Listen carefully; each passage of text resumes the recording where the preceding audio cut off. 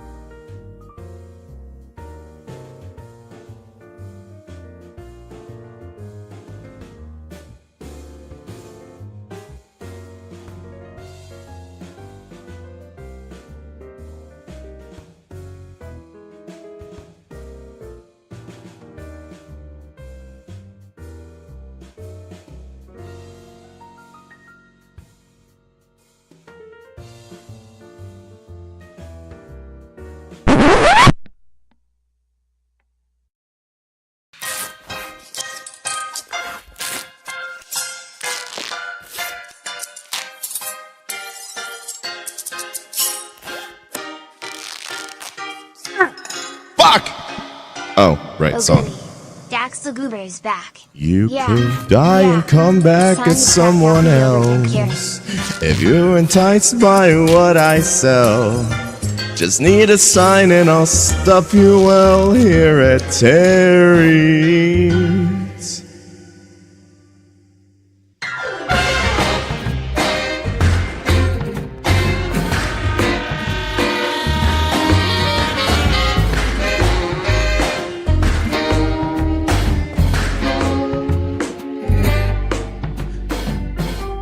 When they die, they're dying to be rebuilt with bigger smiles like you wish they did. Hindsight is a tricky thing, so get creative. Lie like eyes that will never welt, can't say goodbye with no lungs to fill. Comfy company, a human quilt preservation.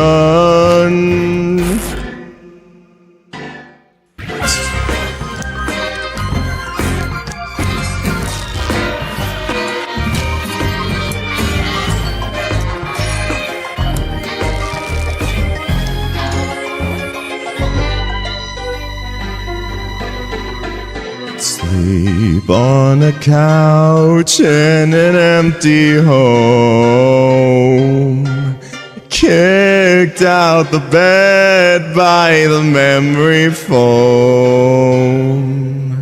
Reason it out with the heads I sewed.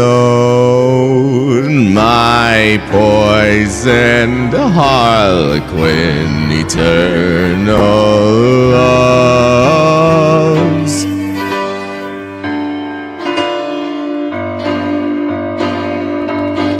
Hatteries, taxidermy, I'll leave you neat as a figurine. At Terry's, I'll remedy the death of thee, your memory forever seen, I'll set you free. At Terry's, taxidermy, I'll leave you neat as a figurine.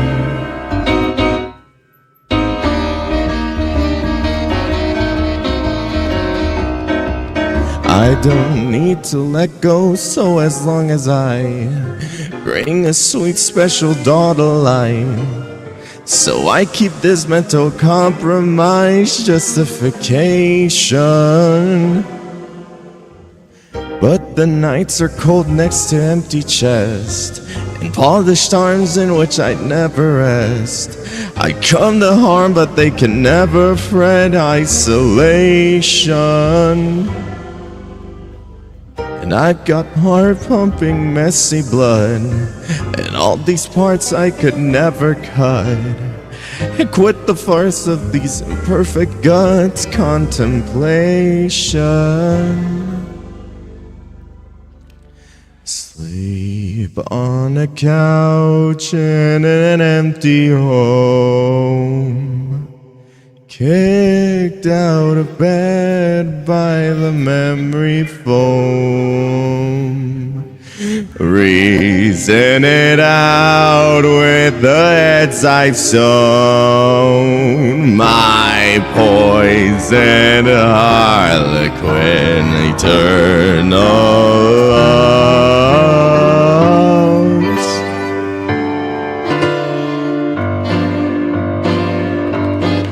Battery is taxidermy. I'll leave you neat as a figurine. Terry's, I'll remedy the death of thee. Your memory forever seen. I'll set you free. Terry's taxidermy. I'll leave you neat as a figurine. Terry's, I'll remedy the death of thee. Your memory forever seen. I'll set you free. Terry's. Well, seems someone taxidermied in themselves.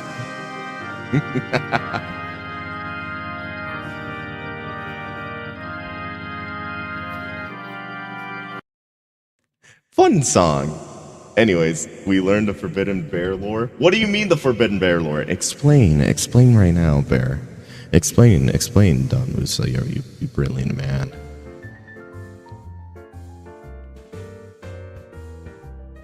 I must know about this bear lore.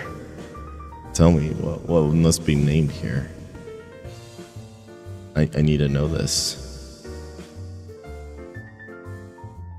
Oh no, Grizz is getting milked.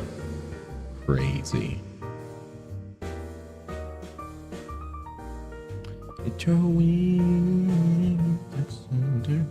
I just realized I was in BC the entire time. Man, someone could have joined and would have heard me fucking sing Oopsie. That would have been bad. I'm very shy about that. Bears are milkable. Like, unironically, there's a website. So, oh yeah, no, I know about that. Chris told me about that. Like, he legitimately told me everything about that.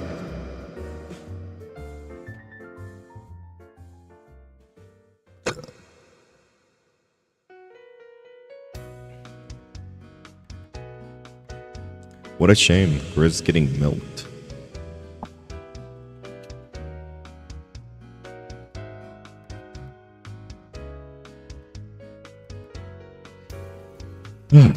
God damn. Should I do another song? Hiya Dax, hope your morning is going well. Apparently my dog has a perfected rage bait. What do you mean by that? It's supposed to be the most nutritious milk in the animal kingdom. Bear milk is better than goat milk. I have no input in that, but cool. Grizz making real homemade grilled cheese. Oh god. I feel so bad for Grizz, but at the same time I don't. He kind of had it coming. I wonder if bears... You eat a bear milk grilled cheese. I don't know, honestly. I would try out some bear milk. Not Grizz. Grizz scares me with how much he wants to be milked. Like, it's very scary for how much he wants to get milked. Like, I think it might be an addiction at this point. Oh, God.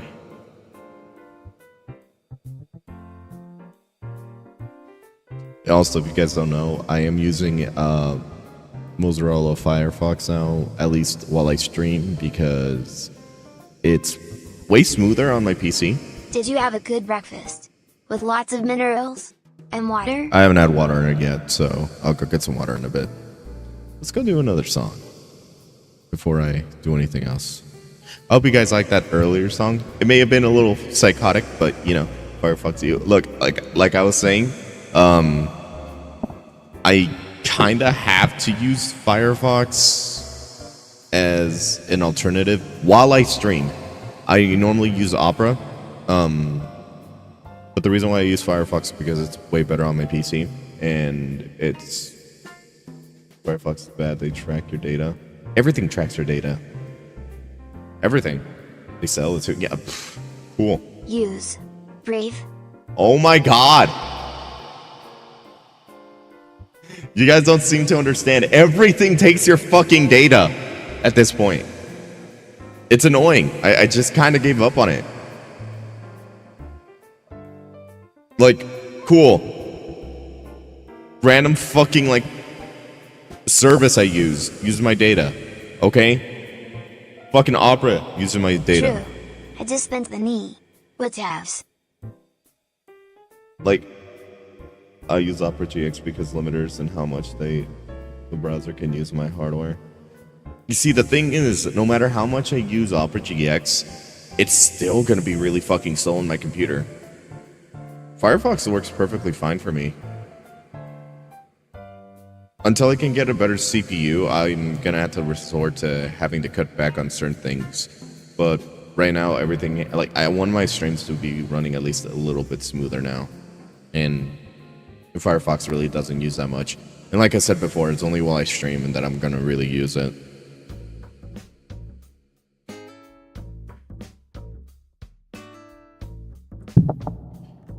Penis.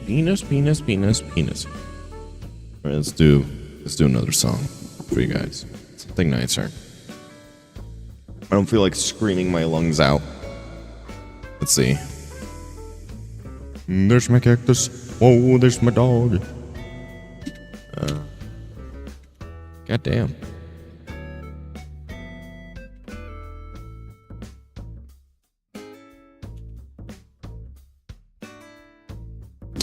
Man.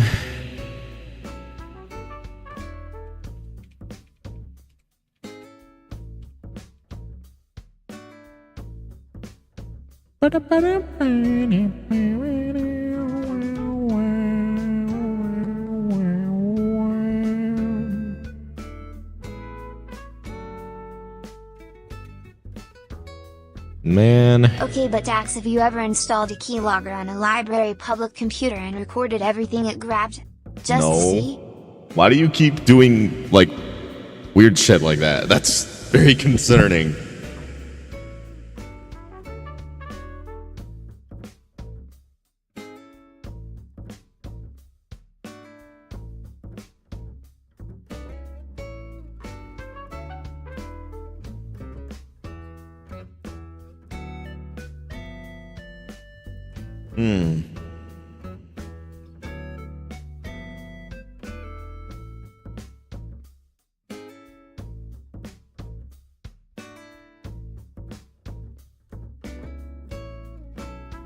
What's concerning is your lack of hydration. That makes no fucking sense. I have no idea what I listen to at this point. I just kind of listen to whatever at this fucking point.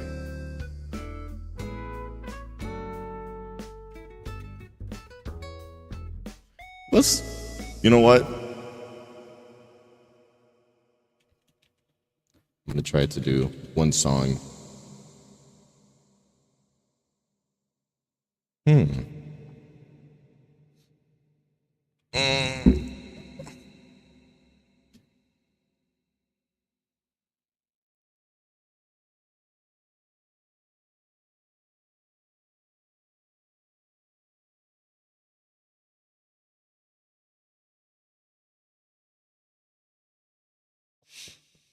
Goddamn.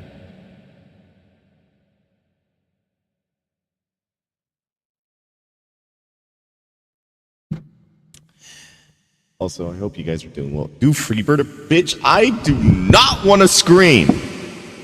I don't want my voice to get all fucked up and then me being tired for the rest of the day. Are you insane? The fuck? You know what?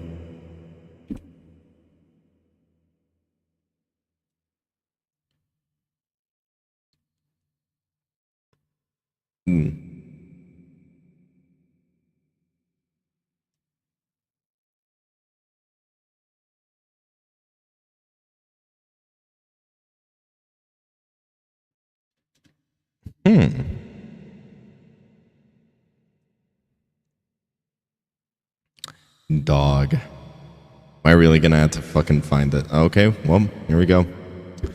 Ow! Fuck! Just for myself. Fucking scratched shit on myself right there.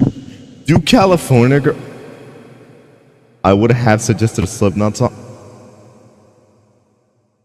You see, the problem is I'm not good with that. You know what? Fuck it.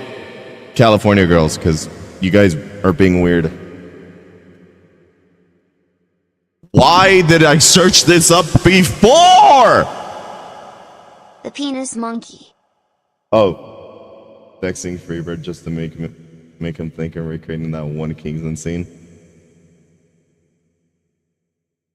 California boy. You know what? No, California Girls. Fuck you guys. You guys keep making me do fucking ridiculous shit. Alright. Here we go. After this, I might fuck this up. Nope, I need water first. Fuck! Can't do this without water. Fuck you guys.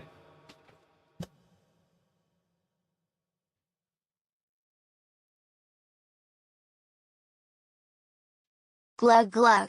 The fuck is that? It's a hat. The hat. Give me a minute.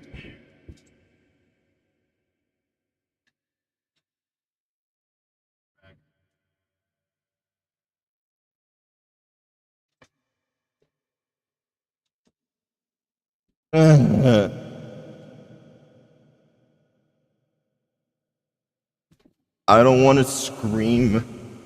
I need water. Fuck. Okay, fuck you guys. You can't make me making fun of me like that. There he is, ban him from Home Depot. What the fuck do you mean by that? Fuck you. Alright. I'll do this. Greetings, loved ones. Let's take a journey! I know a place where the grass is really greener. I'm not gonna try. Warm, when and wild. There must be something in the water. I hate it here. Slipping gin and juice, laying underneath the palm trees. And then the boys break their necks. This sucks. Trying to creep a little sneak peek. And you could travel the world, but nothing comes close to the Golden Coast. Once you party with us, you'll be falling in love.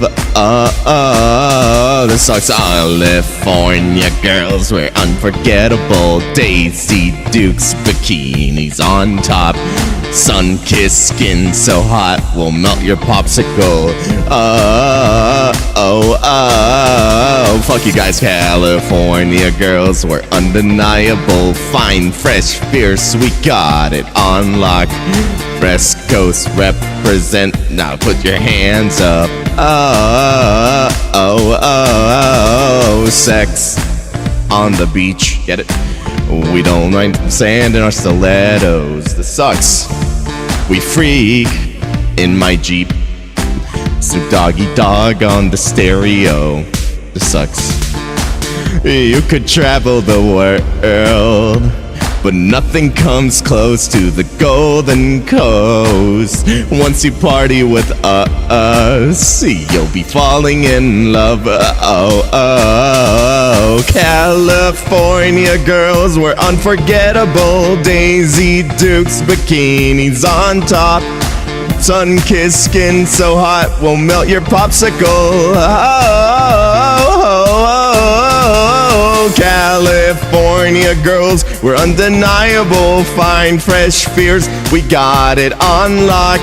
West Coast represent. Now put your hands up.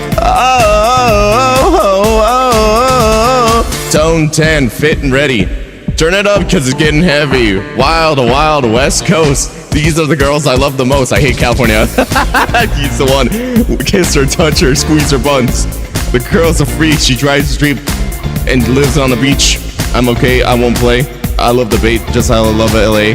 Venice Beach and Palm Springs. Summertime is everything. Homeboys banging out. What the fuck? All the ass hanging out. Bikinis, zucchinis, martinis, no weenies. Just a king and a queenie.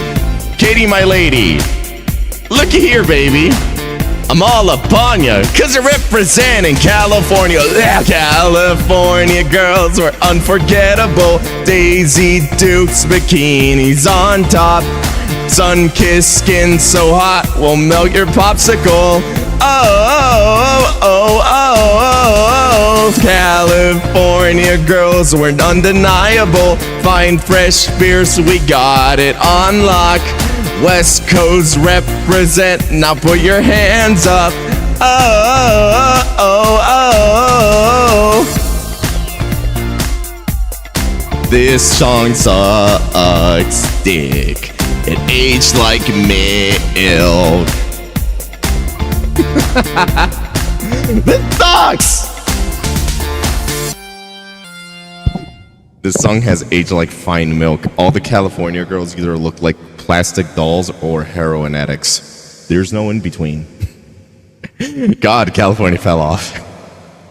You know what? If we're doing fucking like white girl music, if we're doing white girl music, I'm going to prime white girl music, okay? Alright, give me a minute. This is so fucking stupid. Fuck off. God damn it.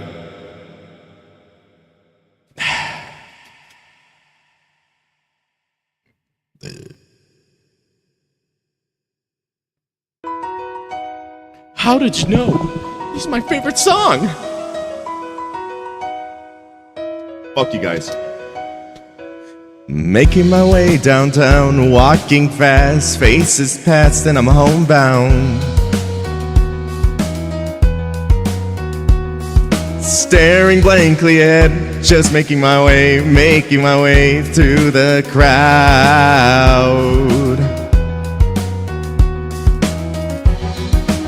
And I need you, and I miss you. And now I wonder if I could fall into the sky. Do you think time would pass me by?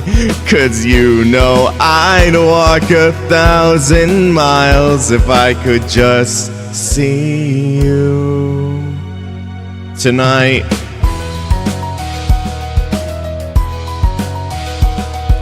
It's always times like these when I think of you, and I wonder if you ever think of me. 'Cause everything's so wrong and I don't belong living in your precious memory.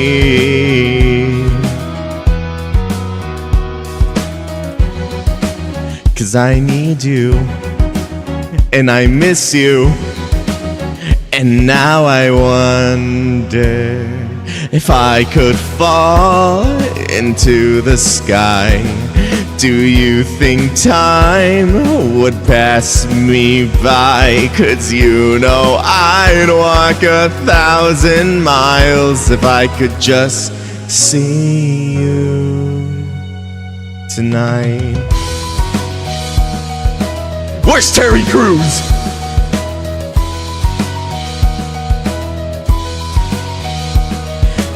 I don't wanna let you know I drown in your memory. I don't wanna let this go. I don't. Making my way downtown, walking fast, faces pass and I'm homebound. Staring blankly ahead, just making my way, making a way through the crowd. And I still need you, and I still miss you. And now I wonder if I could fall into the sky. Do you think time would pass us by? 'Cause you know I'd walk 1,000 miles if I could just see you.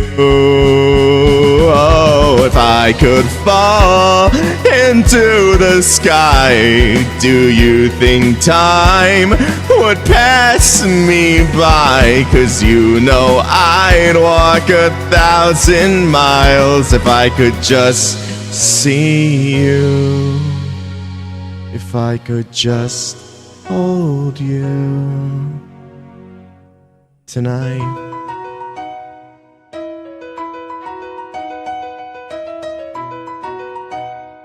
Bum bum bum bum bum bum bum bum bum. All right.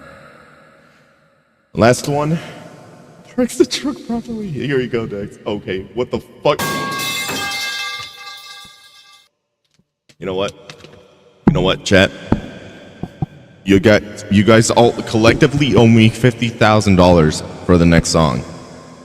Cause fuck you. This is the last one. You all collectively owe me $50,000. After this, we're actually gonna start drawing. Oh, wherever you go, you know I will follow you. You know I will run to you. Oh, the sun and the moon, it don't matter what you do. You know I will run to you. I can't believe in all this time I'm hurting for you, but you feel like home. Oh, love you give it up so high, I'm dying for it. I'm dying for it, and I can't let you go. Hide away from me. Hide away from me. Hide away from me, or you'll lose, or you'll lose. Hide away from me. Hide away from me. Hide away from me, or you'll lose, or you'll lose. If you hide away, I'll hunt you down and follow you to the ends of the earth. Fucking stupid ass song. My heart beats with yours. My lungs breathe out yours. That's a Psycho song. You're a piece of me, and I can't hide away. Oh God. Oh, I'm under your spell. I'm aching and I'm fading, and nobody can see. I'm your heartbeat, you're a part of me. Can't believe in all this time I'm hurting for you, but you feel like home. Oh, the love you give lives so high, I'm dying for it. I'm dying for it, and I can't let you go. Hide away from me. Hide away from me. Hide away from me, or you'll lose, or you'll lose. Hide away from me. Hide away from me. Hide away from me, or you'll lose, or you'll lose. There. It's done. Stupid fucking song. God damn. God. I hated that. Every moment of it. That song's annoying. It's genuinely one of the most annoying songs I sang, and I sang California Girls, okay? I don't like any of these songs. They're just so fucking shitty. Does this imply that we all get to teleport by Dax's verse and all spend 50k on Cannon and getting chased by him, but rather last soul potion? No, instead of lust is egregious murderous intent. Nothing against you guys, it's just that, you know, we're very angry creatures, and we would rather just kill something instead of fuck it sometimes. Very angry indeed. Oh God.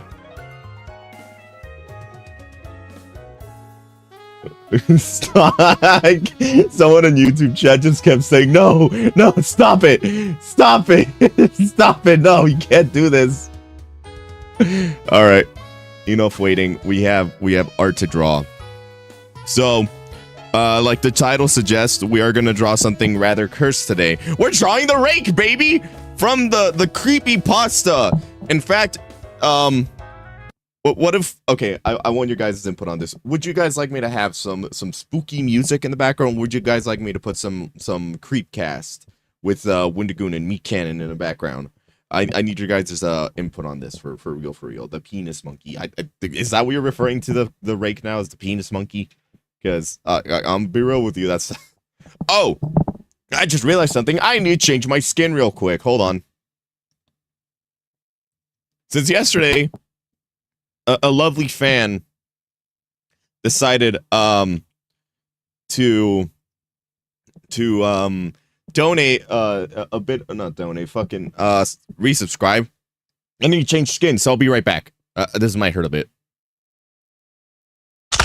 Ow, ow.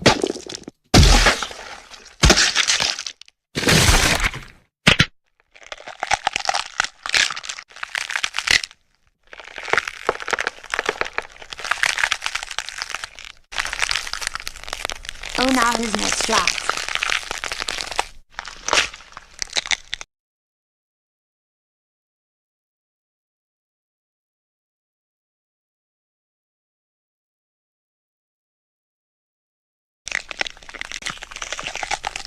Ow! Wait, hold on.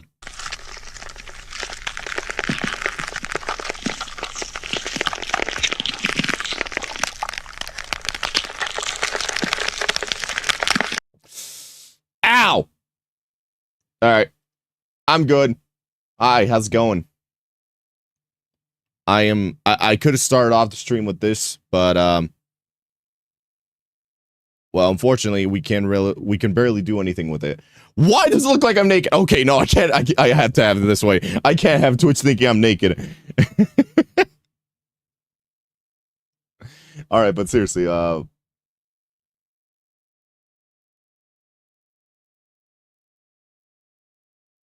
wait, hold on. I'm fine. This has to happen all the time when I have to switch. Look, when you guys send subs to me on Twitch, this is what happens. I have to constantly rip open my skin and like my entire like, you know, body and everything, like all my fucking nervous system and my like skeletal system also has to like just malform into a new body. You have to rip what off? My body parts, dog. That's how this works. It's not. I say new model, like it's a new quote unquote model. It was just skin and muscle. No, I have to put myself to constant pain. I rip off my own. Like, what do you think I disappear? I have to rip open my body and put myself into a new one, dude. I say a model so it could, like, you know, seem like it's nicer, but in reality, it fucking hurts.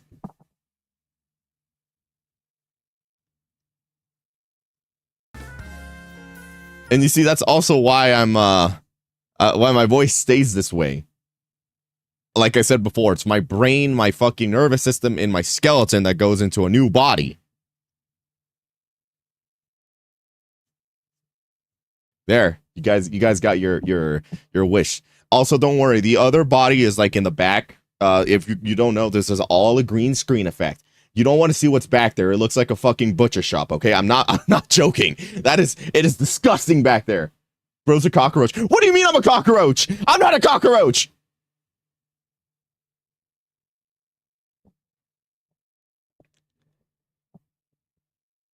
Just to let you guys know, just to know, okay? I simply do, okay? These bodies, they weren't inhabited by a previous Dax or anything like that. These are all digital back, like, you know, this is all digital, but it's still horrifying because it exists in a different plane of reality. But they're just digital backups of bodies. They don't actually have any form of sentience, and if they do, I made sure they don't have any, okay? That's all I'm gonna tell you. It sounds terrifying, but believe me so, I'm the only one suffering. You guys get to amuse yourselves with this, okay? Now, there you go. Dex, I seen your basement. I think I seen worse. Fuck you! What do you mean you seen worse? Anyways, I need you guys' input. Basically killing himself and stuff. I'm not. I'm just simply ripping off my skin from the back like a zipper. There is a parasite on my back that exposes itself so I can put myself into new bodies. What's so hard to understand? And yes, they have to be fleshy. That's the only other way I can actually make it work. There you go. There's your lore dump for the day. I'm not going to explain anymore. Otherwise, you guys are going to be like, wait, but how do you do this or that? I'm like, no, I can't explain anymore because you guys got to wait for 1K. If I get 1K on Twitch, I will make an entire Wendigoon video explaining how the Dax lore works. That is my rule. Okay? I'm not going to fucking sugarcoat it. Does that mean you hit yourself with CB2? That's not how that works. I literally ripped my fucking spinal cord and everything of my body. Like, imagine your fucking, like, veins, like your nervous system, and your skeleton getting ripped off of you. That's what happens. Okay? It's really painful, and I don't want to get into it, okay? That shit hurts. You have veins in your peanut, though. That just gets tucked away in some other part when I have to switch to the female model, okay? Don't worry about it too much, okay? Besides, I can control biomass anyway, so it doesn't really matter. Now, does it? You ever seen, like, Terminator? Yeah, imagine that, but with an actual skeleton. And, like, flesh and, like, brain in there and, like, crazy shit. That, like eyes and shit, like, in there. Again, there's a reason why I don't show you guys that, and it's because that's fucking terrifying, and I'm pretty sure Twitch would be like, why are you showing, like, actual gore and, like, everything?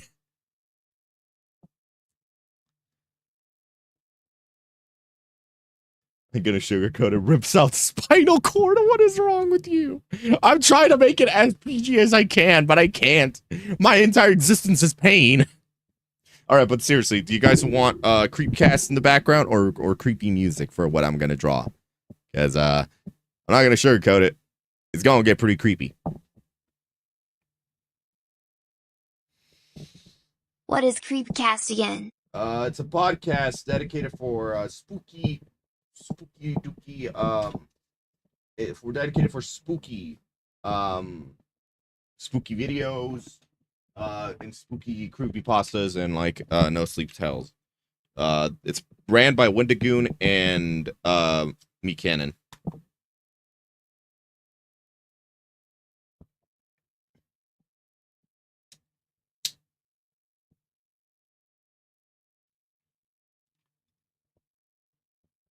Wish I had a longer thing. I'm not being paid enough to clean Dax's backyard. My car smells rotten. You're not getting paid at all. You're watching me. Creepcast will do. All right, Creepcast it is. Got one vote for Creepcast, so I guess you guys get to hear Creepcast in the background. I will also put. All right, so we got. Oh, there's plenty of stories here. I've already listened to them multiple times before.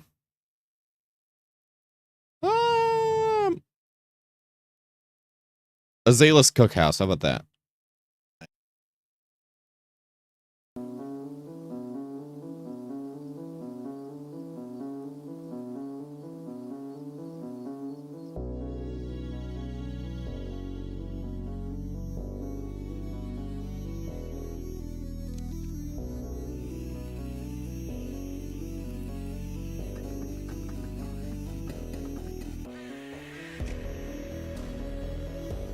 That's like their new intro, I believe. So enjoy yourselves. Put this in the background, and I will occasionally put my input into what the story is, because I actually really like what these guys make.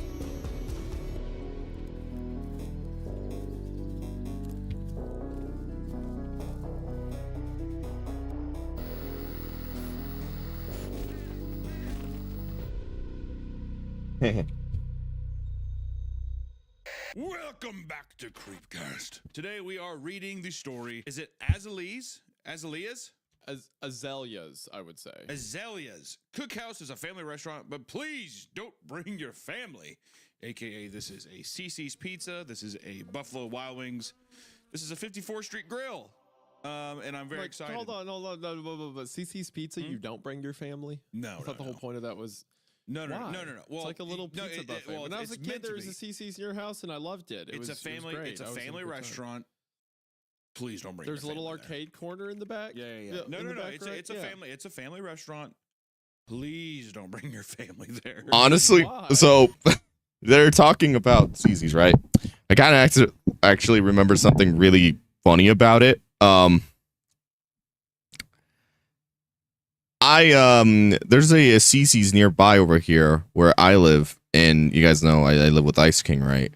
I have unfortunately have gotten multiple points in which people have thought that we were gay lovers because of situations like this.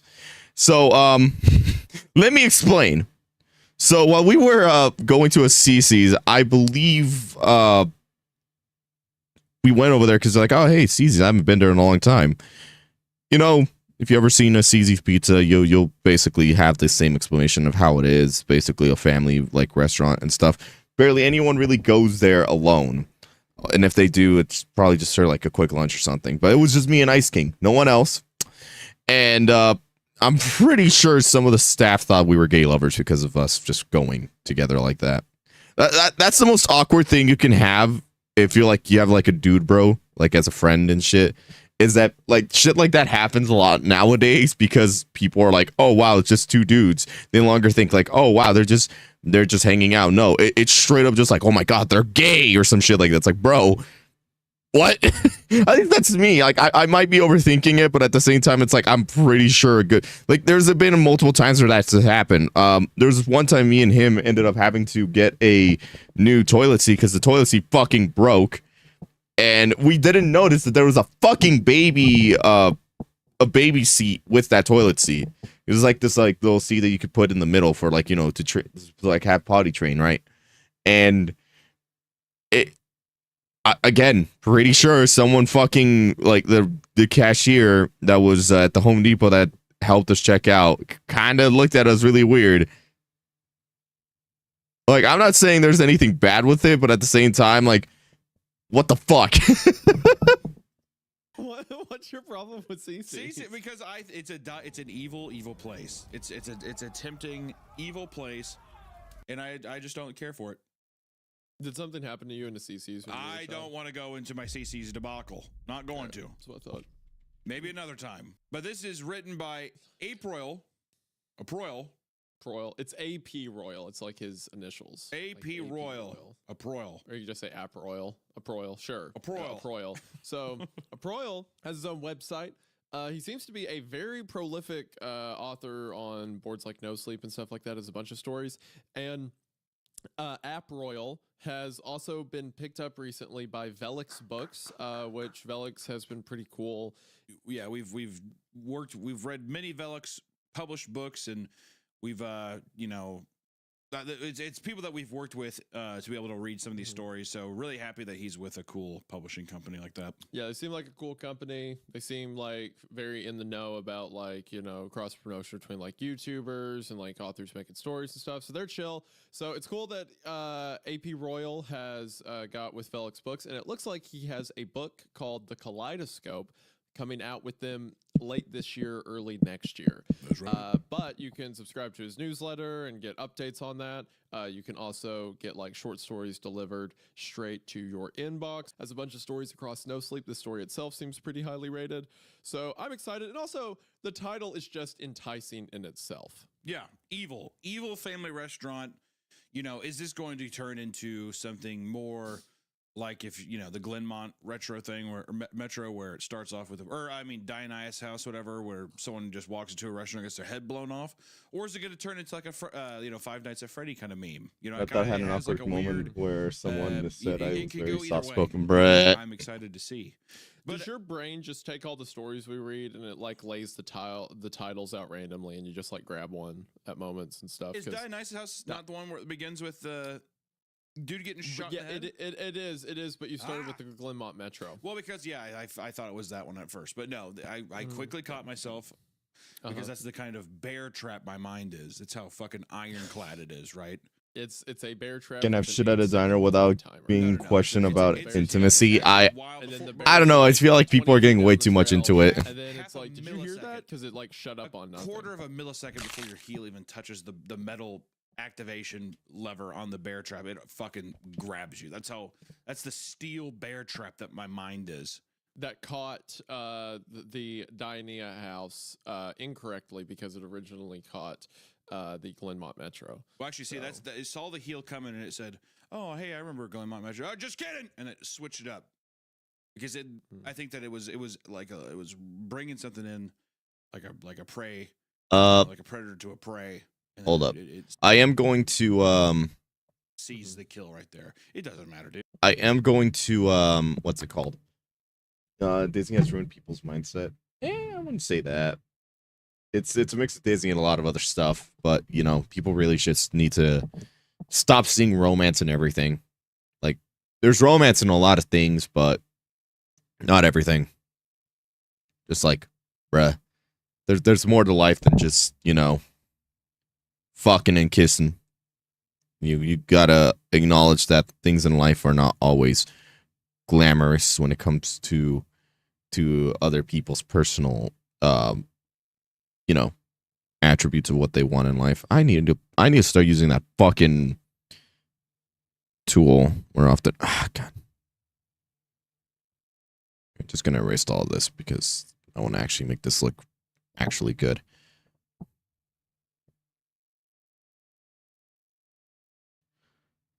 Okay. The world needs to cut down on the gay shit. Maybe a little. Dude, It does get a little annoying sometimes. You, all right? But you All know, I know is that's that, just as always, be sure to support the author, and as well, check us out on audio platforms, Apple Podcast, Spotify. Go there right now. Give us a 5-star rating. Fucking listen to our show there, dude. It helps, all right? Maybe AP Royal, maybe listen to this on Spotify, dude. If you're watching this right now, consider hopping your happy ass over to Spotify and listen to it there. You're talking to the author right now? Yeah. And that's That seems kind of that's a little forward. See, that's the bear trap coming out. You gotta watch out. Oh. So you're already mad at him? Wait, no, what? I'm not so mad. I'm just saying, man. It's a suggestion. It's a polite suggestion. So now you're claiming that you're so quick-witted that you're near. I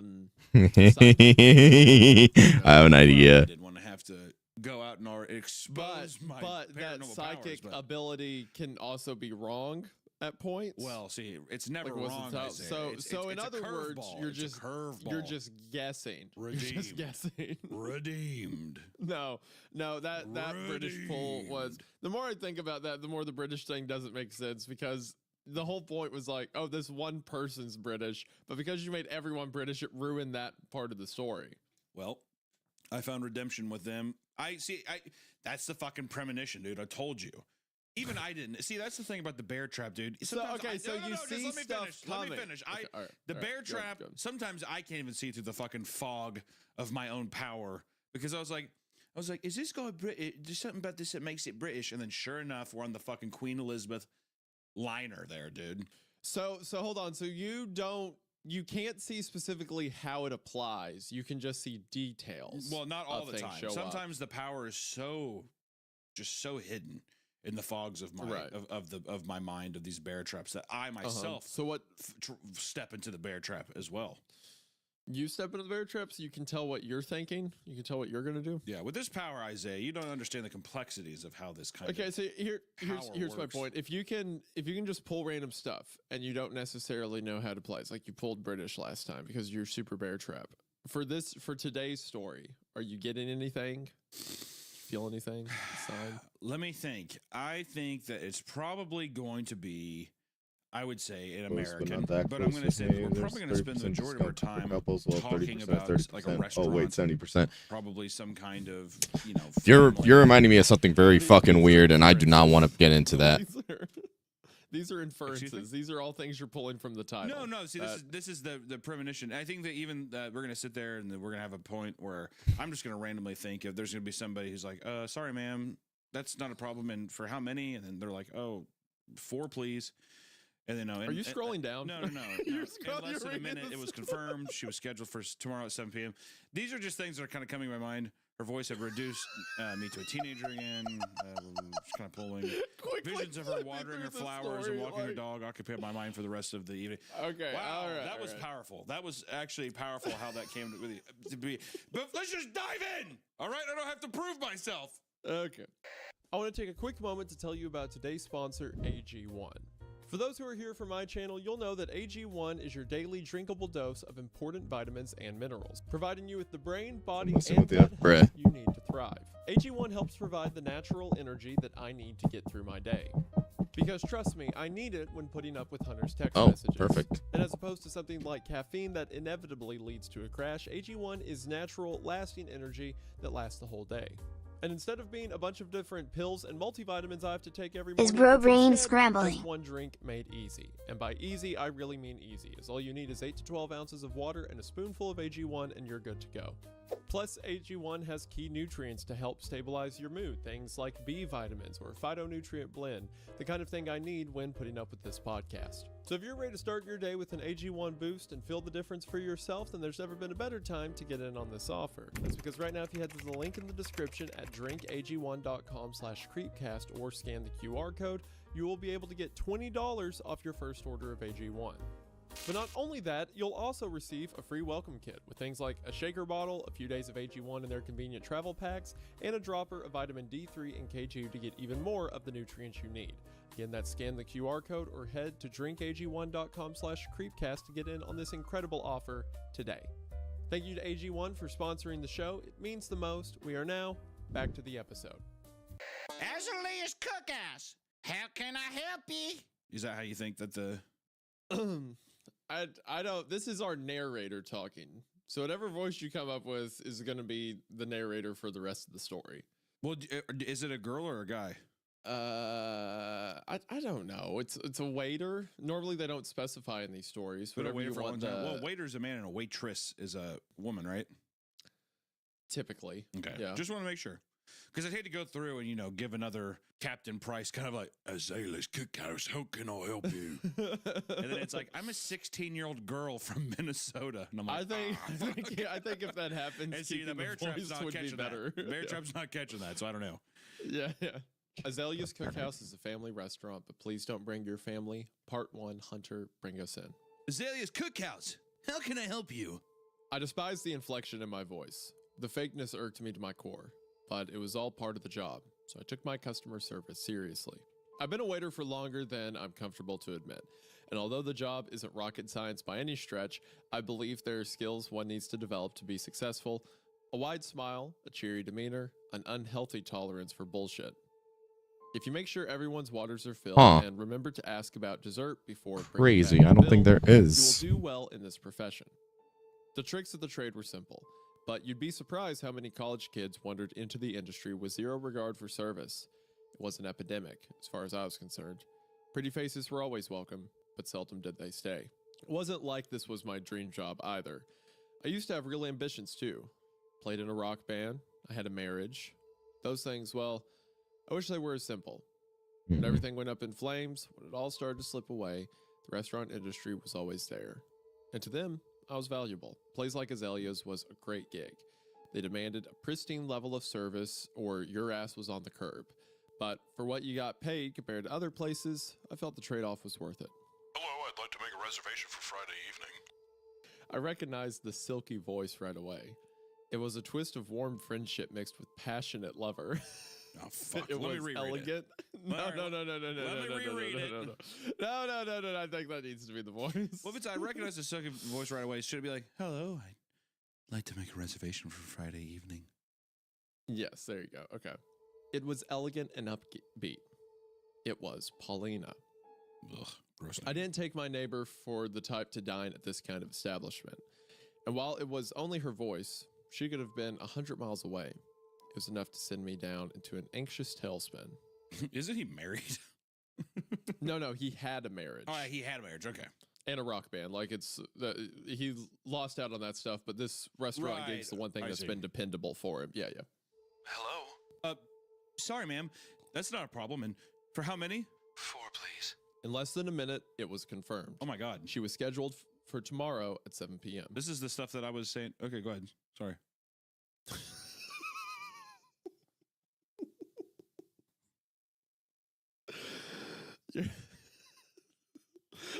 For one, the audacity to do it in the first place, to just read the story ahead and say it's a premonition. No, then the further audacity to call it out. No, what is it? when you No, what get is to it? What is the next line though?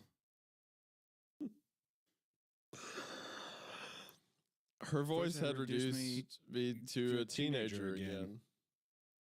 Visions of her watering her flowers and walking her dog occupied my mind for the rest of the evening.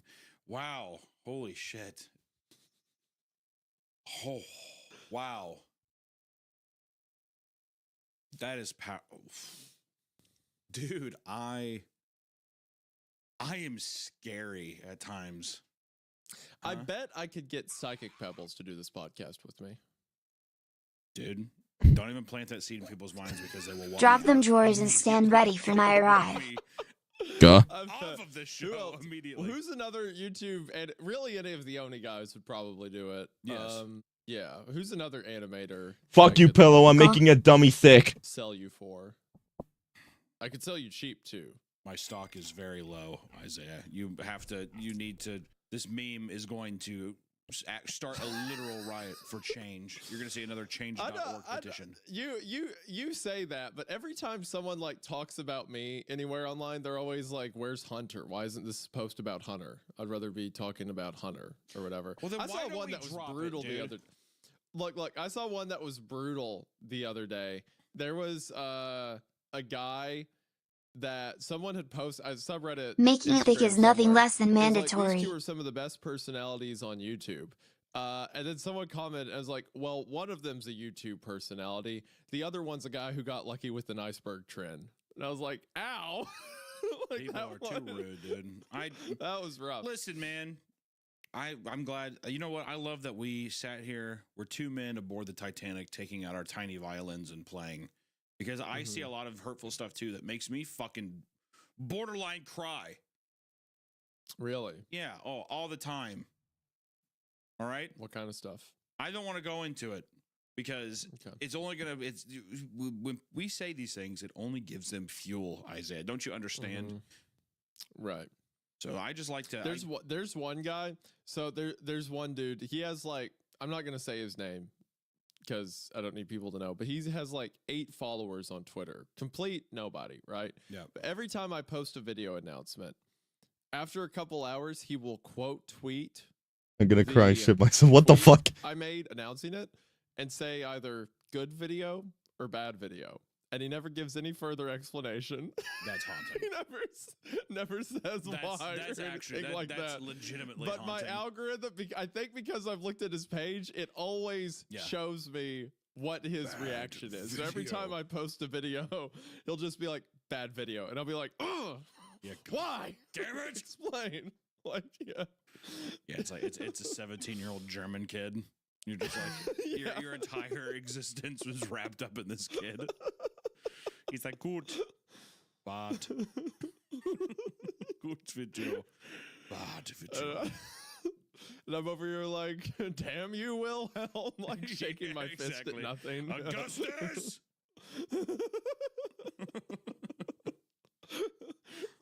It's like the kid from Charlie and the Chocolate Factory just eating chocolate. It's literally just Augustus Gloop, just covered in chocolate, watching your videos. What is he planning? what is he putting together? I know he's scheming something over there. Yeah. It's just random. What sticks you? What does it? And I don't really like personify it that much, but it's funny that it means so much to me. It's impossible not to. Anyway, yeah, this story. So you talking about being a psychic and whatnot. Her voice. Should we reread that line too? That where I'm not. I'll reread that line since you were seeing visions from the heavens. Yeah, I fucked it up. No, I think you should. Normally, I would be like it's okay, but I think you should feel sorry for this one in particular. So, her voice had reduced me to a teenage version. No, what? Jesus Christ! Oh, I don't know. Oh my gosh, my eyesight was way off. I read teenager again and visions. Jesus Christ! Her voice had reduced me to a teenage virgin again. That's what I thought he said. I saw visions and like okay. Talk about premonitions. You're seeing something in your head. You're like, I just want to have sex so bad. Shut up. Her voice had reduced me to a teenager again. Visions of her watering her flowers and walking her dog occupied my mind for the rest of the evening. There. Is that better? That's good. Okay. I'm going to get who's the other guys I can sell you for? Flash Kids. They'll do it with me, I'm sure. Paulina was in her front yard in the morning, meticulously tending to a healthy bed of flowers. She smiled from a crouched over position, her golden hair adding to the splashes of flourishing color. Tulips, sunflowers, and geraniums were spread thick across the lawn like a rainbow nestled in a sky of green. We exchanged waves, her mouth open and ready for conversation, just as the back gate swung open. All at once, they were upon her in an orchestrated attack.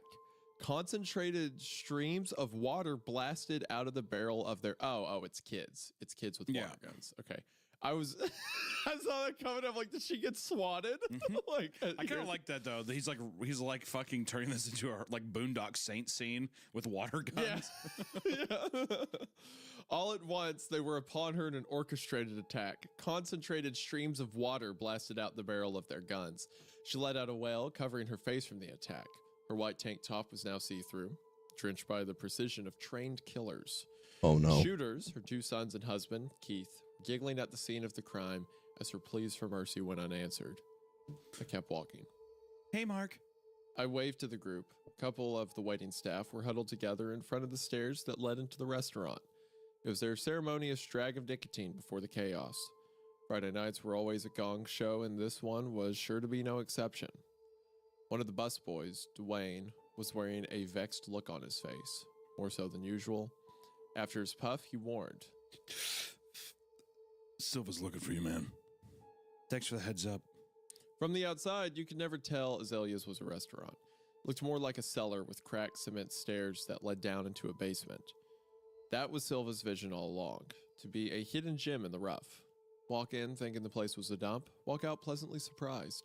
It was the psychology of the food industry, and this element of surprise seemed to be essential for fine dining. Azalea's was the height of exclusivity. Not just anyone could stumble in. In order to keep up this allure, speaking about the restaurant in any capacity was strictly prohibited. Staff were never allowed to dine in. We were servants, not clientele. Not that any of us could afford it, the menu items never seemed to reference a price, which always signaled trouble. But from the bills I'd hand out at the end of every meal, the numbers were always staggering. It was clear Azalea's was catering to a very specific crowd with refined taste and deep pockets. I like that nod.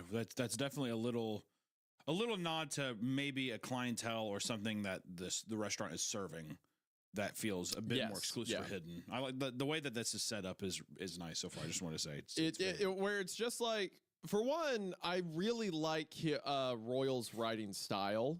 Like the way he described Paulina getting attacked by her kids, like you said, it's kind of described almost like a Boondock Saint hit, but he describes like the sexual undertones of her, like her sultry voice, her shirt's now see-through, but the like objective thing we see is that she's got a husband and 2 sons, right? So is that like something about his neighbor like wanting him, or does he want her in a physical way and she's not perceiving that, or it's just like our author's intent of it? Like, oh dude, it sets up some interesting stuff about the psychology there. The narrator is definitely wanting deep fucking for sure. God damn. Okay, for sure. all right. That was a probably inappropriate way of saying that, but you had to say deep. You had to like add adjectives to it. You had to make it more explicit. So sorry. My gosh. Good Lord, man. Okay, so anyway. Good Lord, man. That's just dropping a brick on the gas pedal. We were at the red light. You just threw it to Vince. Like, what the fuck are we doing? I mean, he's just like, I was just half stepping in it. You're like, no, I was up in there. I was rearranging them gutty works as much as I could, dude. Okay, there you go. There you go again with the description. I was like a fork with some spaghetti, dude. I was wrapping it all around and slurping it up. Don't say that. What are you talking about? I'm like a fork with some spaghetti. I'm gonna kill you. Mercy. Okay. Anyway, I'm gonna. That's vile, bruh. I Okay. What I was saying, I like Royal's writing style how so much is conveyed in just the way he describes the scene, right? That being said, with this description of the restaurant, we have like the initial, like the front facing premise of like, it's just a really expensive restaurant that in order to keep, you know, it kind of exclusive, you can't talk about it. But then you think about it's like, what kind of restaurant can you not talk about? In in the GL, I movie just Life alt Without tabbed and Price, you know? memories appeared. Very So yeah, high it sets end. up. It's like there's a double meaning, like what could be happening here. That I agree with you is just set up very well. A referral and a reservation got you through the door. You needed both, no exceptions. This drew a certain type of crowd, snooty, high maintenance, but I didn't mind it, to be honest. That combination could be tiresome, but it usually meant great bet you $20 there's gonna be cannibalism involved. tips. I approached the splintered door and knocked 3 times. One of the greeters let me in. The interior was nothing like the exterior. The foyer had a gothic medieval vibe with high ceilings and narrow hallways. Chandeliers sparkled overhead in the dim light. The halls were plastered with stone and exposed brick, a handful of doors on either side. The doors concealed the intimate dining experience that Azalea's offered, private rooms for every party to make you feel at home. Silva's office was the last door on the left. I'm just picturing nothing but like a Blade movie. Like whenever Blade like goes in, it's like a Russian nightclub that like looks like a castle or whatever. That's what I'm seeing with this restaurant. I went to this one restaurant in LA that someone in like the YouTube talent side invited me to that was kind of similar where you had to walk down a hallway and it's like you had to have a membership or know someone to get in. That it was like a very stereotypical like LA white walls, like big windows. Yeah. So it didn't look the same, but I'm imagining the same kind of like entry setup. Like you have to take an elevator to get to the restaurant kind of deal. It was like an Olive Garden. What? That'd be really funny. Like, That'd be so funny. Yeah. Password. dude, yeah, Hunter, you're not gonna believe this, but the breadsticks were literally endless. Yeah, it was. You could get as I understand that we many had as a you high wanted. bill, but they would just There give was you- no give- end of give- them. yeah, exactly. I don't know why, but a lot of people say Olive Garden's really fucking gross. But the last time I had it, it was actually relatively pleasant. At least for me, my family didn't have a good time at all. They ate that food and they're like, this is like extremely unpleasant for us for some reason. Like they didn't like it at all. I'm like, I don't know. The chicken was actually pretty solid, but I've heard horror stories about fucking Olive Garden. I heard that someone ended up getting fucking like HIV from there or fucking AIDS. It was fucking bad. Bill came. Olive Garden is good. Yeah, no, I'd rather just make food at home at this point because that shit just I had scares the fuck out of me. worth of breadsticks. Where's this on the bill? Oh, sir, they're free. Oh my god. Whoa, where are you taking me? I'll sign whatever paper you pass I me feel right like I'm now. in Sicily right now. me, me standing outside of an Olive Garden just like a country bumpkin from Tennessee. Like, Exactly. you good sir know how to make a deal. I You bet know how like to- 10 minutes down the road, we're going to see the Colosseums. You fellers goddamn, must be they're- Christian. You know how to treat a man. Goddamn, every road does lead to Rome, doesn't it?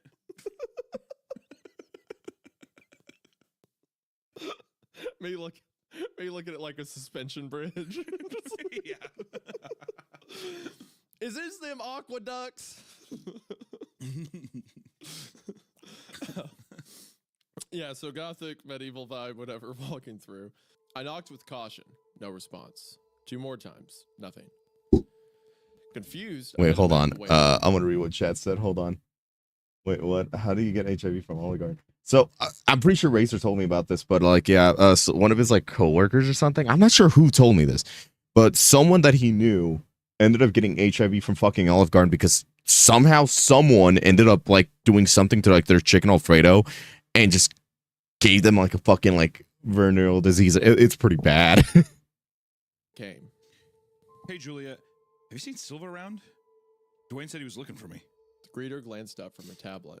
Hey, no, I haven't seen him.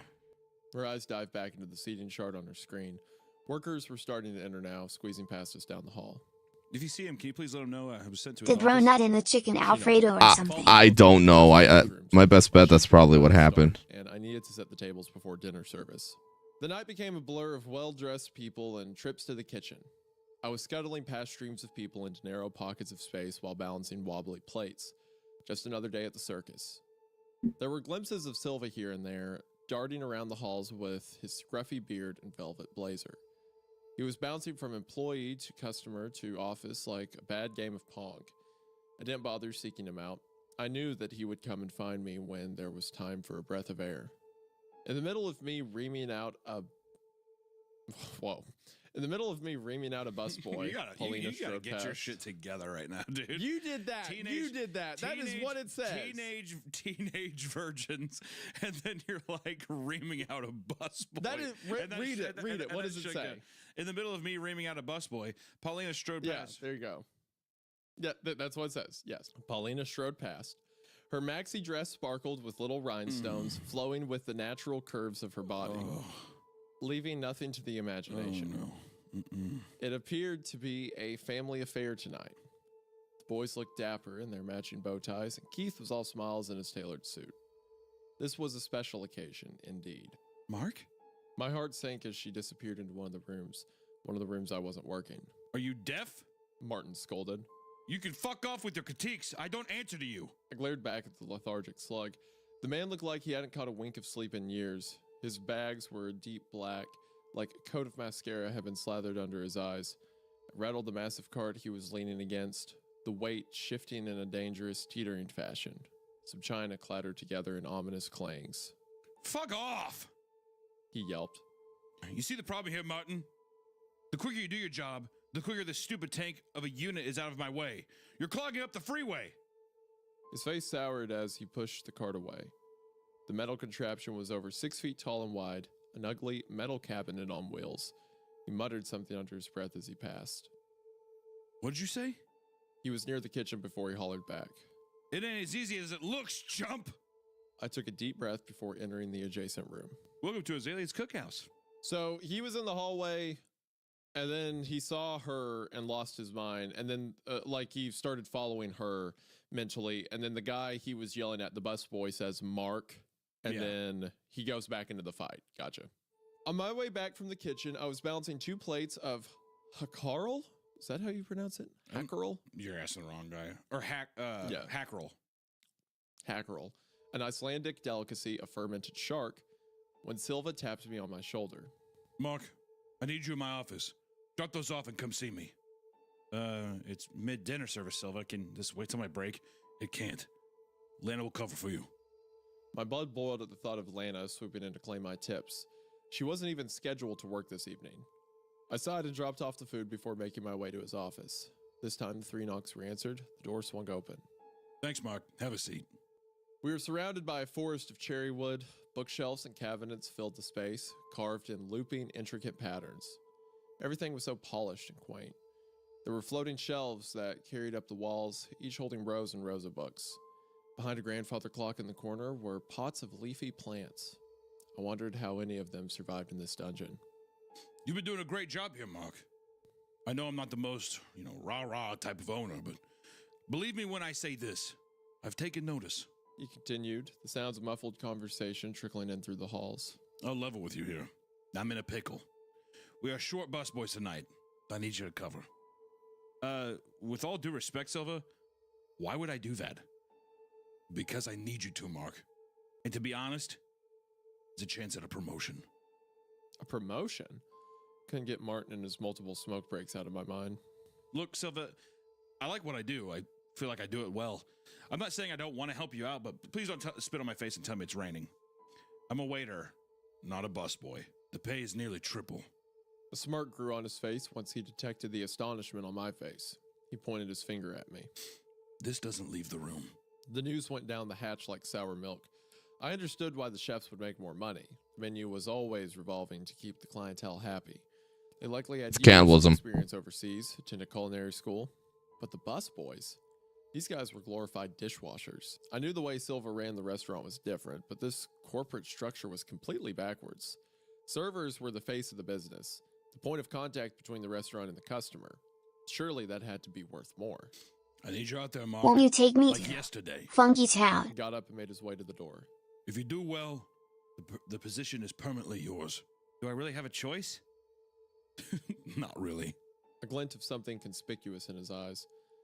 The door was now ajar, the bustle of the business now flooding into the room. You'll do great. Now go and find Dwayne. He'll be showing you the ropes. Dwayne was outside with one of the chefs, another cigarette to his lips. The light emanating from the lamppost highlighted his bronze complexion. Hey, Dwayne. Silva said you're going to train me tonight? Guess I'm going to be one of you guys now. He raised an eyebrow and dropped the cigarette to the pavement. With a blank expression, he said, Well, hot damn.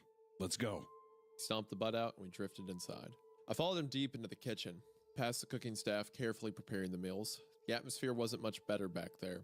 Plates were sliding around amidst fits of yelling and chopping. I passed one of the chefs giving a lecture to one of her apprentices. Who taught you how to work a knife? You leave the skin on this fugu again, and I'll rip your apron off myself. He stopped at one of the metal monstrosities in the corner of the dish room. Get pushing. The cart was frustrating to maneuver given the state of its back wheels. One wheel refused to roll in line with the others, opting to wiggle uselessly instead. It was a cumbersome task given the sheer size of the cart. It was heavy with its many drawers, and it was a challenge to see over it. There would have certainly been a collision without Dwayne guiding me in the front. We finally stopped in front of one of the rooms, my arms and legs feeling like jelly. He held the door open as I inched the cart in, slowly. Then the door was firmly closed shut. The scene at the dinner table nearly knocked me off my feet. We were inside the private room that Paulina's family had dined in. There was Keith, his cheek resting in a thin layer of cream sauce. His mouth was full of foam, the tablecloth soaked in a puddle of vomit. His eyes were staring back at us in a dead stare. Their two sons were on their floor, their bodies lying limp. There was no ounce of recoil from Dwayne. He just gripped Keith's head and pulled it out of the sauce. Let's go, Mark. We don't got all day. The walls felt like they were closing in on me. Everything was spinning. Dwayne, what the fuck is this, man? He was dragging Keith by his shoulders, his limp legs bobbling against the ground as he was carried towards the cart. Most of his body was able to fit into one of the compartments. The rest of the parts that overhang were forced in with a metal pole. The squishing and cracking made my stomach churn. Oh shit, what do you think this is, Mark? A 6-figure dishwashing job? He laughed, a glint of madness in his eyes. He had one of the boys by the back of his blazer and was dragging him along. I'm out. I want nothing to do with this. I said, turning towards the door. Dwayne dropped the body and beat me there. His arm held the door shut. Listen, this might not be good for you. I get it. It ain't for everybody. But listen to me, and listen good. Silva doesn't just let you out. I didn't ask for any of this. I'm just a waiter. I'm surprised. I'm surprised. Silva keeps the waitstaffs off. I'll be damned. Let me out. Listen. You're part of the Azalea family. You've just been given a seat at the big boy table. And families... Bro's gonna get turned into sashimi. He eased off the door. Go ahead. Get some fresh air. Or prep this room, and you can meet me at the front of the next one. Or you can meet me at front... Oh my fuck! And you can meet me at the front for the next one. I took off in a steady march past the greeters and guests waiting to be seated, past the menacing stare of Silva. I was focused on one thing, escaping. The air outside was crisp. It helped steady the spinning. I slowed down to catch my breath, but the rapid gasp for air wouldn't stop. I'll get a new job, I thought. Start fresh. Flee the city. At the end of the parking lot, something shimmered that caught my eye. It was the flowing dress of Paulina. Oh, She was just no. entering her This is a very tumultuous moment, Hunter. She was just entering her minivan. Oh, yeah. I stared at the vehicle as it backed out of the stall and slowly cruised in my direction. Instead of taking the left turn to exit the lot, the van stopped. The window buzzed as it rolled down. Mark? My words were stuck in my throat. All I could offer was a slight nod. Everything okay? I'm just heading home. Do you need a ride? Her voice was nonchalant, with no regard for what she'd done. Because she hadn't done anything except enjoy a pleasant meal, the Azalea family took care of the rest. Mark! Mark! A voice yelled from the bottom of the stairs. I've got to go. No worries. She smiled, her glistening white perfection. Before she rolled up her window, she called back. Hey, let's grab by to eat sometime.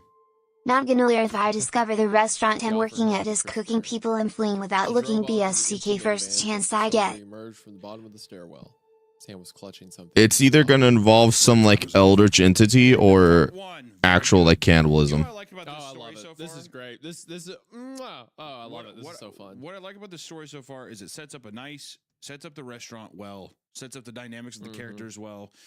We're entering in the unfamiliar territory, you know, the act 2 in the story where we still don't know really what they're doing. I like that the idea, and you know, my mind immediately goes to they're cooking people. There it is. It could also just be a guy where Silva is a guy who is maybe he's like a person that, you know, works for some other person that disposes bodies, or, you know, who knows. Yeah, I think it sounds like it's only members and members' friends who come there, right? So I think it's like if you want someone taken care of, you know, come to the restaurant, we'll lace the food, right? We'll kill them, take care of the body, do the rest. So it's like a hitman service almost is what I get from it. And that's interesting how it's like we have Mark, who's like not evil by any means, but in the beginning he's kind of portrayed as a jerk, right? Like he's yelling at the bus boy, he's thinking about a married woman, like physically, like looking through her shirt and stuff like that. Like he's a bit of a jerk, and now he's like in this super evil position, and he's like, oh, I should get away, I should flee the city. But then seeing Paulina, who's now single, mind you, kind of like is enough to make him be like, well, maybe I'll, you know, like she asked for dinner, well, maybe I'll stick around a little bit, you know. That's like the interesting things in these stories is whenever you have the catalyst, whenever a character is approached in a situation that like really thrusts the story forward into the trajectory that we're going, you need to have something that's compelling. And I think that there's nothing more compelling than sex. Like there's nothing more primal than people who are like motivated and moved by like sexual desire, basically. You know what I mean? Yeah. Yeah. So of course he's going to do something stupid. I mean, like the way that the first part of the story does it so well is that it really kind of almost makes you like idolize her as well. He talks about her in a way that is so like fantastic.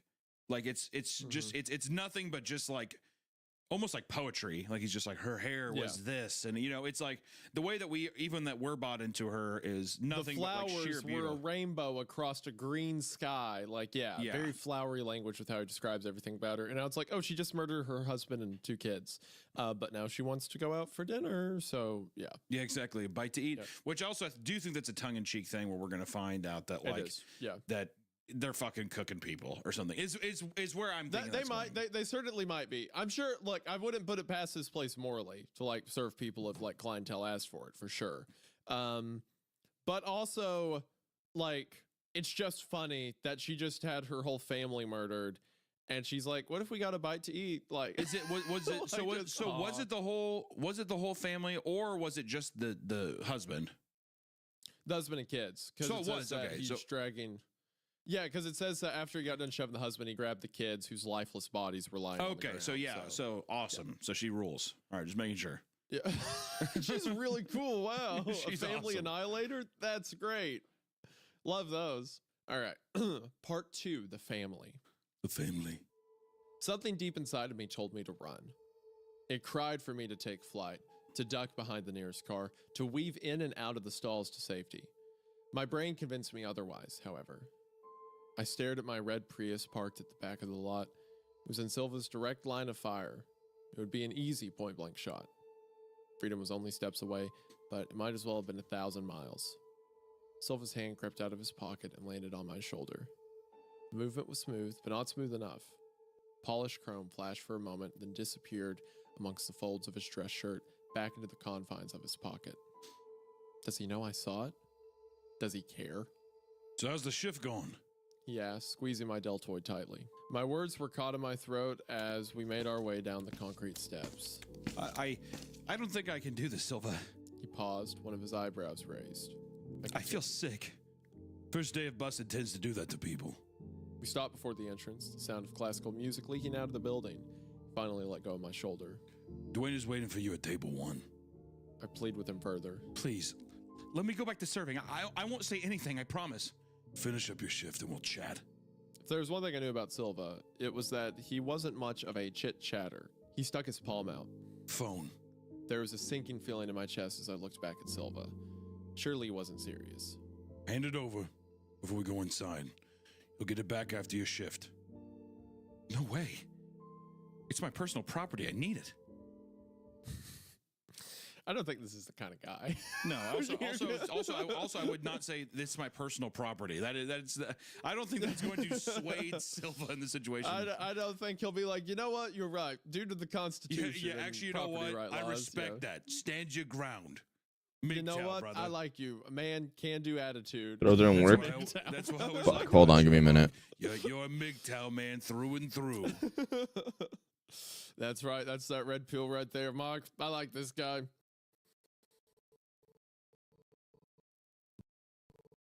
The soft melodies continued, masking the cold-blooded murder taking place inside. His face turned blood red, the wrath of Silva nearly upon me. It was a face All right, there we go. seen, a crack in his cold, calm demeanor. Phone now. I laid my phone in his palm, diffusing the situation, placed it into his other trouser pocket, next door neighbors to the pistol. Thank you. Now let's go. He knocked 3 times as a scowl morphed into a cheery grin. Just like that, we were back inside the restaurant. In a matter of seconds, one of the kitchen staff had whisked Silva in her direction. Much of the dinner crowd had dispersed. A moderate number of people were now up and down the halls. I caught Dwayne's gaze leaning against the front desk, chatting with one of the other busboys. You good? Slightest smile stretched across his face, only for a moment, till he caught Silva's gaze out the corner of his eye. His face instantly went blank as he motioned for me to come with him down the hall. I didn't respond. I only followed. Table 1 looks like it's ready. We've got a quick turnaround, so let's hurry. My eyes shot back at Dwayne.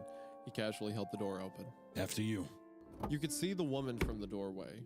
Her head was face down. Layers of shiny ebony locks were spread across the table. I detected a hint of fruit mixed with a strong hairspray aroma. Dwayne hovered around the table, grabbing the wine glass across from the lady and swishing around the remnants of the cup. Drink crowd.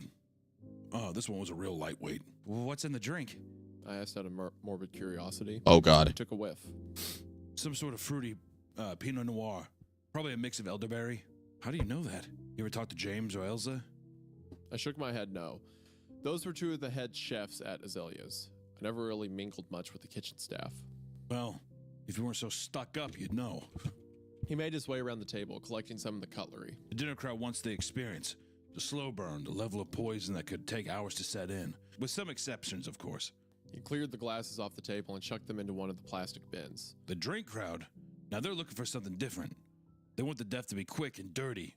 Instant with minimal suffering. He lifted the lady's head up from the table and examined her face. Her thick layer of makeup and mascara had left a stain on the white tablecloth. At least, that's what I'm told. I can tell you what she died from, but based on the turnaround here, I mean, it was quick. I wondered how many bodies Dwayne had seen over the years. Help me grab her. And don't even think about pussing out this time, or I'll let Silva know. We need this room cleared. The next group is coming in ASAP. So I grabbed one of her shoulders and helped hoist the body up. Her face was a disturbing shade of plum, her eyes staring back in a cloudy, empty stare. She was pretty, what was left of her. She was maybe in her early 40s, way too young to suffer this sort of fate. How can you do this, man? Her petite frame easily slid into the confines of the metal walls. I don't know. At first, it just really needed the money. Closed the door and locked the panel shut. After a while, it just becomes another job. You'll get used to it. You'll see. Start pushing the metal cart towards the door. These people have families, Dwayne. What we're doing here is criminal. Aw, dude, shut the fuck up, Mark. My personal property. What we're doing here is a crime. Okay, hold on. Yeah, if you had to start moving bodies, you would be like, this is wrong. Yes. Like this is No. like, Let me tell you. The things that he is saying, they're correct. But him saying these things out loud, you're like, why don't you? You're like, I almost want to stuff him into a fucking locker. You know what? I think Mark's doing here. The reason that his wording's the way it is, I don't think, because he's still going along with it. I don't know how much Mark really cares, because, like I said, in the first part, he's kind of established to be a bit of a jerk, yelling at guys, thinking about sleeping with a married woman. So here, it's almost like he's trying to talk himself out of it, because he's going along with it. He's like, no, this is criminal. My phone's my property. Well, You I shouldn't think take it. that- It almost feels like he's trying to talk himself out of Well, doing I think it. I think you're onto the right thing, but I don't think he's trying to talk himself out of it. I think he's trying to have other people talk him out of it. I think is what he's doing. Sure, it's like a cry for help Yes, kind of thing. but I think like, I you think know, he's looking for make someone me to not do validate this feeling of being like, you know what, you're right. Let's get like we should just stop. But instead, everyone's just basically like confirming this like almost like confirmation bias or something. You know, like but what I mean by talk himself out of it is I don't know how much he himself like cares and is willing to do a job like this if it means a lot of money. That's what I'm saying is I think he's trying to. It's like almost like a narcissistic thing where it's like you're pretending to be human. You know. Like, come on, guys, this is wrong, right? We definitely shouldn't be doing Yeah, but this, his right, like guys? his like fucking young Sheldon. What we're doing here is criminal. It's like fuck off, Mark. Goddamn. Sure. Fair. You know what? You would 100. If this was me and you in this scenario, I would 100% be Mark. Oh my and you would god, this is 1000% be criminal. Dwayne. Give me back my phone. That's my personal property. And you would be the guy that's like, it's good money. Shut up. Put the body I'm in like, the yeah, bag. I'm like three times. God damn, 3 times the money. All right, we're stuffing lobsters here. Good God, boys! Hell yeah! Hunter would hear triple pay. Yeah, He would come out of that first room like, oh, that trash in there was a real load. Wink, wink. Yeah. Here we've got a family of shrimp in room number 5. Yeah, that thank need a God little her body's cleanup, so if you know. petite and tiny. She just slides right in. Hunter immediately. Yeah, I'm like, great, sounds good. They're like, wow, you're really taking to this faster than anyone has before. Yeah, I know, I love my job. I'm a workhorse. You're gonna call me Seabiscuit by the end of the day. All right. Yeah, I hear need to you need to toss out a couple of crabs down in room 4. They're like, would you just stop doing the food euthanisms and just get back to work? Yeah, there's a couple baked potatoes in room 4. It's like Silva has to come meet you in the hallway. It's like, you gotta quit. Yeah, you actually have to quit. You're making everyone uncomfortable. You're making everyone uncomfortable. I know we're all like moving bodies and we're all in the know about this, but you're way too into this. It's like and I'm over here like, this is illegal, guys, please. Guys, this is illegal. This is a crime. And then like Hunter over my shoulder, like, looks like the stake's starting to settle, if you know what I mean. Got a full load in this one. Dwayne shrugged. You're overthinking this, Mark. He motioned for me to get the door. These people had a target on their back. Focus on your job and you'll be fine.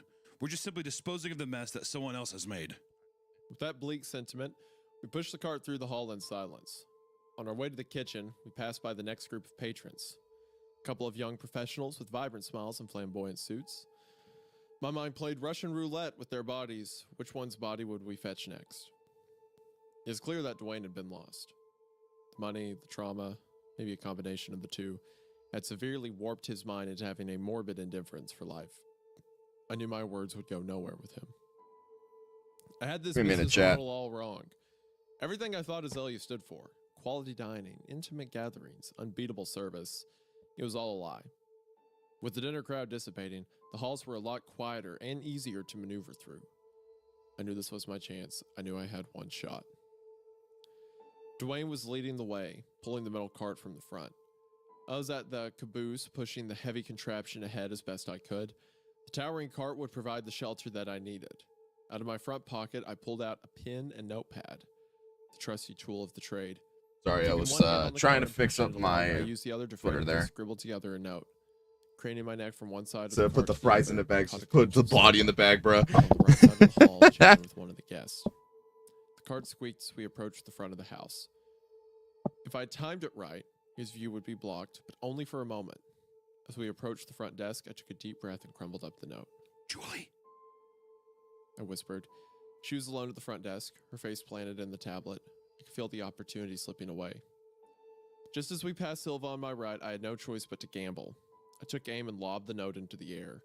The ball of paper seemed to hang there as I watched it in horror. It overshot the table and bobbled off Julie's shoulder just as we passed the front desk and Silva came into view. The impact broke her gaze from the screen. The paper bounced to the floor. Where it landed, I wasn't quite sure. I glimpsed her annoyed stare in my direction before steadying my attention to the front of the cart. As we exited the front of the house and entered the hallway to the kitchen, I could feel Silva's gaze burning a hole in the back of my skull. The kitchen had also simmered down compared to earlier in the evening.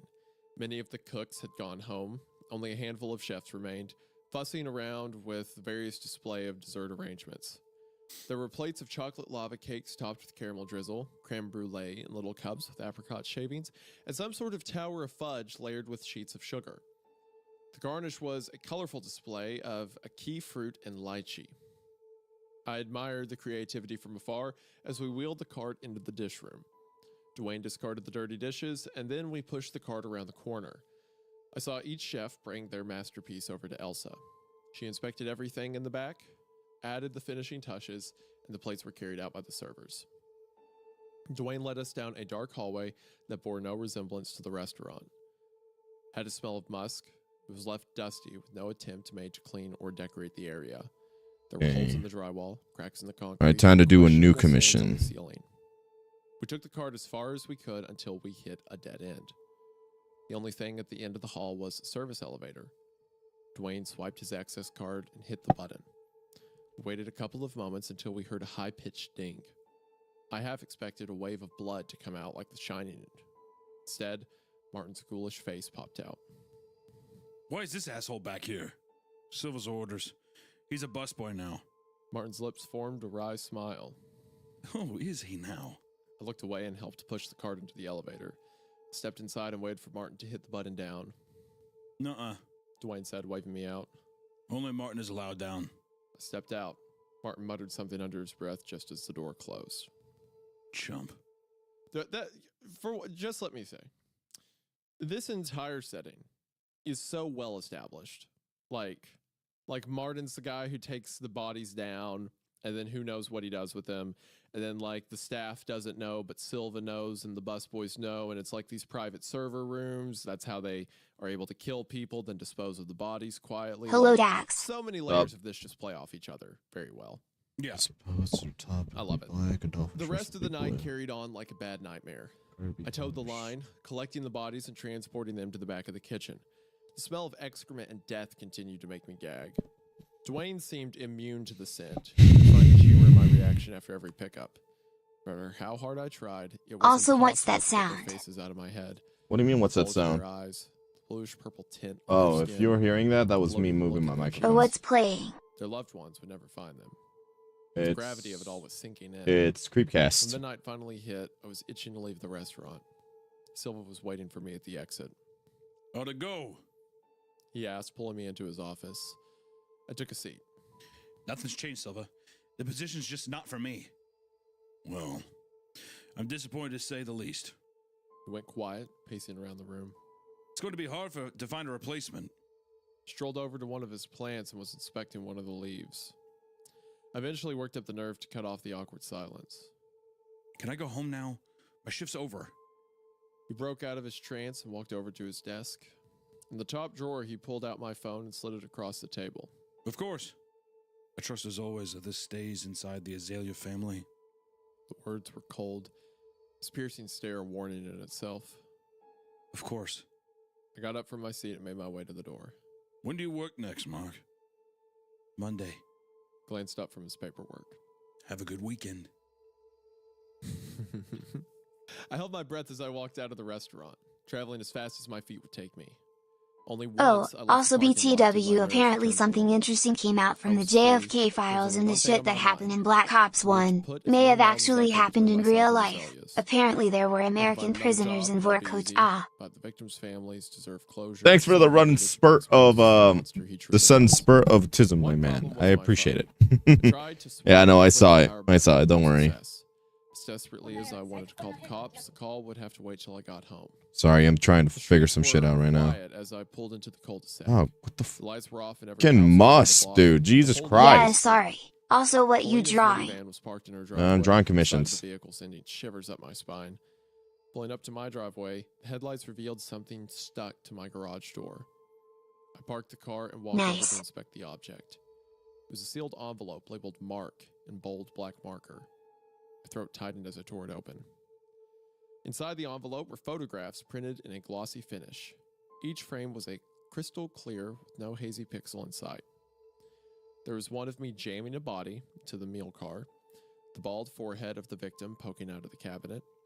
There was another candid shot of me pushing the cart through the hall. There were more than just photos of me at the restaurant. There were shots of me walking around the neighborhood, pictures of my ex-wife and her daughter at the mall, photos of my mother and father watching television in their home, their bodies comfortably lounging on the sofa. My heart was beating at a dangerous pace as I flipped through the stack of photos. Something else was crammed to the bottom corner of the envelope. When I pulled it out, I gasped. It was the paper note I had written to Julie. In my messing handwriting, it read, "There are bodies in the dish carts. Call 911." In utter shock, I dropped the contents of the envelope. The photos scattered across the concrete, floating away in the wind. I dropped to my knees, quickly stuffing the contents back inside. Some of the photos were traveling towards my neighbor's lawn in a carefree gust of wind. I scurried across the drive pad to collect them, glancing up at the sleepy suburban neighborhood, the place I had called home for decades. It suddenly didn't feel so homely. One of the photos that was carried across the lawn had flipped over. There was writing in permanent marker on the back that read, "Welcome to the family. See you on Monday." That's great.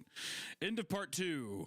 Oh, buddy. Oh, Hunter, This is flowing really well. I really like the idea of the setup I of might be in love. I really like the setup of a. First off, we need Azalea's Cookhouse merch immediately. I want like a shitty, like, you know how like, I don't know, like there's like Hooter shirts and stuff. But it's supposed to look. It's like a kind of speakeasy, like, you know, fancy underground stuff. But yeah, if he does any merch that's like Azalea's Cookout, like make it look like a steakhouse, you know, like Azalea's or whatever.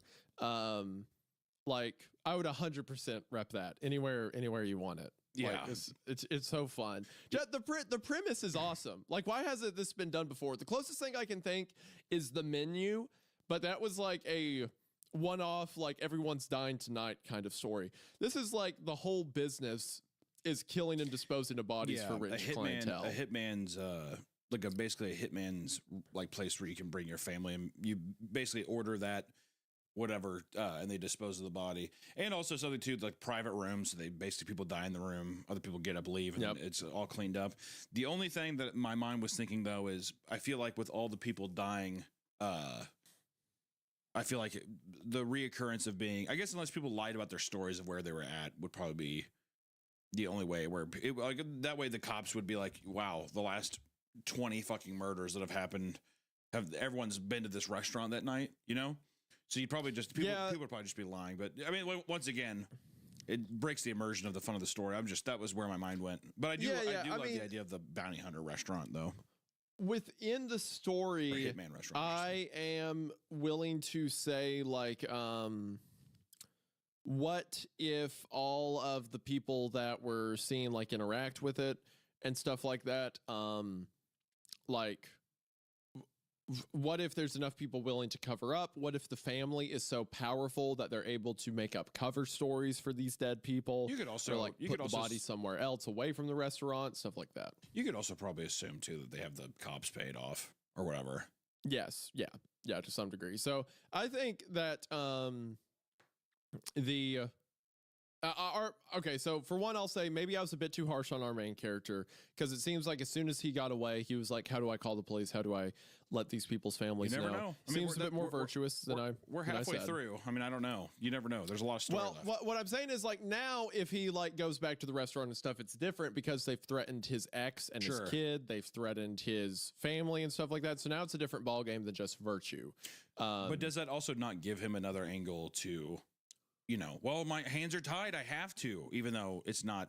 I mean, you're right. You're right. That could be another excuse. But I agree that I think that based off of his response and stuff, at least from the text, it's more so he's legitimately afraid, and you know, it's a weird world. But I'm wondering now, as we dive into part 3, which is called The Neighborhood, I'm wondering, does he start acclimating to it, or, you know, how much of a resistance does he put up to what, you know, to this new operation, this new lifestyle he's going to have to live?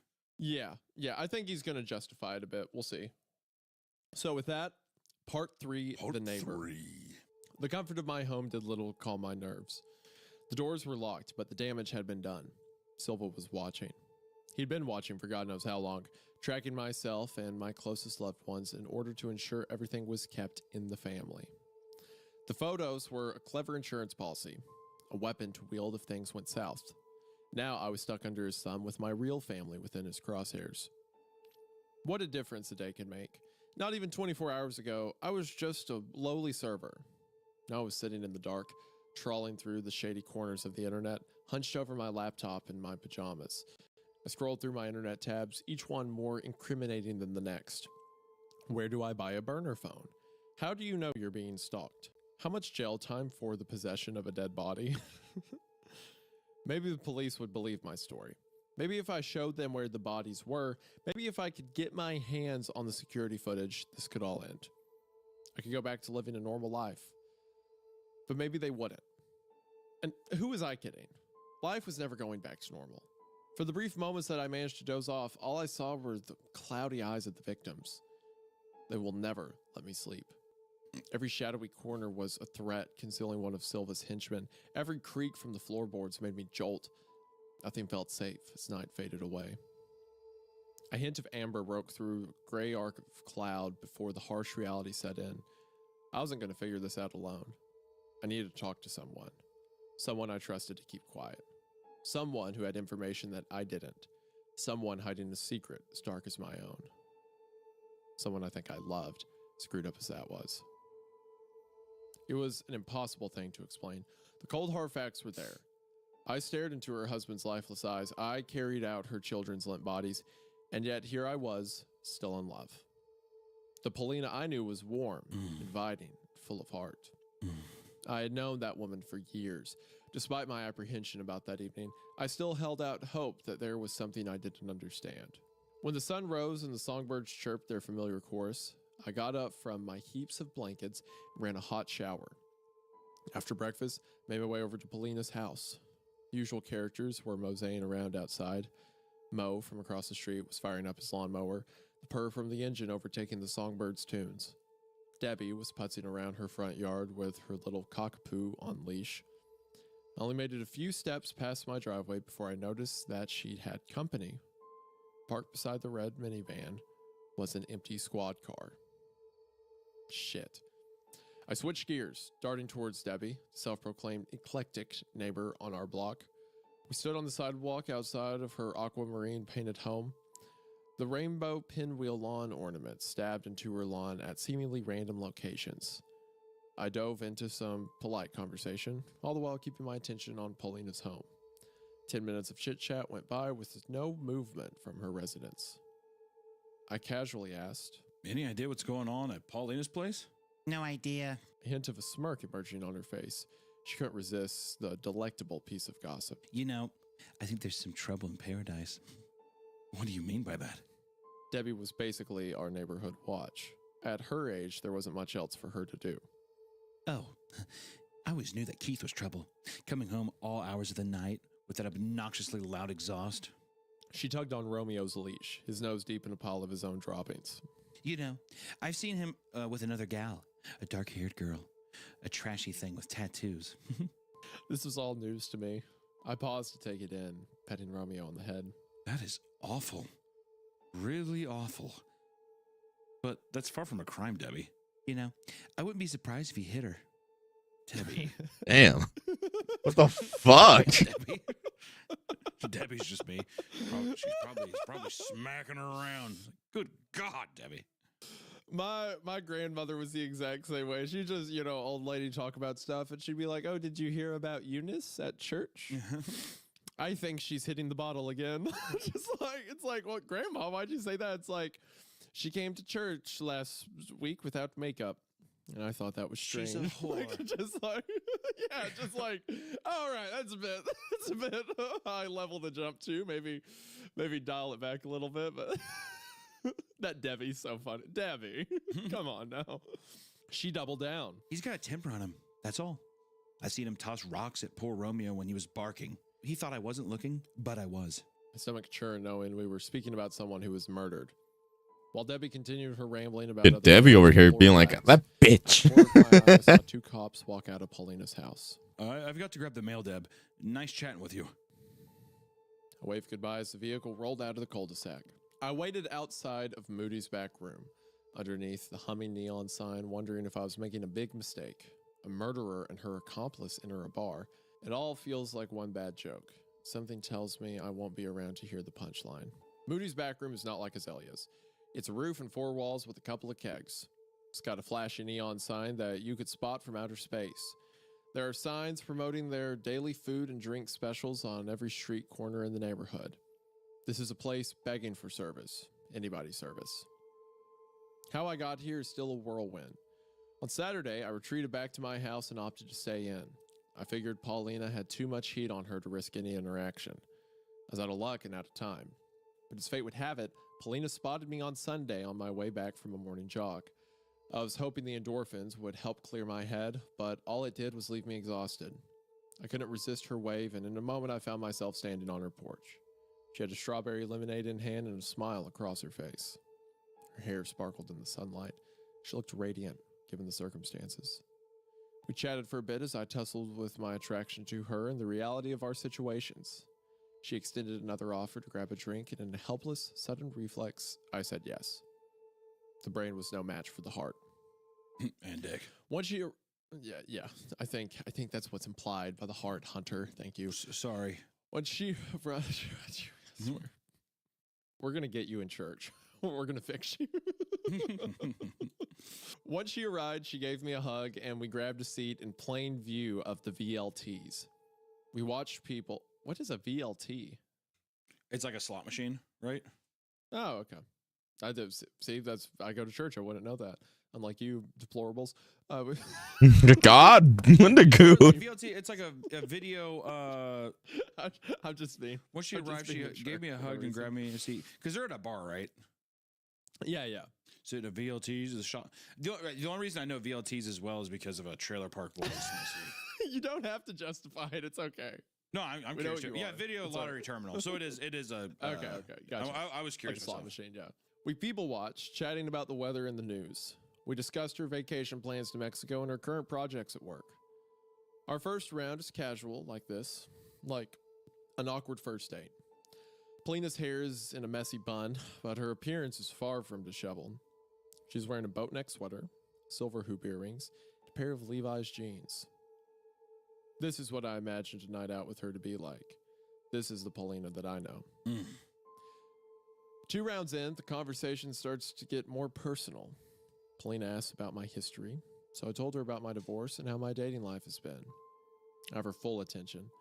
I can see the interest in her eyes. I really don't know what else to ask her at this point, so I just keep going on about myself. 3 drinks in, and the alcohol has washed away all of the nervous energy. Floating through conversation with lighthearted, friendly banter. She's playfully patting my arm when I decide it's finally time to chip away at her fortress of secrets. The liquid courage, it's running foolishly through my system, so I start to ask the bold questions, the questions I've been dying to ask all night. How are you doing, Paulina? She looks puzzled. She sips her Mai Tai through a straw. What's wrong with you? I'm doing good. How about you? I lean in, my voice falling to a gentle whisper. No, I mean, how are you really doing?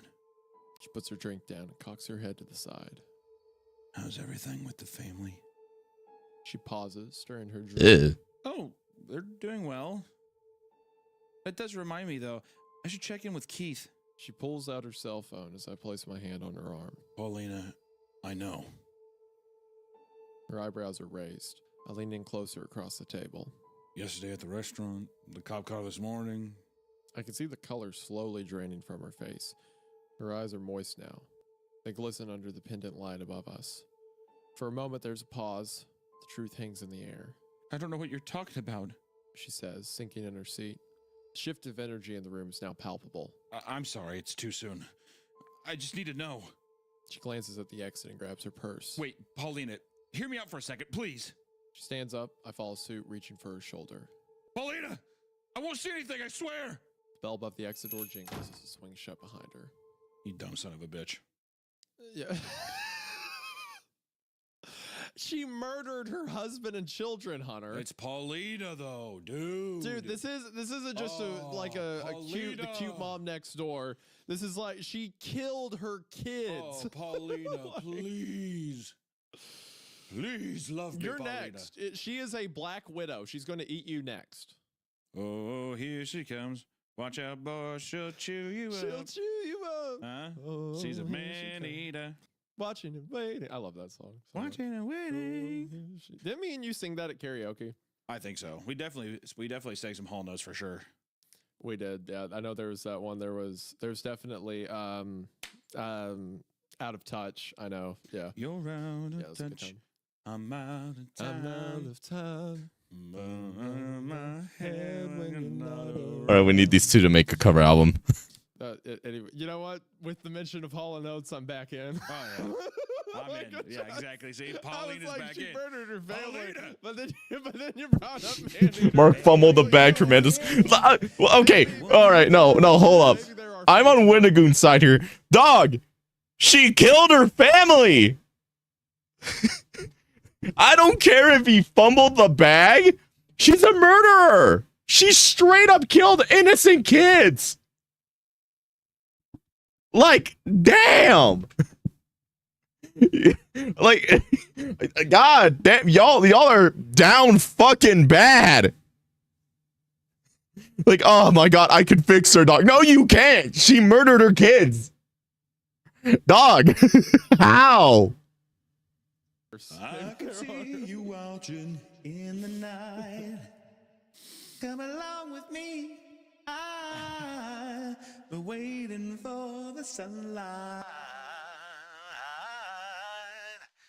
When I feel cold, you warm me. And when I feel I can't go on, I come and pull you. 'Cause it's you and me forever. Sarah, smile. That's what I love. Sarah Smile. That's a good one, too. Mm-hmm. That's a good one. That bangs. You are such a good singer. It's frustrating. It's frustrating. After paying the tab, I drove home knowing that I shouldn't. I'm tiptoeing the line of sobriety with an empty stomach. The hard liquor and dark thoughts swirl around inside of me in an anxious concoction. I scream as I pound the wheel. Screw up, you idiot! It's a short route home through residential streets. The cookie-cutter homes are blurs of color as I drive past. Besides the parked cars, the roads are empty, the sidewalks bare. In my rear view, I notice a black SUV behind me. It turns left when I turn left down Tedden Road. I think I'm overreacting, so I test my theory and make another left to a nearby cul-de-sac. The vehicle follows me in a loop past the Crack road. girl, I'm not even talking about. My chest begins Hear to me out. I'm talking about how he fumbled knowing about her. Oh, I thought you were being like, oh my God, why did he do that? She's a baddie. It's like, look, can you blame me for being so used to like you guys being extremely down bad? Eventually, I will have to stop. I just don't know where to go. My heart is beating so strongly that I feel it in my skull. I figured the safest place is somewhere public, so I decided to pull into the South Side Strip Mall. The Walmart parking lot isn't exactly packed. There's some scattered RVs and late-night shoppers, but it's the best option available. Park near a row of cars and wait. The SUV pulls up beside me. The tint on the passenger side window is too opaque to see through. Only hear the opening and slamming of the driver's side door. Get out of the car! The glow from the lamppost reveals a curly-haired woman. Both arms are covered in an elaborate sleeve of tattoos, two colorful gardens of fully bloomed flowers in an elaborate watermark style. I roll down the window a fraction of an inch and yell back. Why are you following me, you psycho? Who the hell are you? And what are you doing with Paulina? Oh, hell yeah, dude. Oh, Do not just tell me. Do not tell me that we're getting in on some girl-on-girl action, y'all. Uh-oh. Hold on. No, call. No. I think the colonel just came in. Did the colonel come in? Because that's finger licking good. Stop. Ew. Ow, why did you quit? What? Oh my gosh. Like that Crickcast is over. You had that one banked. You just had that on deck. I'm sorry, dude. I'm sorry that maybe Paulina, our queen, our hero, and then all of a sudden a fucking girl with a dragon tattoo, curly girl comes up. She's just like, you moving in? You know what I mean? Is it now we got a love triangle, dude? No, look, it's because you're sexualizing it. Okay. Like if it's fine, like two All right, we'll see. like perfectly fine, like two women want to be together. You know that's between them. Whatever. I don't need to come in and make it into. Oh! I'm sorry. Oh, that explains so much now. Oh no! Oh fuck! You know, I was probably wrong. Was it wrong? Was it wrong? You It's a gut had the reaction. Colonel joke on cue. That was in your tape deck. Like skip next song, ready to play. I'm sorry. You know what? I'm sorry. You know what? I probably jumped the gun. Oh no, that's definitely what it is. They were definitely having an affair. We don't know. We don't know that for a fact. No. That is absolute. What are you doing with Polly? That or she's like an investigator that was trying to take down the restaurant or something. Could have been. That is 100% what it was. It is your characterization of it that. Okay, dude. But that is an interesting twist. The woman that was coming was not for him. It was for her. Or no, you know what it is? Isn't that that's the fucking woman that that Keith was banging? No, yes, that's the woman, but okay, Hunter.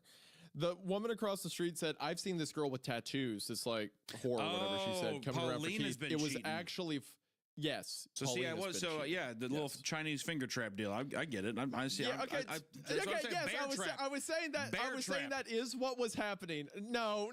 Bear trap. It's not a bear trap. How if do it's I already honestly happened. do it?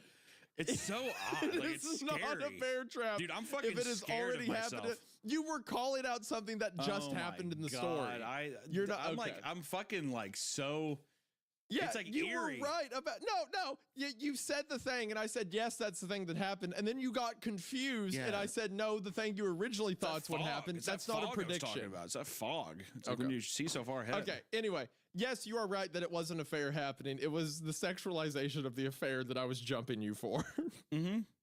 Okay, whatever.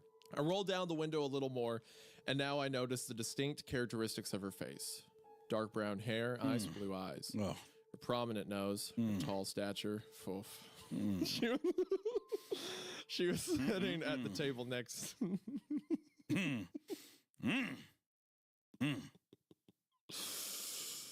Look, just the only reason I'm attracted. Look, tattoos, tall, dark hair, light Mamma eyes. The mia. only reason I I'm go attracted is because again. this is what my wife looks like. This is what my Mama, wife is like. How could I resist you? That's what I'm thinking. I'm thinking of the mom. Oh, here she comes. Watch out, boy. She'll chew you up. Okay. What are they doing, dog? She was sitting at the table next to ours, and up close, she looked incredibly familiar. The resemblance is uncanny. Calm down for a second. I said, stepping out of my vehicle. No reason to get all worked up. We're just friends. Bullshit. You know something. I can feel it. By now, a small crowd of shoppers are enjoying the show. Their hands are gripping plastic bags full of groceries, their carts abandoned in the middle of the road. With a sudden eruption, the dark-haired woman that could only be Keith's sister shouts back to the crowd. I'm calling the cops. Okay, never mind. I was wrong. We were both wrong. With sudden eruption. No, dude. I'd not. That's Listen, Keith's bear sister. trap. Bear trap. Into part 3. No, so you're still saying that it was an affair between I'm her thinking and so. Paulina. I'm thinking so. The supper. This is the final. Part 4, the final. I'm excited to Okay, see no, her. it's Keith's sister looking because she's trying to figure out what happened to her brother. Dude, fucking Okay, okay, So, that does make can a man sense. dream? Can a man fucking dream? This is the first time that we've ever had a love triangle here with a girl with a dragon tattoo. Beautiful. Oh, beautiful. I don't know. You just Being like wrapped it up. because you Being think they're wrapped both up, dude. hot. I don't know. You just like it 'cause you think they're both That hot. it might just be like the sister trying to find out what happened to her brother. That actually makes perfect sense now. Fucking damn it, man. Everyone's like, oh god, toxic Yuri. God damn. Bro, fucking damn it. Well, you know what? Little bear claw action here, dude. 2 sweeties wrapped up, dude, in a beautiful It's knot. not a bear trap if the story said a thing No, happened bear and claw. then you say Oh, that but same see, thing it's happened. 2 bear. See, that's my bear trap working again. I said bear claw. Little twisted donut. 2 sweeties wrapped up, man. What is a bear claw? I haven't heard It's a that donut. expression before. What? A bear claw. It's a donut. A bear claw is a donut? Yeah. You look at a bear claw. It's like it's a donut that looks like a bear paw. Okay. It's like two. What does that have to do? But they're tied up there. It's a little bear claw. Okay, I don't have to fight. I'm saying they're two sweeties wrapped up in love here. I'm just saying that it was bear claw inside the bear trap. I'm calling it. I'm still keeping it there. I think my bear claw has not done me wrong yet. Called the British thing last episode. Calling this one here too. I'm telling you, man. Better watch out. The one thing I would not do right now is bet against the bear trap. That's all I'm saying. Part 4. Okay. Part 4, The Last Supper. The crowd feasted their eyes on the drama ensuing. The woman who I believed to be Keith's sister had a fiery look in her eyes. I felt horrible for her family, but she was looking for answers to questions that I just couldn't provide. Silva had me backed into a corner with jail time or collateral damage as the only ways out. Can we relax for a second? I'm just the neighbor, Mark. That's it. Well, you two sure look like cozy neighbors. Her hands were shaking as she placed her phone to her ear. Stop for a goddamn second. There was a gasp from someone in the crowd. The woman resembling Keith nearly dropped her phone. Call the cops in. Go on. Is going to the bar a crime? You'll do nothing but look crazy. The woman glared back, eventually taking the phone from her ear. She placed it in her palm, squeezing it violently as Hi, Rusty. took a step back, as did some of the closer shoppers. She did something. I'm currently streaming and listening to Creepcast. You want in? She pointed her finger at me, her body trembling. My if you're stupid enough to be with her, she will do the same to Shut up. to you. Okay, so how's that? How is Stupid. that bear trap Moron. now? Yeah, that's right. Cry more. Reverse psychology. Hey, you know what? At the end, when Paulina's smiling, and the tatted woman here walks in the frame, don't be surprised when you hear the clasp of a bear trap. That's all I gotta say. Okay. There was silence for a moment as the woman paced around the lot. She eventually began to sob as she found a seat on the curb, her face shielded by her tears. The crowd slowly dispersed. I tried this new Once she Pringles calmed down, flavor. we were It's able to make a proper brisket barbecue or something like that. Her name was Viola. She confirmed It tastes that alright. she was I'm not a Keith's big fan baby of sister. barbecue flavor, but Keith was that's her like only the sibling, one that and she isn't became like concerned that he didn't overly respond sweet to kind her of text tasting. messages Friday evening. Like When I he was no never a showed big for fan their of lunch barbecue plans chips. Saturday morning, that's when she really began to worry. If it's like the Paulina had only thing recently there, decided I'll the eat family it. was going to move I out won't of the go out of my country way with for it little warning though. or consultation provided to Thanks for the review, Rusty. This was how Paulina was. The qualities that made her fun were also what Now made the her brisket one, I would dangerous. go out of my way Keith had for that become one, fed up but with her sadly it's unpredictable probably a nature. limited Her time extended family thing, was worried that so with the move, they would never see their children again. All I could offer yeah. were some Hold on. Goddamn. Turn up the volume on here. Quick question. Have you ever heard of the artist Tensou? Maybe. He draws dummy I'd have- thick furry women. Excuse me. I'd have to see their art because I don't always remember by name. I remember by look. Art style? Got it. Here, let me see if I'll just send you one of their art pieces here in a bit. Here, I'll just send you this. I'll just put it on Zaibatsu. I'm trying to study the way that they do more curvature. Let's see.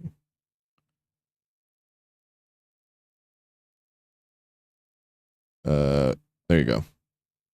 I sure love Hot Pockets. Oh, this guy. Yeah. some Okay, hollow I do words of remember this guy. encouragement. Yeah. Remain they calm make a and lot hope for of the like best. I could animations tell and they stuff did little here to and Yeah. there. with her soul. We eventually I'm said gonna goodbye, the last attempt tossing to- around in the pit of my stomach, knowing that the man was never coming I'm gonna home. attempt to draw With one body carefully the way they do choose, I like went the home hip thinking about area. the major issue at hand. Yeah, that My makes plan sense. to build a closer relationship with Paulina had gone up in flames. There was no new information garnered. The opportunity had been wasted. I suffered one more So I sleepless did try, night before I knew it. The weekend was over. In the The morning, I looked out my fucking window. Grows Paulina's Panther driveway tank. was empty. It's really fun. On my Neat. way to work, I saw Viola Uh, walking down the street with a small group of I people. like that the actual They were maybe actors 3 did a lot blocks of from my house. voicing and In her stuff. hand was a stack of papers. Mhm. At one of the nearby light Or, posts, the I sh- pulled from over the to look show. at what they were They were taping actually to in the the metal game. structures. Doing a little voice acting, Help so that's bring cool. Keith Bargallo home. Keith Bargallo, a loving husband, devoted father, and upstanding member of our community, has been missing since Friday, April Upstanding 30th. community There's a cash member. reward for His anyone balls will who be can missing provide for 3 information days. on his Probably. whereabouts or the whereabouts of his wife, Paulina, and their 2 children, Riley Everyone and cry. Colton. Everyone cry. Help Wait. us bring them home. Please call the number below. The photo on the flyer was a family portrait taken at a nearby park. The image haunted me all the way to the restaurant. There was the usual rush of workers when I arrived at Azalea's. They were scuttling through the halls, heading to the nearby change rooms, and preparing the tables for the upcoming dinner service. As I left the front of the house towards the change room, I caught a glimpse of Silva. He was walking at a brisk pace down the hall with a couple of other associates. It was only a quick flash of his black and silver crew cut. It was only the back of his head, but that's all it took for me to suddenly feel cold. Dwayne was dawdling around by his locker with a couple of the other cooks when I entered. You have a good weekend, Mark? I do like that. Ready for some more training? When you buy certain things, like let's say buy the bundle for like the main girls of Girls and Panthers. If you buy the main bundle or something, back to serving today. you get a ton of shit. Like 19 items, by the way. 19. Told me I was training you this evening. God damn it, Rusty. We're trying to listen to the story, not listen to your stupid review. I'm kidding. No. Go ahead. Speak. Yeah, it's like 25 for 19 items. I'm like, yeah, no, that's about right. And the tank doesn't disappear like in other fucking, like in a different game that it would for. Because I have expected it to be like, oh, you have to like, because it's so good, it like disappears after a bit or something like that. Because some fucking places do that for some reason. You pay like a good amount of money and wait, so the collab is gonna stick around or something? No, it's gonna be for like 5 more days, I believe. I'll give it a shot. So the main girls from like Girls and Panzer are like $25 for you get the tank and you get a bunch of shit. Cool. And in the tank you get to use like the main girls in there as well as like the crew. Mm-hmm. So that's pretty cool. Oh, nice. There are other ones that are also 25. Like 3 of them are $25 and then 2 of them are 30. Which honestly, not bad. Nice. I really need to study more of this kind of art style. I do like how he draws curvature with women. I also like that you could use PayPal because that made it easier. Cool. All right. I will now continue the story. If you want to continue speaking, say it now or forever hold your peace until we're done with the video. I'm gonna hold my geese. Okay. I discussed this with him on Friday. Dwayne shrugged. Either way, it doesn't matter to me. Just let me know what he says before the rush starts. Playfully swatted one of the cooks in the belly before leaving. Let's go get that money. This would be you. If you had to dispose of bodies for the mob, you'd be like making that bread, working at a bakery. Yeah, making that bread. Bear Claws. You'll see Paulina and Areola show up. Love that couple. Areola. What? I think her name's Viola or whatever, Viola or whatever fuck her name is. Areola is the spot of skin around the nipple. No, I know that's the joke, but he's calling her Areola. Right. And that's what they're like. I think her name's Viola. Is that Viola, Areola? He's like, I don't give a fuck what it is. I'm here to make that bread. What's the difference? I ain't looking at no Viola. I'm looking for that Areola. Yeah. Catch my drift. I'll tell you what, it is cold down in this basement. like it's a football game every day. All right, we're gonna get out there, make some good plays, get some good. Let's get that money, make some people happy. Made that bread. To Hunter whistling, carrying bodies to the elevator. Hey, Hunter shoving a family of 4 to a metal coffin. Oh, yeah, after a while, I just start killing myself. I'm just beating people to death with a hammer. Watch out, boy, she'll chew you up. Oh, Areola comes. She's a man eater. Just irredeemable. Yeah, the worst. I'm an actual monster. Not even a hint of like thought about what you're doing. You're like, I'd shove my mother in here if you tell me to at this pay. I stared blankly at the lockers as flashbacks of Friday entered my brain. The contorted body stuffed in the dish cart, the squishing of bloated flesh, the cracking of bones. There was no way in hell I was ever going back to buzzing. Silva and I would need to have another word. After I changed into my uniform, I went to help set the tables and fold some last-minute cutlery. I hoped to cross paths with Silva. He was usually running up and down the halls leading up to the service, but today I wasn't so lucky. His office door was locked and my knocking went unanswered. Lana gave me a wave down the halls. I had already seen Greg at the lockers and passed by Steph and Kelly wrapping cutlery.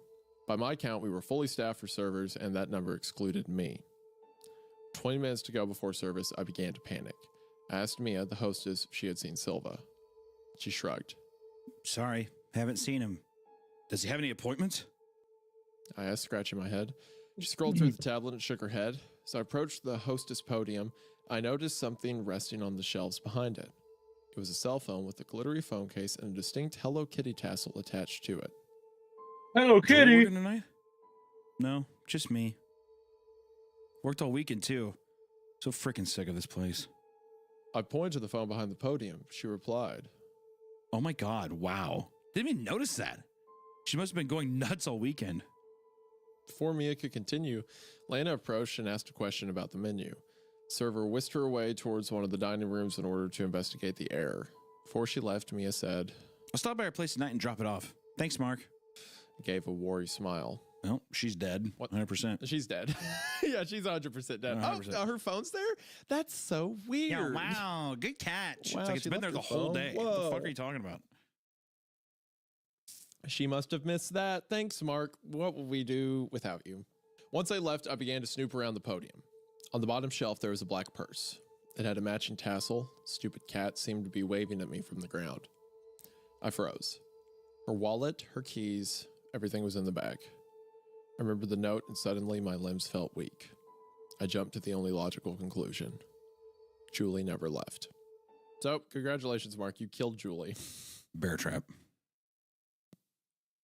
Wait, what do you mean bear trap? When did you call that out? Called it right before. I said, well, she's dead. Remember? Boom. Hit the 3. Yeah, Hit the 3. okay, whatever. I'm not. You know what? The fader. You want The me to fader 3. freak out. You want me to have an emotional reaction to your as insanity. soon as Areola comes in at the end, stands next to Paulina, that's when you have to admit the bear trap's real. If that happens, the bear trap's real. Okay, but until Yes. then, no, because it said, "Oh, her phone's there." Thanks, Mark. Like that's such a clear, like she's dead, right? You don't get it when No, 2 sentences bear later trap. it confirms for us that she's dead. Okay, whatever.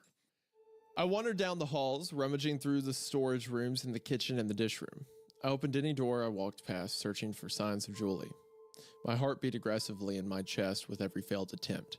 There's no doubt that Dwayne was looking for me too. My watch told me that the dinner crowd would be arriving any minute. I felt a cold hand grab my shoulder from behind. I flinched. Jeez, Mark, relax. Lena laughed. They're gathering everyone together in room 1.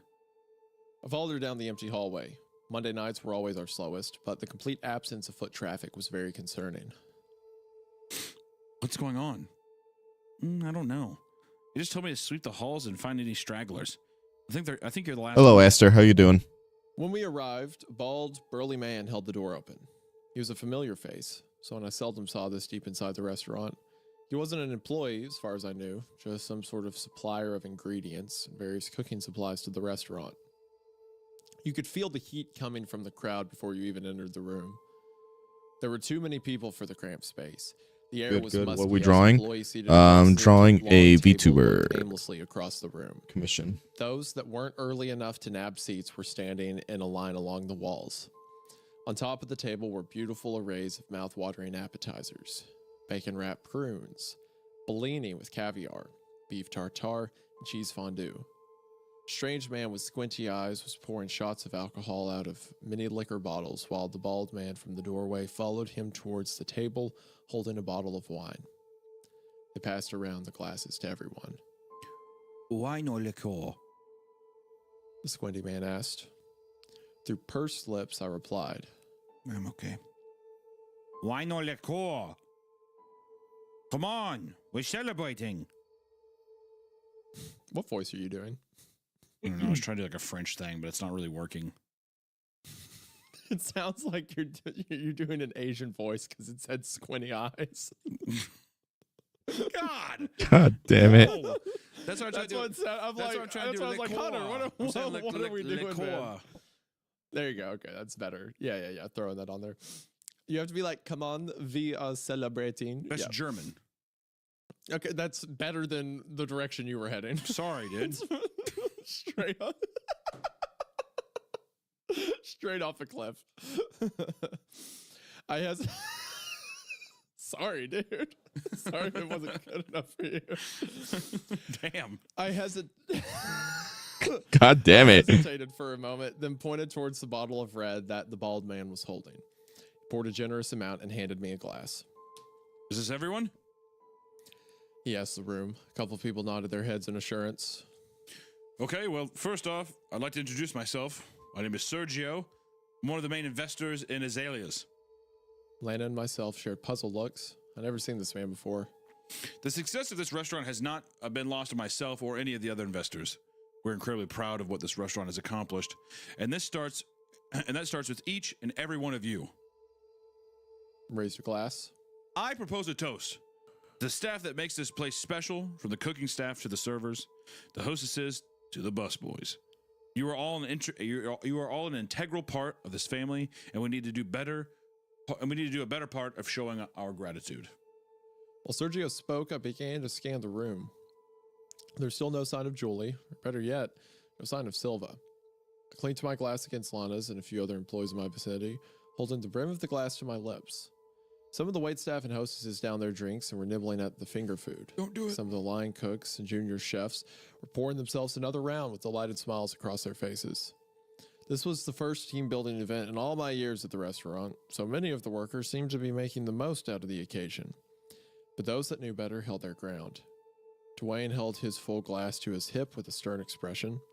Elsa was sitting at the table, her chef hat flopping out of her pocket, her glass untouched. I'd seen too much death to enjoy the offerings. Not an ounce of alcohol was going to hit my throat. You should try the tartare, Lena whispered. It's delectable. I smiled, wine glass still to my mouth, as I eyed the exit. I slowly shuffled towards the door as the speech continued. Tonight, we celebrate our employees. Dinner service has been canceled, and don't worry, taxi services will be provided to those who will need it. The roar from the room was deafening. And before we start the festivities, there's one more exciting announcement. The door slowly creaked open, sound lost amongst the celebration.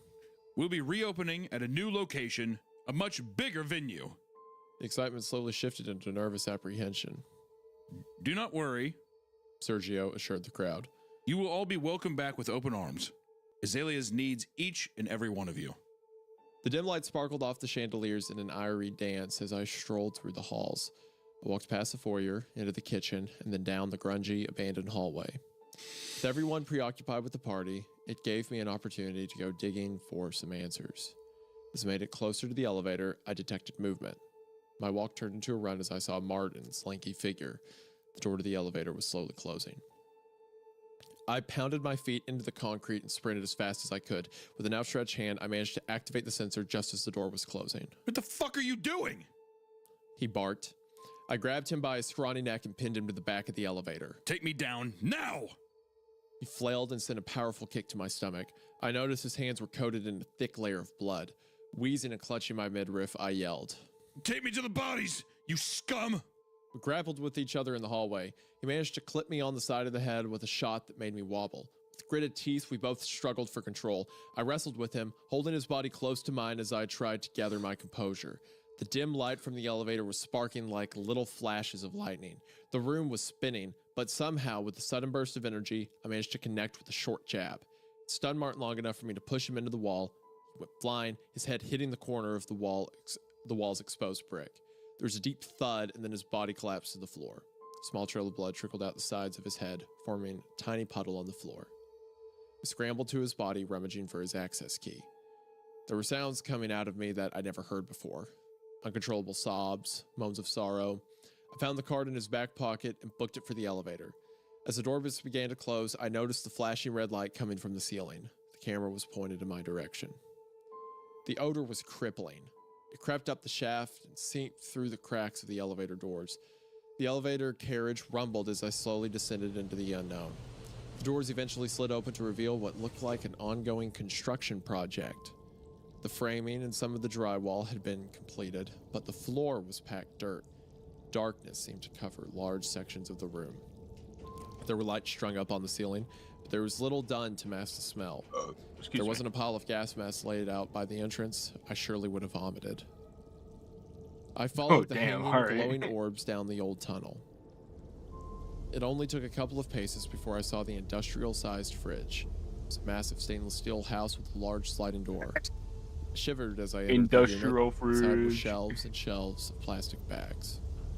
Hearts, Livers, lungs, intestines, vials of blood. blood. Holy shit! Names of either the victims or the new recipients were written in permanent marker. Everything With was a big sealed, smiley face or labeled, something, and I don't know. organized. Tiptoe deeper into the cold room, only making it a few more steps before I finally screamed.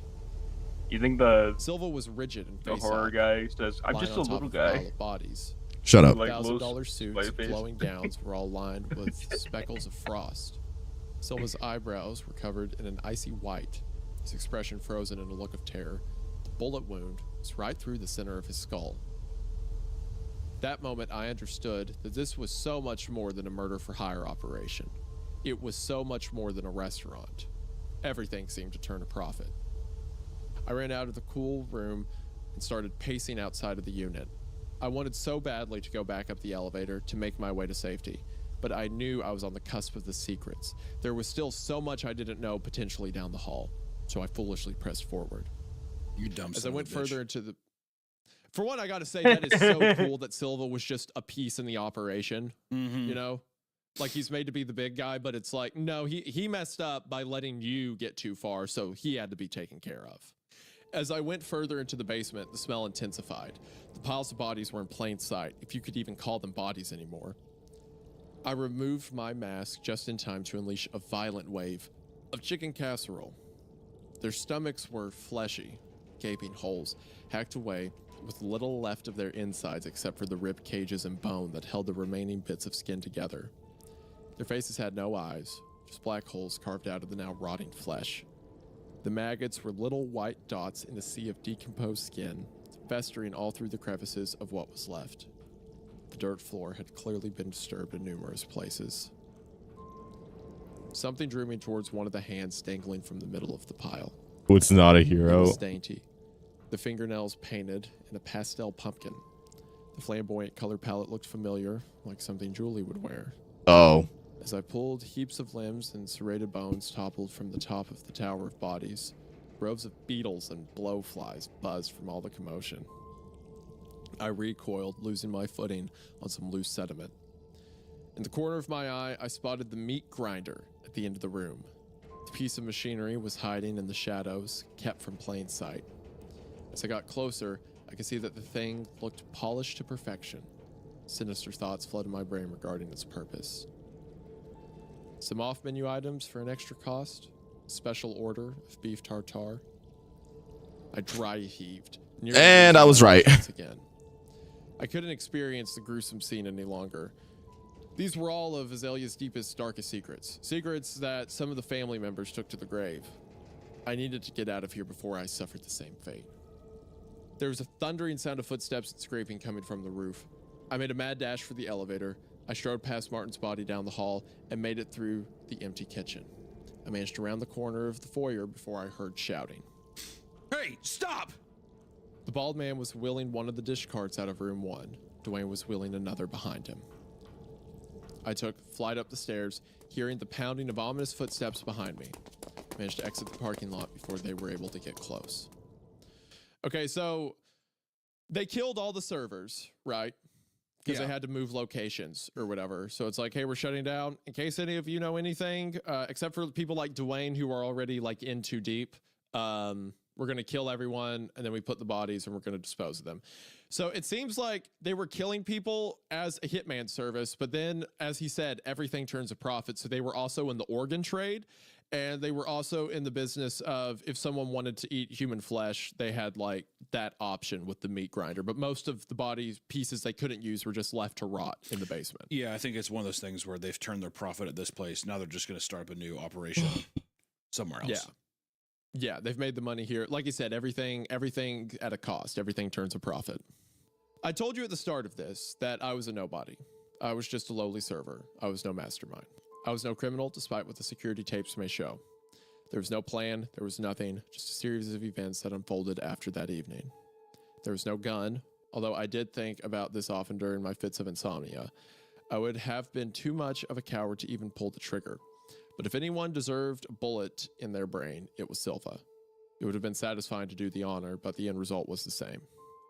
There was no fake passport. I just didn't know where to get one. There was no burner phone. I just never had the gumption to follow through. In the end, there was just me and the open road. My first stop was a small town bank in the early morning. I withdrew all the cash that I could and loaded it into a suitcase. Kept driving, only stopping to load up on fuel or to reload on convenience stores, Hi, Grouch. I'm food, streaming and right energy now. drinks. I kept And, going for a we're few listening days to a until I reached story. the Mexican border. I prayed they'd let me through, and for some reason, my prayers were answered. The Azalea family always proved to be a Think someone's ever tight-lipped used a bunch. pineapple as a flashlight? Shut There's the a fuck beach up. along the coast just outside of a small town. I don't think that'd remember be the possible. recommendation from a dear Like, No, it friend. would legitimately. be. It's It was just off it the would beaten burn like path and far hell. away from tourists. I think the name was El Decimbo, or maybe Decimboke. Now, what My if you Spanish was grilled never the pineapple greatest. first? It just seemed like a good place to stop. No. I don't. The water was No. crystal clear and the beach was quiet. I sat in the sand just in time to watch the sunset. That was There my were a TED few talk. other Mexican teenagers Thank you. splashing around in the water, and a handful of fishermen dragging around empty nets across the beach. There's one other person, the only other gringo that I've seen. Her hair is an unusual midnight Also, Dax, black what the for fuck her made you face add that complexion, and her fucking smile style? seems to glimmer What are in you a familiar talking way. about? Oh, yeah, no, I'm She's doing all alone studies. and out of place. Most of all, she looks happy. Of who? Gazing at her I don't know, sprawled that out guy's on the art beach style. towel for some reason. I felt the need to make a call. I Oh, dialed the number, wait, the no. same one from the poster. I wanted to see if anyone was interested in buying it. Viola? Yes, and who is this? Probably It will. was her. Maybe. You were right all along. And I tell her everything. time I know will about tell. everything. You know, there is sun one dips artist. There's below an the art style horizon. I was thinking The sky if suddenly you were murky curious of marmalade. studying, just to see what would It's happen harder if and you harder tried to it. see with every passing Sure. second. Hold on. My We're mind we're wanders listening to into a the story right now. recesses of my brain towards the memories I've tried to forget. Yeah, I'm gonna take I think groceries about my in. time at Azalea's All right. and how great the job was before it wasn't. I think about my coworkers. I think about Julie. I think about how close I came to death. I think about the others who weren't so lucky. I think about the life I took and the one that got away. The beach is empty now. The fishing boats are all secured and hitched to the dock for the evening. My vision's hazy in the shadows of the night, but I still hear the playful frolicking in the water and the soothing splash of the waves against the rocks. At this moment, I am sure this is the most beautiful place in the world. It's a matter of time before they find me. Whether they track my cell signal from the nearby towers or they find the footage from the restaurant. Tomorrow, I'll be in another town, and another after that, for as long and as far as my money will take me. For now, I sit, take in the crashing of the waves, avoiding the dead, restless eyes that will come for me in my sleep. And that is the end of Azaleas. I gotta say, I love that. Azalea's Cookhouse is a family Ooh, restaurant. I'm The family petting you, always Cat. the Ooh, family get always petted. comes Ooh. first. Great story. Really enjoyed it. Great no sleep find. Very great no sleep find. Yeah, I will say, very excited. First off, the book that comes out this year. You said it's called Kaleidoscope, right? From I think the Kaleidoscope. The Yes, Kaleidoscope. the Kaleidoscope. Yes, from yeah, Velox Books. from That would be Velox one Books. we're definitely going to, whenever it gets Yes. released, we should definitely let you all know. But that'll be one I'm picking up. I think the only We should criticism- also. It's also a anthology horror series. So if we cool. can get in contact with him when it comes out, we should definitely do one of the stories from it. I think. Yeah, we should just make sure. That'd be cool. good fit. It was pretty And you can good. Sign up for his newsletter to get updated and new short stories from him as they come out, because this story banged. I liked it a lot. Yeah, it was a lot of fun. I think that the only criticisms I had were one, the tattooed woman and Paulina not being together. I think was kind of a missed opportunity. I think that's kind of a bummer for everybody. I think no, I'm going to speak for everybody. I think everyone was kind of like let out a kind of, I don't know, disappointed sigh.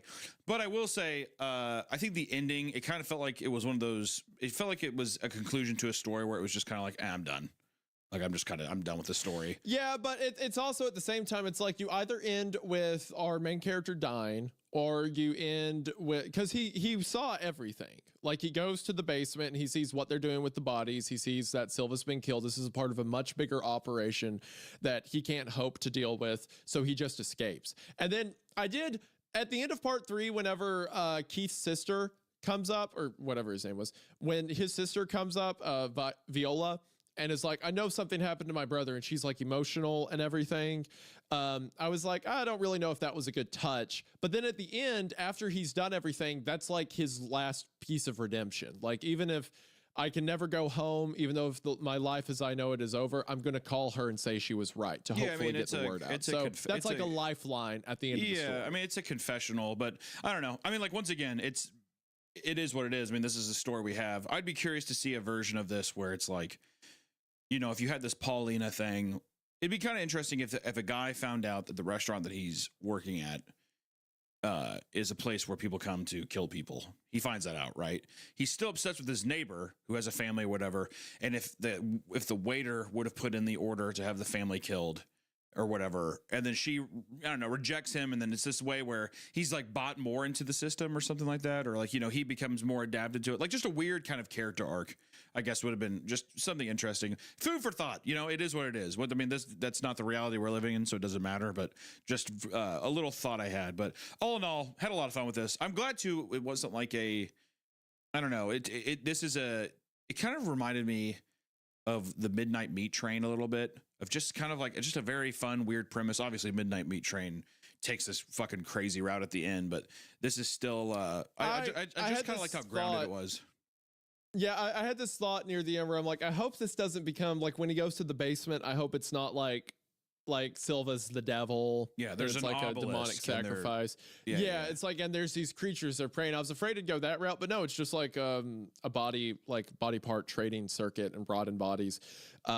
So I like how, like you said, how it stayed grounded. I really like all the story beats I took. I thought it was interesting how like Paulina's kind of like, oh, she's cute, and then she's a part of this whole world, and he tries to like justify it to himself, but it doesn't work out, and he has to escape. Like I'm really happy with the decisions it took. I thought it was great played out. I really loved the writing style. The writing style was awesome.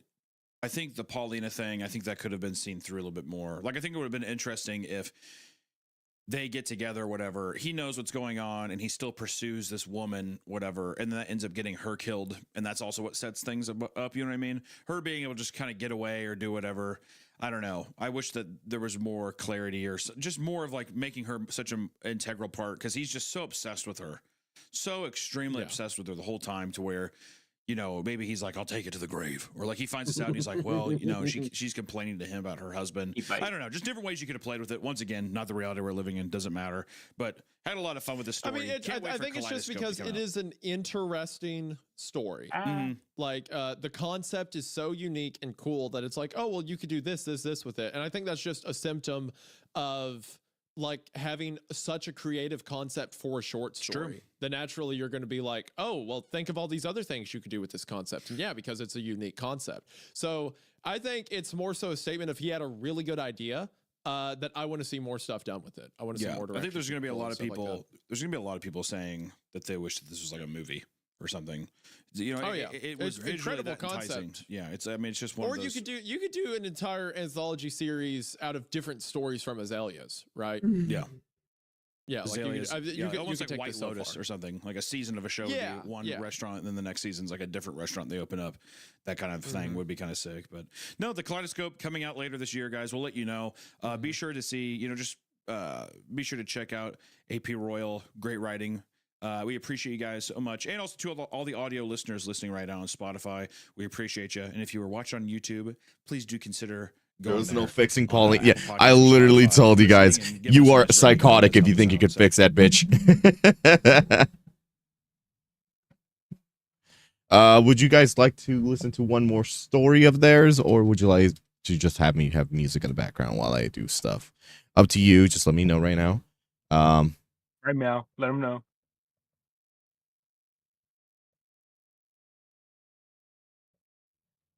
Also, we will be doing more art after this. I'm going to finish this piece. I'm attempting to do like my old art style, as in, well, not art style. I'm attempting to do the normal way I do stuff with art, with the with just the sketch layer instead of just having to rely on a layer above the sketch. That's why this one's looking a little bit different now.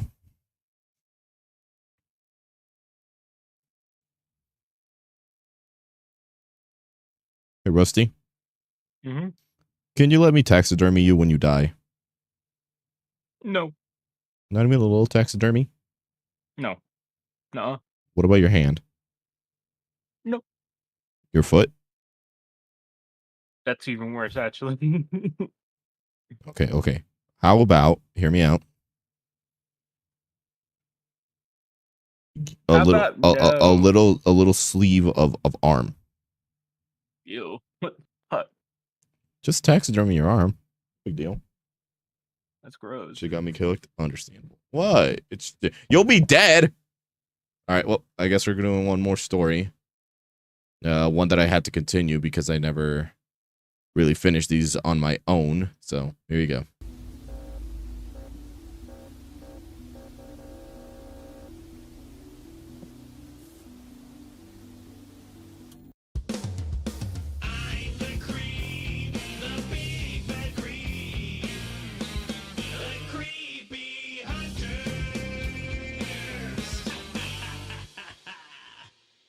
Welcome back to Creepcast. Today we're diving into a deliciously evil tale called I'm a Cop and I Keep Getting Called to the Same House.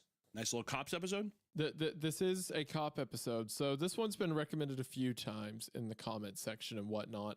So looking into the author, her name is S.F. Barkley, and she was, like in real life, a former police officer in Western Pennsylvania who, while she was a police officer, experienced several strange and like supernatural calls. So she started writing about them, like online, on No Sleep, stuff like that. And since then has been a part of several anthology stories where there's been like collective writers groups, but has written her own novel as well called Patch Lane, which looking at it right now, with 430 reviews, it has 4.3 stars on Amazon, which is pretty high. Patch Lane. Patch Lane. The description for the book says, Sarah Hastings is a rookie cop who works the night shift in Amber Forest, a small rural town in Western Pennsylvania. After repeatedly responding to an abandoned and allegedly haunted farmhouse for 911 hang-up calls, she discovers a dead body in a secret room. So it's about a police officer who's on an investigation, supposedly supernatural. It looks pretty highly rated, and this story that we're going to read today is from 6 years ago. Why? And like I said, it's very highly rated in the subreddit, and a bunch of people have told us to check it out. So if this is good, you can check out SF Barkley's other works on Amazon. It looks like they're all sold on Amazon. Shout out or SF wherever you Barkley. want to support her. SF Barkley. Also, so we're gonna check this one out. It looks like a. Go ahead. What was I say? Well, we have not read the story.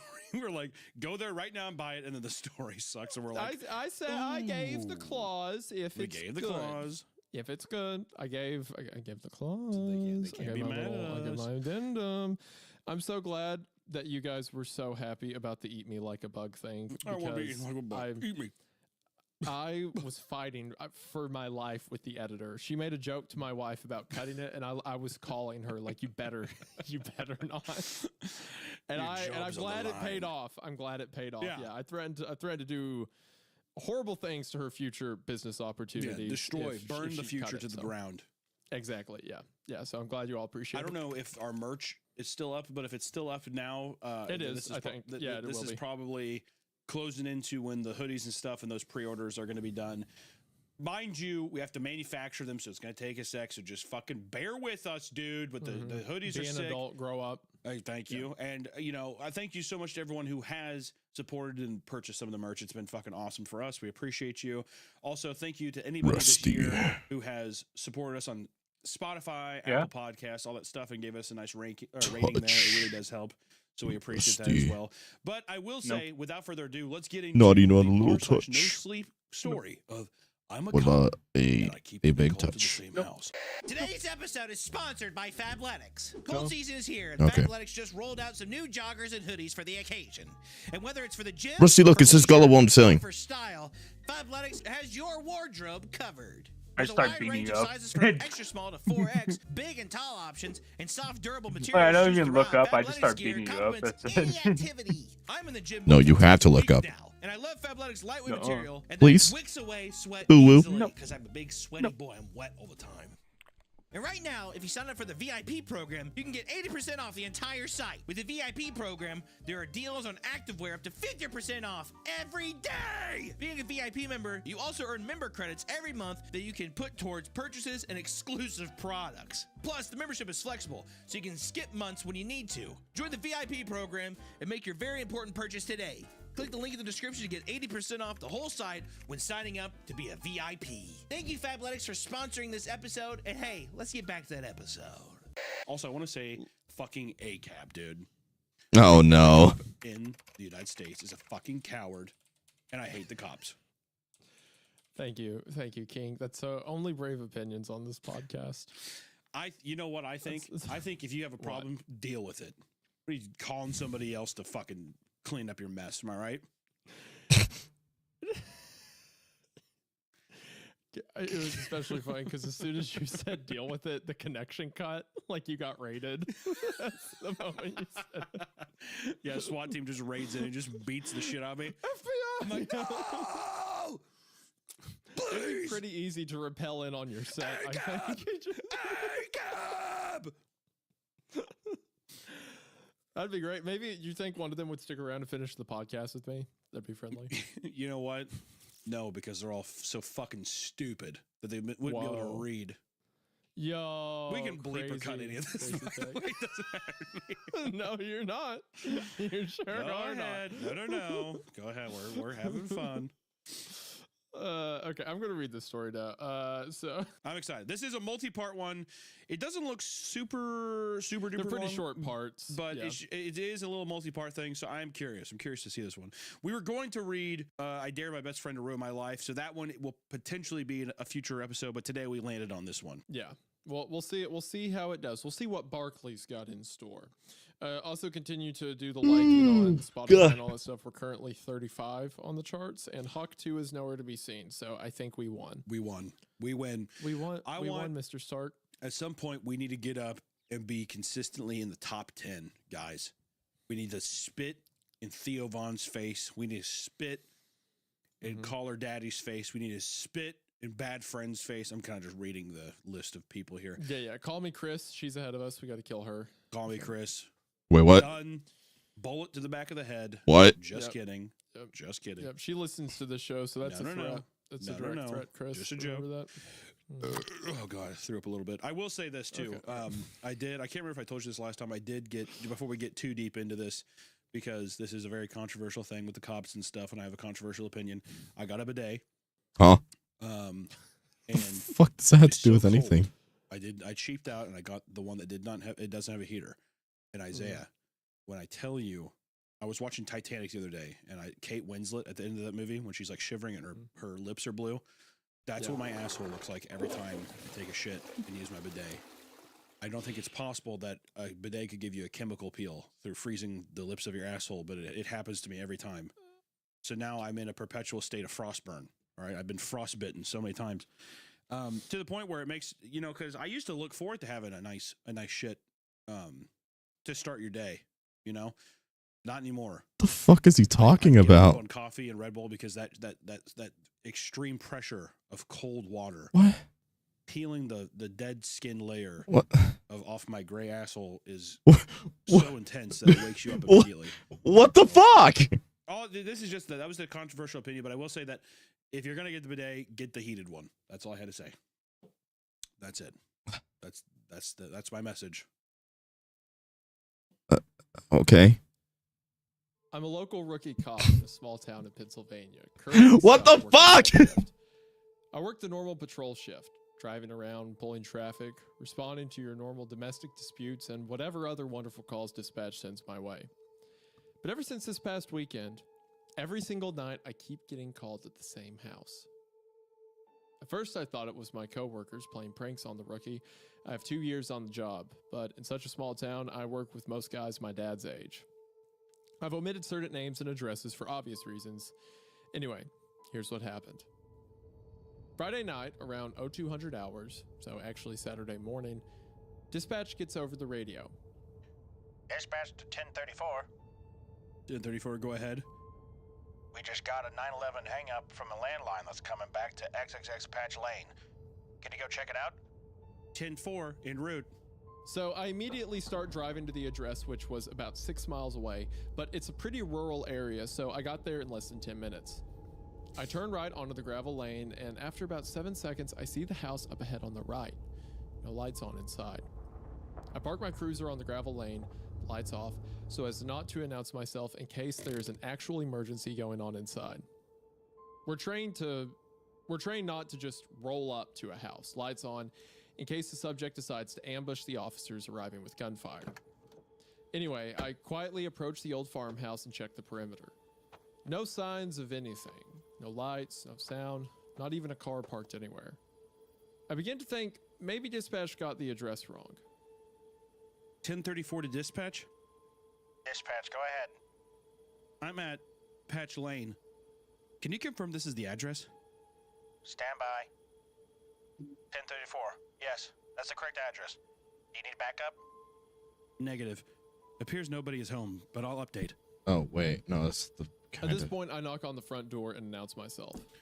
Officer Barkley, Police Department. No answer. All the windows were closed, and I gently try the front door. Locked. 1034 to dispatch? Dispatch, go ahead. It looks like this house is abandoned. I think the 911, I think the 911, the 911, sorry guys, sorry, it's always on my mind, I apologize. I think that the 911 hang up might have been some wires crossed. Clear me, no report? 10-4. Sorry, I'm just taking a moment of silence. Yeah, I mean, every day in my life. Yeah.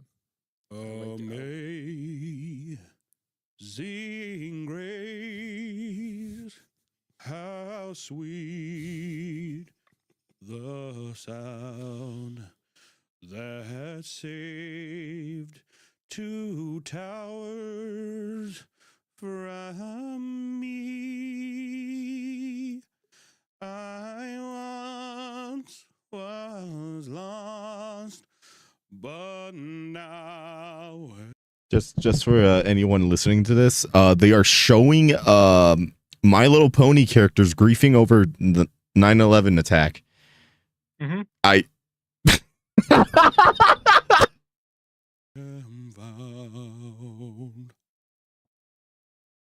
I just wanted to pay a little homage. Is all. I won't do the whole thing. I appreciate, between this bit and the ACAB opening, we are going to get destroyed. See, I'm really getting all our Texas boys. I'm really emotionally tuggy. People don't know where I stand. So that's the that's the great emotional all drawback. over the place. Yeah, exactly. People are like, what does he stand for? Hey, regardless of what's going on, you're just rooting for the little guy. I'm always an underground guy, and here's another thing too. I will do stolen valor. What? That's another thing I will notice. do. I will do that. You will see me do that in my lifetime, and I will get caught. I respect that. I respect that. At this point, it's about 2:30 out. I'm just gonna say 2:30. It's about 2:30, and I need a cup of coffee since I have another 3.5 hours left on shift. I head over to the local 24-hour gas station and find 2 of my ever so busy coworkers standing there fueling up on caffeine as well. They grin and ask me if I had fun responding to the old doc's house. Clearly, I must have had a dumb look on my face, showing the confusion I was feeling, because then he goes, "You don't know, do you?" He continues, "The old farmhouse belonged to Dr. Wentz. He was the guy that I'm sure you've heard of about.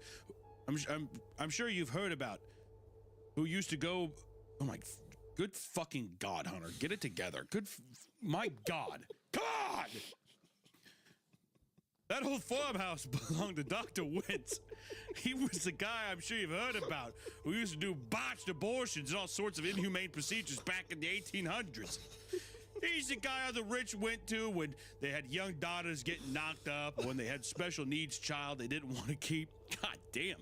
He built the house himself and even named the road Patch Lane as a joke to all the patching he did for people." I'm just laughing at you because it sounds like the cop, like midway through, is like, "Get it together! Come on! Tell the rookie about the abortion doctor who used to cut up dogs. He called every Mexican person he saw a chihuahua. Horribly insensitive." I finished my coffee. laughing about the old tale the guys were trying to pull over on me. I wasn't going to let these guys spook me. Ow, fuck. Especially being that I was one of the only females on the department. I have to have skin twice as thick. I finish up my shift, get some Z's, back in I go on Saturday night. Oak. Around the same time, I think my wife got home and was singing to the dog. That or there's just a disembodied woman's voice singing. Maybe it was Dr. Wintz or one of his Maybe victims. Maybe it was Dr. Patch, Oak. Patchland or whatever they call it. What's wrong with you? You're trying to seduce me, Maybe you a little fucking later, weirdo. around 2:30 a.m., I get the call. Dispatch to 1034. 1034, go ahead. We got another 911 hang up for the same number as last night. This time, they stayed on the line. Wait, no. Someone talking, but can't make it out. Can you go check it out again? Can you confirm the address again? It comes back to Patch Lane. Now, I'm pretty sure the guys are getting dispatch in on some type of joke, but whatever. I still have to respond, better safe than sorry. So I drive down the road, turn onto the gravel road, park my cruiser away from the house, check the perimeter, and go up to the front door. Still no sign of life inside. I knock on the door and announce myself. Officer Barkley with the police department. I'm about to leave. I go to check the door handle out of pure This habit, one's coming together bullshit, pretty nice so door far, opens. Dax. Yeah. I was so startled by the fact that the door opened, my right hand immediately went to my gun on my right side. I announced myself again. Officer Barkley, the police department. Come to the front door or else I'm entering. So, Entering a house. I actually have a funny story to talk about. It's not really funny, but back in my town, there's this one house in particular that was up like a old abandoned like road. Relatively like smallish medium house that was built like in the 1800s. It was like a local legend over there that apparently like there was like this farmer over there that basically raised pigs.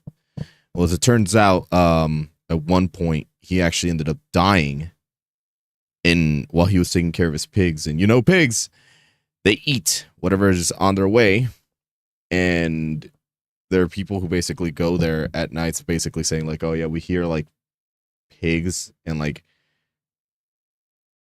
some random ass disembodied voice. Like that place is actually legitimately fucking haunted. And I refuse to go near that fucking house just for the sole purpose of like, yeah, I don't want to go near the place where the guy gets fucking like had a heart attack and got eaten by pigs, dog. I'm good. I'm not touching that fucking house. For officer safety reasons, we always get on the radio. 1034 dispatch. Dispatch, go ahead. No one appears home, but the front door is unlocked. I'm going to make entry and check the house. It appears abandoned, though. Do we have any backup available? 1034, all units are still on the fatal DUI accident. Do you need one to break? Negative. I'll advise. I figured I didn't need backup. Bro doesn't want his ass cheeks eaten by spirits. Dog, I don't want to get near anywhere where a guy fucking got eaten by pigs. I'm good. Dodging cobwebs and stepping over dead insects and critters. I could do, by the way, can police do that? Just enter like if no one answers, could they just walk in? I guess so, as long as they announce. Buddy, right. The system's so fucked they do whatever they want. Okay. Sorry, I forgot who I was talking to. let me call literally anyone else. Also, can I just say I do like this setup. I like this setup of I like the little urban legend beforehand. Kind of reminds me of like House of a Thousand Corpses, Dr. Satan kind of vibe. And I like that the officer has been there before, and then when she goes back, it's just unlocked. It's just a classic little, haunted house trope. If I perish before you, Dax, I'm haunting you, but like a peaceful trolling kind of haunting. Dog, you do that, I'm actually gonna get an exorcist just to spite you. It is a fun campfire story. I feel like I'd be with my friends at a campfire saying the story, and we would all be in our sleeping bags, and we'd be all scared and shaking. Yeah. God, is Hunter gonna get gay again? Very classic. Feels very classic. A palate cleanser after you and the boys did a spin the bottle. Okay, all right. Okay, there it is. Okay. There it is. Okay. We're not making this into another. Which one did you make that joke on? someone made the web comic about. Then I'll take over the Exorcist and troll you from their body. What's wrong with you? First off, that's a Dave Chappelle line. Just want to put that out there. What it is? Yeah, it's in the Chappelle show. It's when he's on trial defending Michael Jackson. And I said, and then he says, sometimes the cucumber tastes better pickled. All right, well, I didn't need to know that.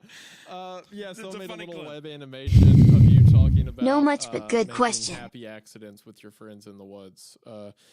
There's some happy accidents. That's what I tried to tell the assistant preacher. He got me out of that church. As a matter of fact, he threatened to register me with the state of Illinois. So that's why I told the family we were moving to out of Detroit because the business was gone in the region. That's why we're down here now. Right. But look, I'm just saying that is the kind of hard. No one wants to work anymore.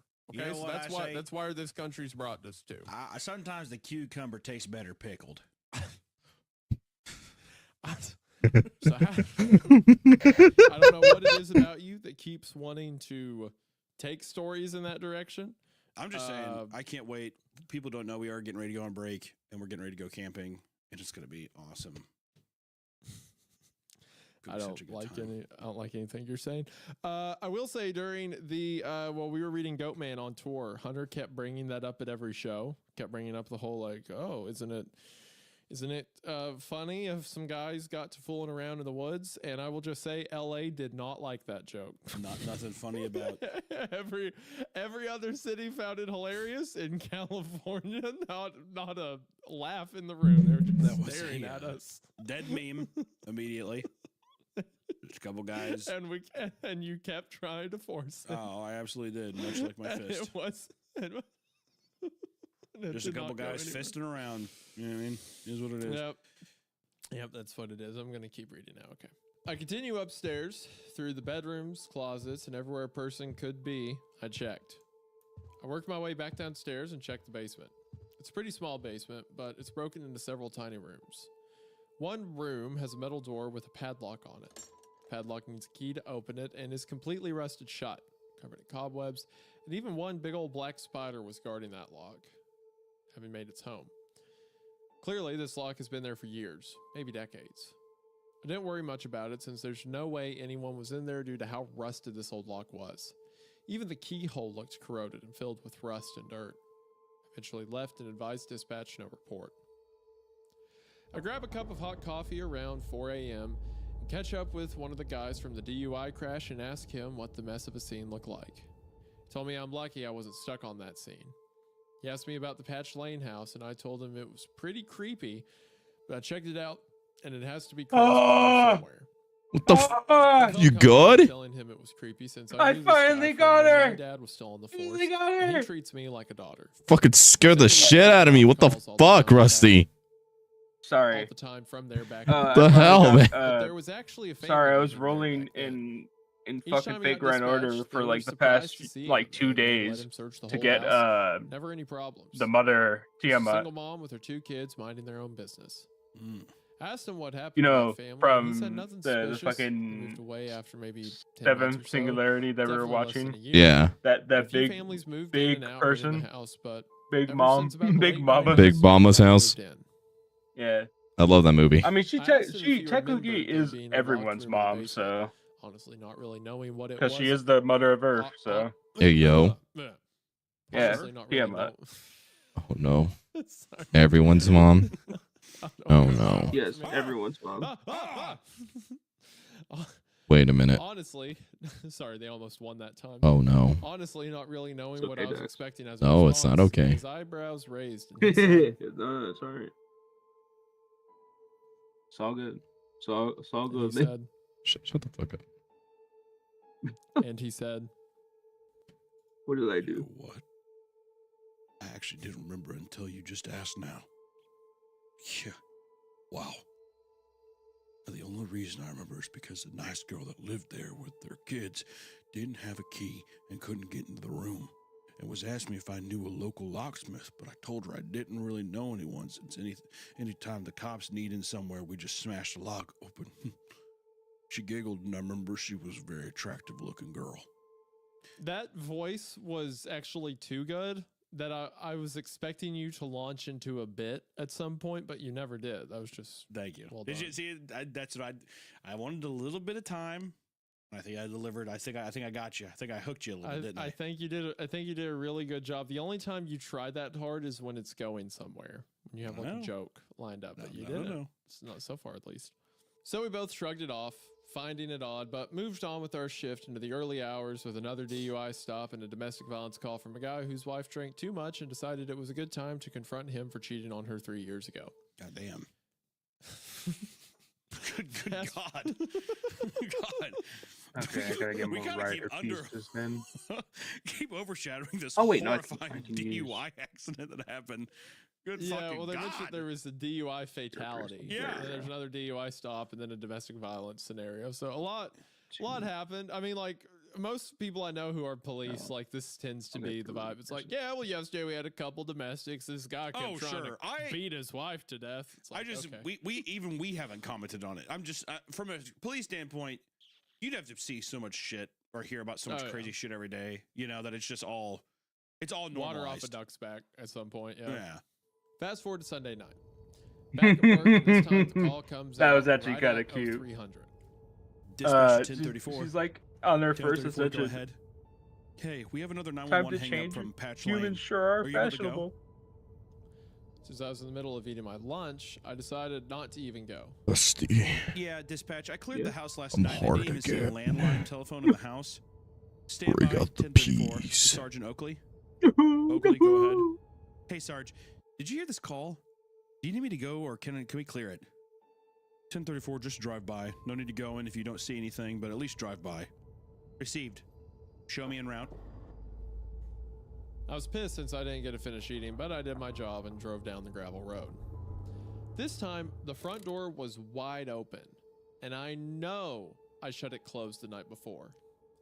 At this point, I began to think a homeless person's inside, which is still trespass. So Get I your called ass out. dispatch, I have an open door, and I'm going to check it out. Homeless people scare the shit out of me, dude.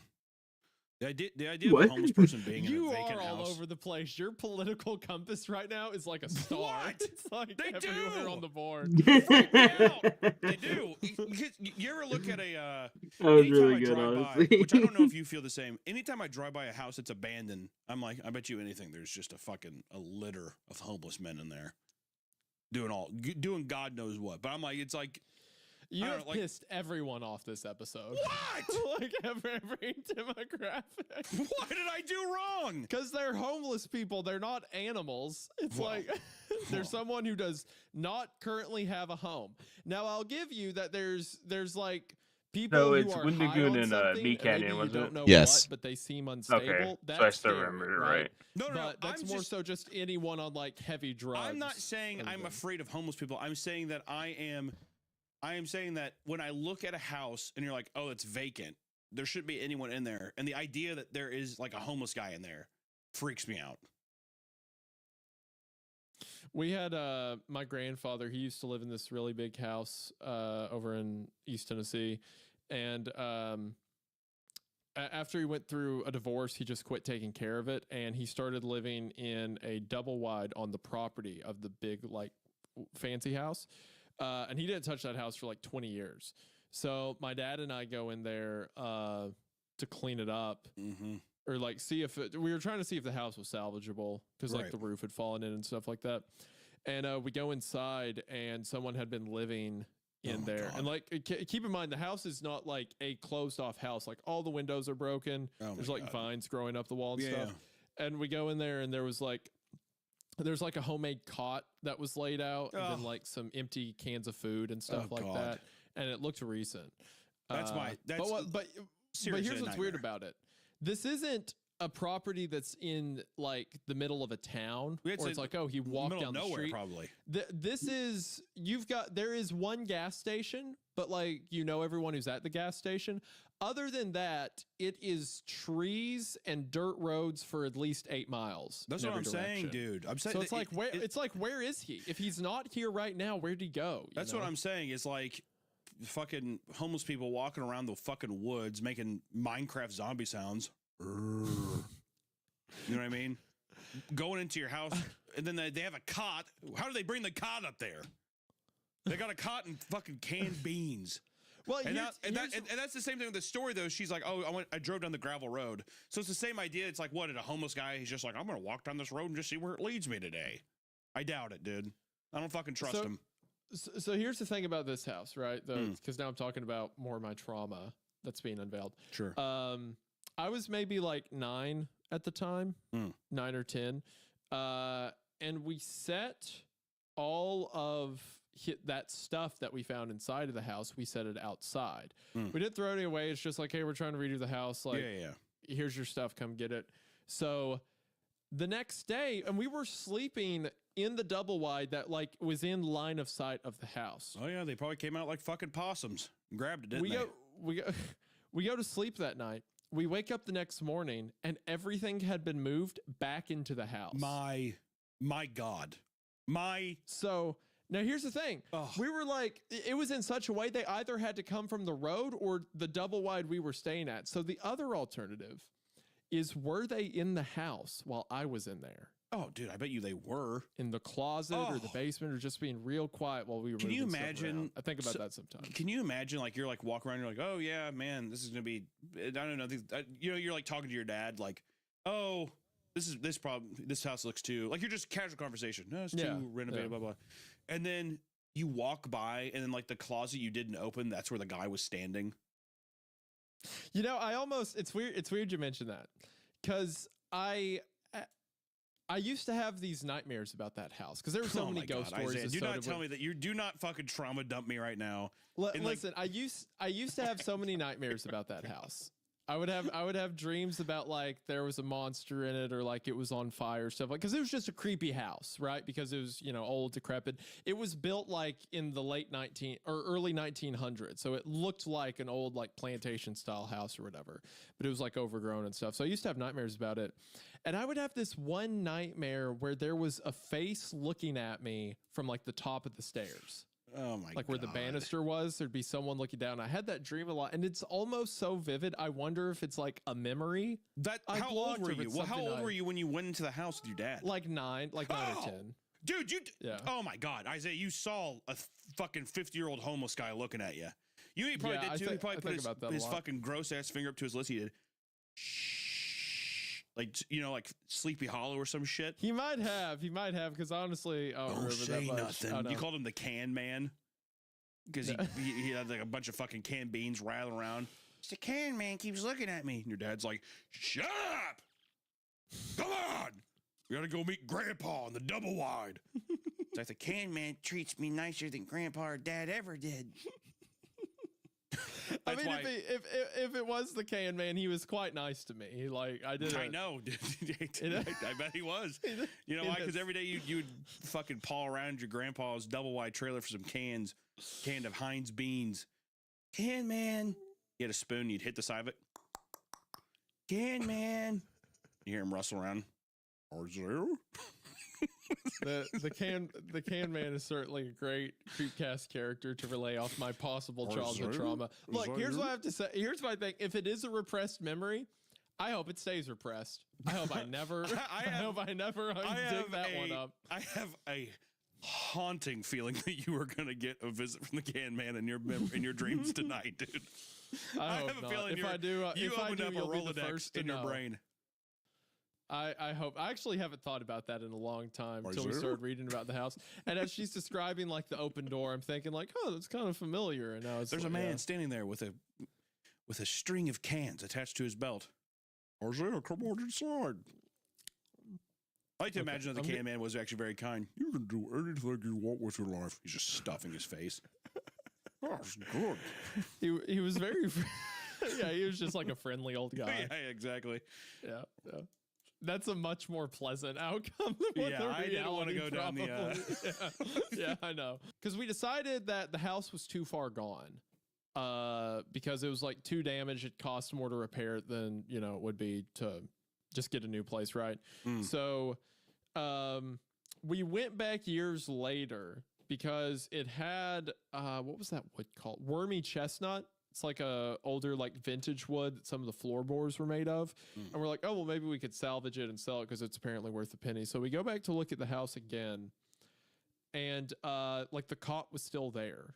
I remember. Oh my God. But Dad was like, no one's been here for a while. But I think he may have just been lying to me. He's 100% lying. You know why? Probably because I bet you, if anything, if I met your parents, the first thing they'd say is, yeah, it was weird back then is when Isaiah was seeing the can man, he kept coming into our room late at night and he had bush beans all over his lips and shirt. We kept saying, Isaiah, what the hell are you doing with all these bush beans on your shirt? The can man shared it with me. I'm sharing it with the can man. I like the idea that there was like a creepy old man who lived in the house outside, and the worst thing he ever did was sneak me beans to share with him as he told me stories. If you around come bring the me campfire. beans, we can eat it together. Yeah. Weird haggling thing. I'm spending $70 a week on bush beans for Christ's sakes, Isaiah. I do vividly remember finding a dead cat in the house. Isaiah, this is not the time or place to keep I know. unveiling. You need to talk to to a therapist immediately. I remember because I'd never seen like a pet-sized animal dead, or like an animal that could be a pet dead. What's and weird is that I remember the dead what cat it was looked the like. shape of a human, and it was under a rag. Yeah, it's under a blanket. That's what that smell was. That's why it was weird. so It smelled familiar. like it looked like a cat at first, but then a man drug it upstairs. I don't know what happened to it. This time, the front door was wide open, and I know I shut it closed the night before. At this point, I begin to think a homeless person's inside, which is still trespass. So I call out to dispatch, and I have an open door, and I'm going to check it out. I make entry, and this time I see someone run around the corner. My gun's drawn since I have no idea what to expect here, and I announce myself and run after them. When I turn the corner, it's just the kitchen and door to the basement. No way out. I run into the basement, and nobody's down there. Nobody. I get on my radio and ask for backup, but get no response. Make my way back up, and still nothing on the radio. I finish clearing the house and still can't find the person. I make my way out to my cruiser and use the cruiser radio, and I'm out of breath at this point. 1034 to dispatch. Go ahead. Did you hear any of the calls for backup? Negative 1034. You need Unite?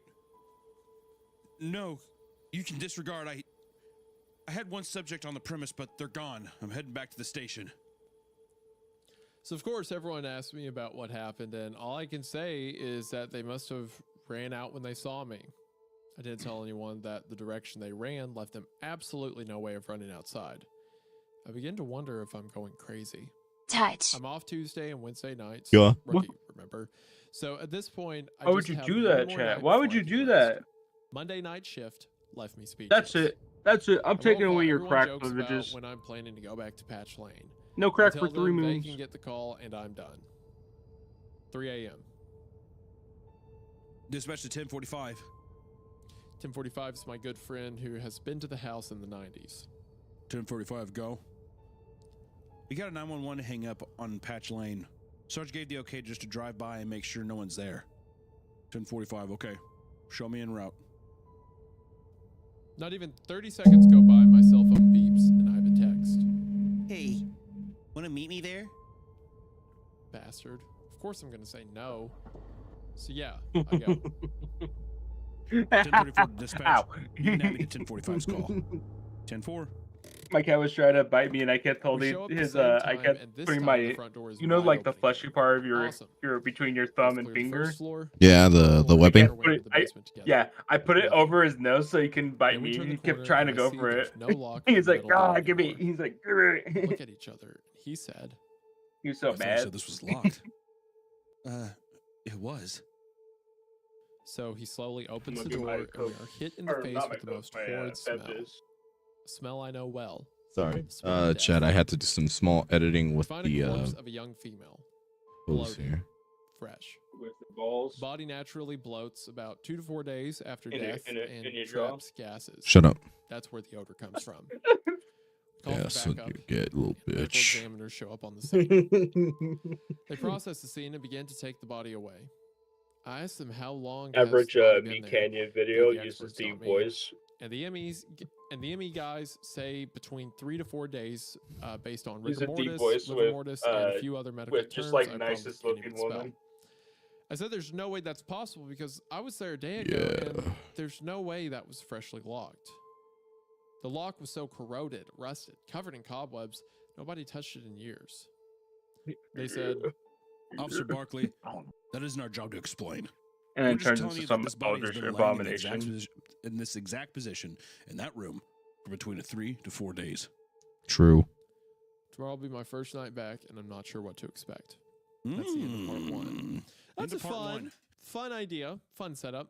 Now, let me ask you this. Do you think that it's veering towards paranormal, or do you think it's like crazy, just serial killer? Oh, definitely paranormal. The way that it was like, there's an old doctor who used to do like private abortions there, and then it's like, she sees someone who runs into the basement, then disappears. I think that's all. I think it's definitely paranormal. Yeah. Yeah, well, I guess too with the locks just being like, there's a lot of like weird tomfoolery going on, a lot of unexplainable stuff. There's a lot of ghostly shenanigans about. Ghostly shenanigans, you say? Well, I'm stoked for part 2 though. That was a fun little setup. It was fun. I enjoy it. Here, I'm going to do. I am going to grab a crisp Red Bull from my mini fridge right here. Oh, yes, a beautiful, delicious, sugar-free. Part 2. All right. Part 2. Update, Thursday, August 9th, 2018. I woke up this morning to a blaring ringing coming from my nightstand. I smacked my alarm clock, but it didn't stop the noise. I finally realized, with half an eye open, that it was my phone. I answer. Hello? Barkley, wake the hell up. Chief wants to see you now. Oh, in Black Ops 3? Sergeant Oakley is not I'm the just going voice to say I this wanted real to quick. hear at 8 a.m. There's a this killing morning. floor map. I rolled my ass out of bed and began to get ready to head into the station since I knew it was never. What are you talking about? Yeah, no, I know what map you're talking about. It's Downpour, isn't it? Raining Death. We're Raining Death. My bad. And headed towards Yeah. Chief Fox's office. Well, we could play that. His open door and poked my head I think around you'll the corner. enjoy it. No, I already played it before. As an Easter egg too. Did you do that? No, I haven't. Door and took a seat. I would say you should at least somewhat give it a try. Yeah, I should give it a try. You got dispatched to the same goddamn house for Yeah, I'll give it a try. And then I'll give you a try. Yeah. Mommy, I want milk. I want milk. I want mommy. I want to be held. paperwork out the ass. Love that You need video. to answer some questions. What the hell? How's he turning this thing on? Mom. I did my job. I followed protocol. I followed milk. my training, and I cleared the house as I was taught. Okay, Chief. What questions do you have? Cream. Walk me through the first I don't think night. he'll ever live that down. That video would not be. Markiplier? Yes, I Just checked the cream. windows, which are all secured, and the front door was locked. No, I don't think me Canyon No could other ever doors live except the that front video door. down. It's a To very old Which and one? small farmhouse. the All right. the cream. What about the second night? Oh yeah, the Windows, cream. doors. The other one is the Bugs Bunny one. And as my report said, the second Oh, night, yeah. Got a nice little man I followed the pussy on you, protocol don't you? and my entry. And tell Oh, me it why you didn't check stinks. the room in the basement. What the fuck? Well, according to Mary, Yeah, it's super This gross. little honestly. rabbit's I was like, going what the down the old fuck, rabbit bro? trail. What the fuck? It was so gross. It was really weird. When I got to the I was room, like, me I saw the Canyon, clock was please, rusted, can you corroded, not do and covered in that? Like, I cobwebs. get it, dude. There was no way anyone could have hidden in that room and locked themselves inside. I was not searching for a crime or illegal substances. I was only legally allowed to search for persons. God damn it, I keep residents. pressing opera by accident. Fucking law, Berkeley, thanks. Did you try the lock? Well, no. I could see that it would not have opened. Did you think to try to call one of your male officers to try to open the lock? Ooh, shot you dumb broad, right? Does that not read like that? You stupid bitch. Yeah, that reads like, did you need a man to come do it for you? All right, fine. Do you need a man to come? Yeah. Chief, the reason I didn't try to open it was because I thought it was too weak. I didn't try to open it because I could tell it had not been touched in decades. With thanks for your expertise. So, are you a locks and fan of corrosion. Cherry Pepsi from This bottle entire or case from is an actual like fucked up soda thanks to shop you. more? I'm gonna keep a close eye on I you. prefer cherry Chief Coke, Fox, but I haven't you really followed drank all soda in a long department's time. procedures and I'm trying to standards cut back law. on it. If you Yesterday don't was the handle only these time I calls really drank. properly, then please as provide much. me with any additional training and procedures that would guide me how I should have handled it. Nobody likes a smart-ass Barkley. Go start your shift. You have a lot of follow-ups to do now for this. You have a lot of follow-ups to do now for this case. No, They can't be doing that smart. shit. He at went night. into fucking B Canyon Bro, boy.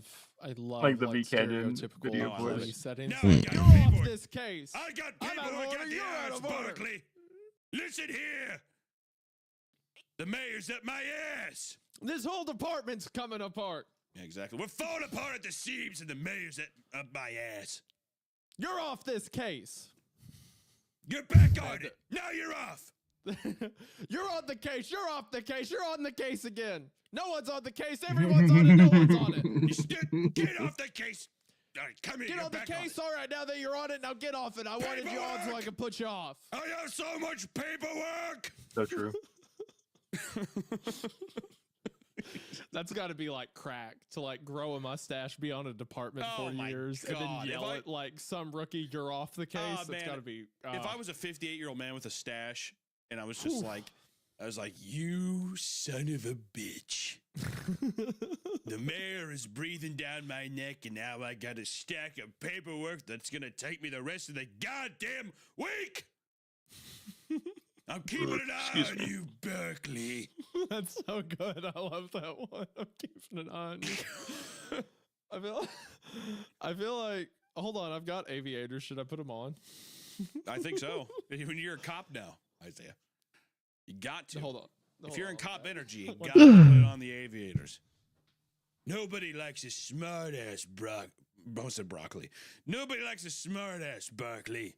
Go start your shift.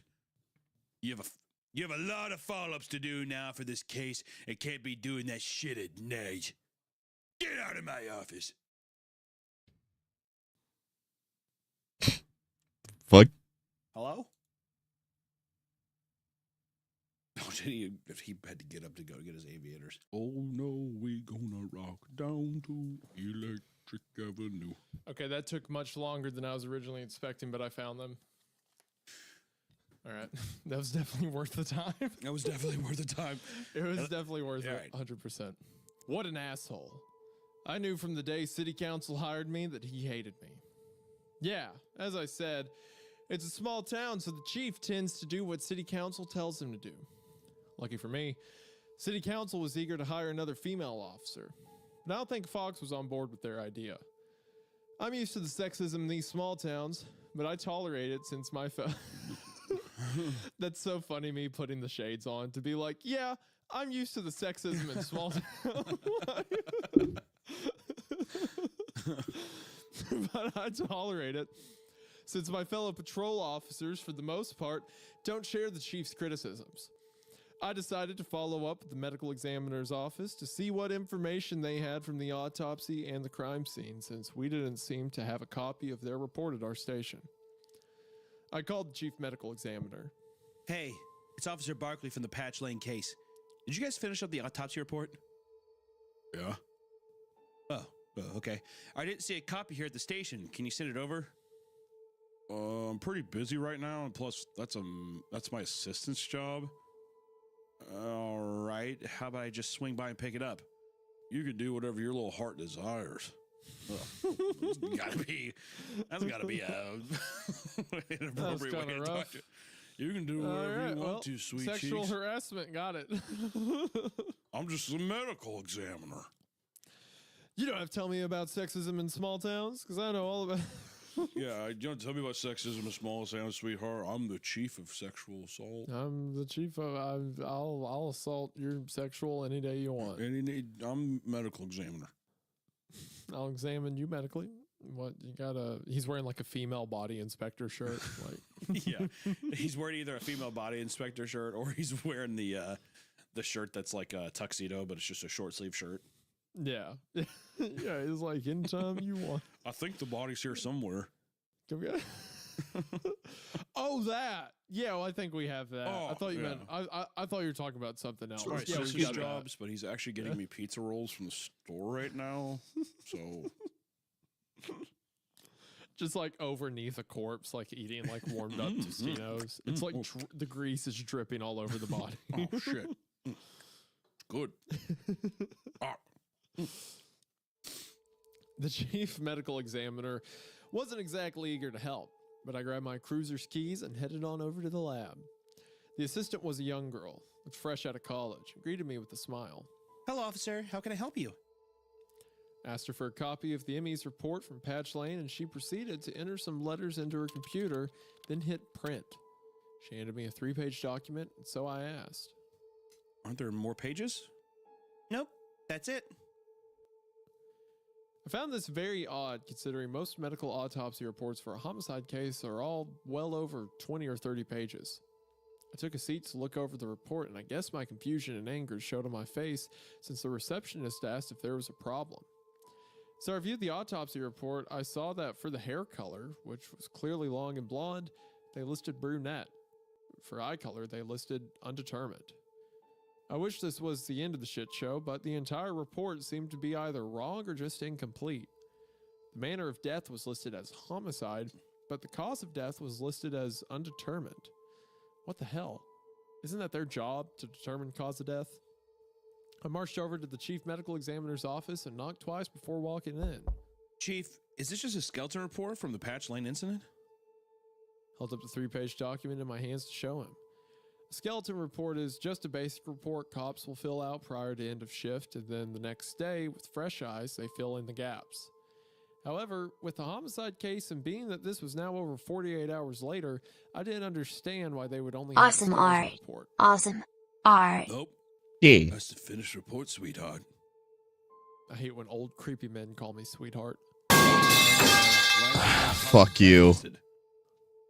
Because thanks to you, the body sat in a locked room for 3 days and left us barely any evidence to work with. Why the hell is everyone blaming me for this? Can you explain why the hair color was wrong and about half of these items are listed as undetermined? If you think you can do better, go right ahead. God, what is this police department? She's like the only professional person. She's like, am I the only person actually doing my job here? He's like, I took my crack at it. If you think you're better, go ahead, change it. I wrote it all in pencil. Erase whatever you want and write whatever you need down. It's really funny because it's like, hey, you didn't list a cause of death. It's like, it's been a whole 2 days. You think we can tell after 2 days? Who are you? Yeah, like, exactly. What do I look like, Harry Houdini? Do you think I'm Batman or something? World's greatest detective? No, ma'am. Come on. How am I supposed to tell? You think I could tell how somebody died from a body? They got to be alive to tell me that. Bada bing. Duh. Toots. And then she's like, okay, why did you say her hair was brunette? What do you want me to do? Look at her? So what? We're gonna get this semantics. I'm colorblind. First, she wants me to be a magician, figure out how she died. Did Then she wants me to look at the body. Who they hiring down at the department? These Is this a podcast you're listening to? You're so Yes. prettier when you They he immediately they read scary stories basically. I've never told you you're the most beautiful woman I've ever seen. Oh my God, you might be the most beautiful angel I've ever seen. I'm surprised God just let you say, come down from heaven. I don't mean to be too forward here, but you have an amazing rack. Can I say that? I don't mean to be too harsh, but it's just a fact. I like to be very subtle, but I would love to make love to you at any point. My God. Oh my God, let me tell you a scary story. Once upon a time, I saw a rabid fox. I ran. The end. Wow, so scary. Just tell me, I gotta know. He's like taking his clothes off. Yeah, she's like, with how everyone's acting so far, I would not surprise me. This fucking police department sucks. She's like, fuck yeah, it is. Rabies is he's like naked, scary. rubbing oil Opals, on himself. scary. Like, Opals. Yeah, coconut oil's great for the skin, sweetheart. I would like to take you on a date tonight. What do you say? So scary. Ooh, it's so scary. Fanciest restaurant you've ever been. It's called Olive Garden. Touch yourself. Free breadsticks, sweetheart. You like bread? No. She's like, do I like bread? Oh yeah. They even put leaves in there. She's like, it's spices. It's oregano. No, leaves. Leaves. They put leaves in there. Then if you get the potato soup, you can dip the bread in the soup, and then it's a whole nother world. It's a different ball game. if you can get potato soup, if you can get cabbage soup from Olive Garden. She's like, are you eating like a Depression era person at a restaurant? I would like the edge of a loaf of bread and a bowl of your finest cabbage soup. Thank you. What do you mean they sell pasta here? Yeah. What is it, wet bread? I don't like that.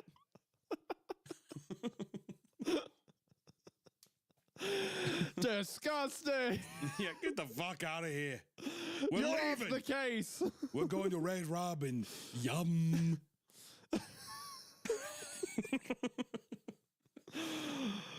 Okay, where was I? Okay, yeah. I asked to go see the body, and I wanted to make sure I wasn't just making shit up in my own head.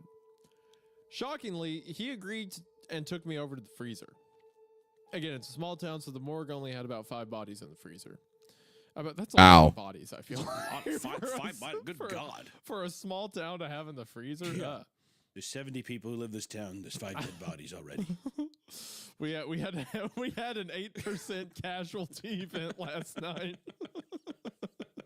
I do not know how we are going to economically recover from that DUI incident.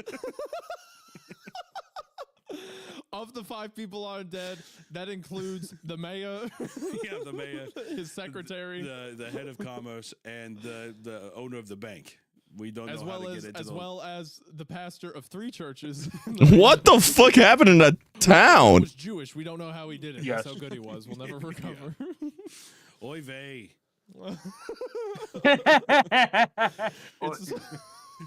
I love just hearing that out of nowhere. Just there's a body in there that's in both like a priest garb and like a Jewish. Oy He's vey. a rabbi and a priest. How the hell did you do it, Rabbi Priest?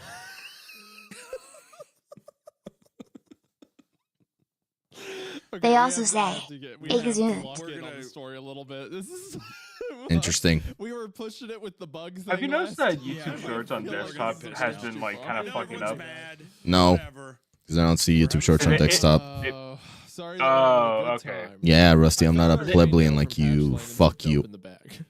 I immediately noticed her So when I blonde click hair. on it, I it knew I wasn't double crazy. loads it, so it'll play Grabbed some 2 at latex the gloves same and began time. to go through her pockets to look for Man, that's identifications, and crazy, clearly Rusty. the Oh my- officers decided it was One will play, and then the other undetermined one if will play she like had items in her a few pockets. seconds after, so it'll be Found a like receipt really from the odd. gas station Lol.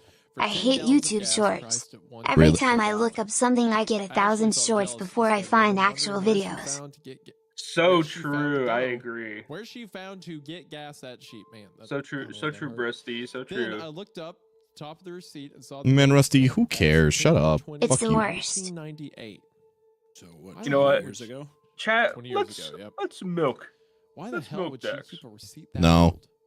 I flipped the receipt I'm not. over and that's saw for there was Grizz. some That's type Grizz. of Yeah, sorry, you're sorry. right. Grizz is Sorry. obsessed with Sorry. milking. But I couldn't make I'm it out. sorry. And you should be. Put the receipt in the Chad, bag beat him and up. Decided I was going to send it out to the PA state. Chad, line just to jump him. to see if No, not you. they could You. decipher No, what wait. was No, wrong. not Grizz. You. The more I looked at her, I Yeah? also noticed Yeah. she was wearing bleached jeans with multicolored They're gonna jump you, dude. The rustacular, spectacular, rustical man. I left the freezer since I could Damn, barely so feel true. my They're own just fingers gonna and come up asked behind you and go, Jimmy if he had copies of Dax, It's a nice little man. rate my Pussy. lunch.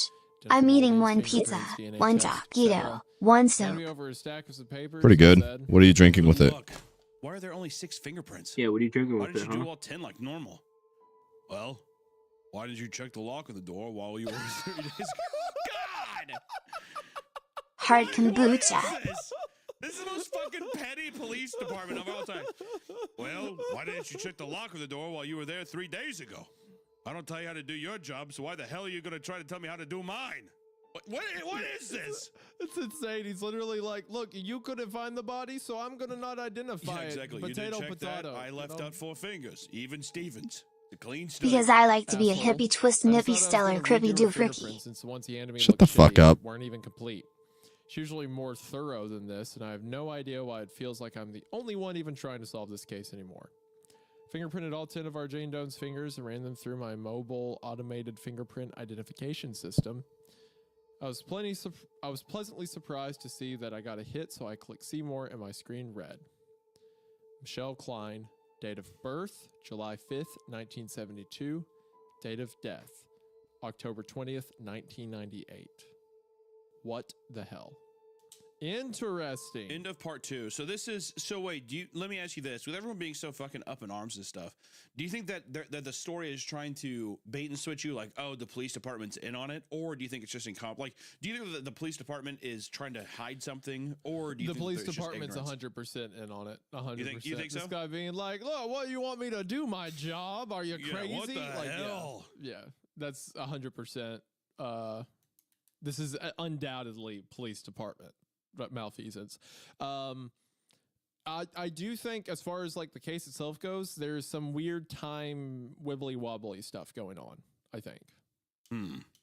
Because it's like she died in 1998. Her clothes are from 98. The receipts from 98. Okay, but Dax, have you ever gone to the toy section No. of Walmart and rearranged some of the toys so that it's confusing for everyone? No. Just to see? No. Exactly what yet? Maybe No. Anytime you ask me some outlandish, stupid question like that, I'm just gonna say no. Right. Or maybe there was something that preserved her. I will be as mean as possible, because fuck you. That one makes sense. So I feel like this is, maybe it's like, maybe it is an old case that like the body repeated itself, was like copied over into the house or something. I don't know, but I am interested. Part 3. Update. August 13th, 2018. I forgot today was Saturday. Friday evening. I immediately just remember. I was about to be like, oh, I gotta take a shower for tomorrow. Oh wait, today's Saturday. Night wasn't such a great idea. Well, you going to church tomorrow? That's the thing with cops. No. We come across horrible scenes I don't, that we can't rationalize. Not or even with explain, tree sap from murdered just. children, 2. abusive husbands, C finding a underscore? 20-year dead body. Shut up, chat. No. I was gonna say, I don't turned really to a have nice religion. dark Merlot. I think I've talked about Is this that before. pronounced Merlot? Yeah, I know. Merlot? Just fucking with you. It's Merlot. Dax, Like, what do you mean? how much money Brought for you up. to tickle the pickle freaky style? Died 20 years ago.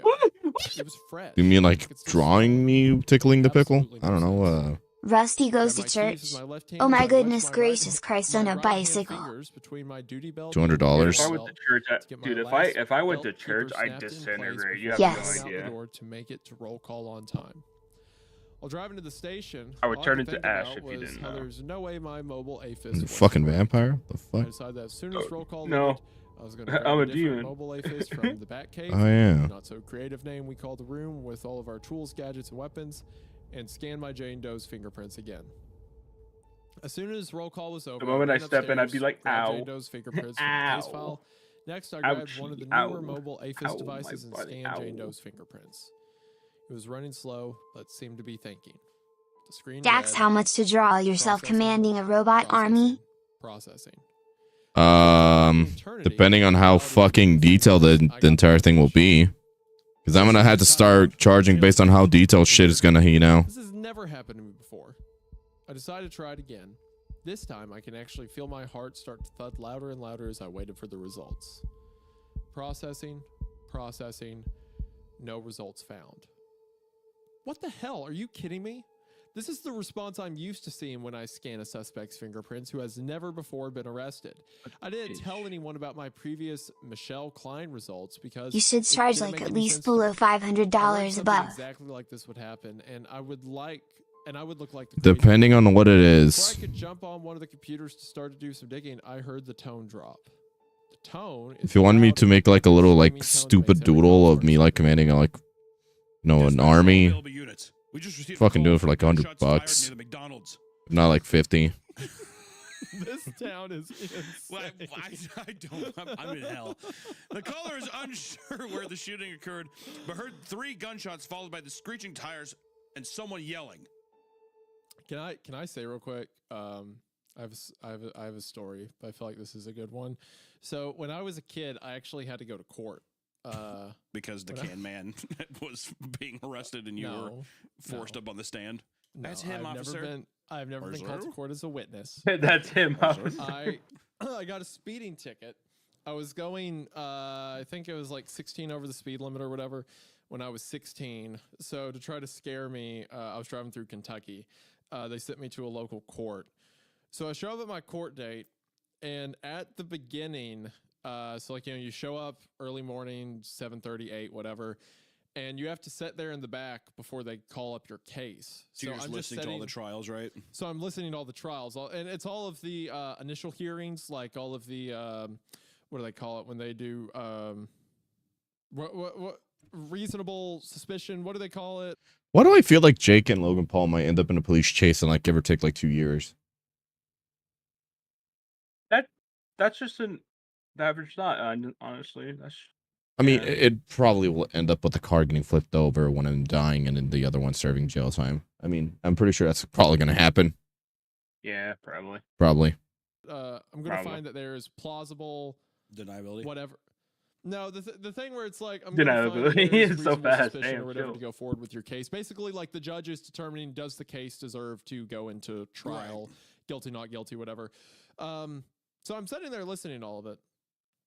And they are going through a bunch of the assaults, and the whole line of people going up to the stand, up to the bench to talk to the judge are the kind of people you'd expect, like a bunch of like drug addict looking guys in t-shirts who are there. It's all like domestic and stuff like that. But there's one girl in line who looks like a soccer mom.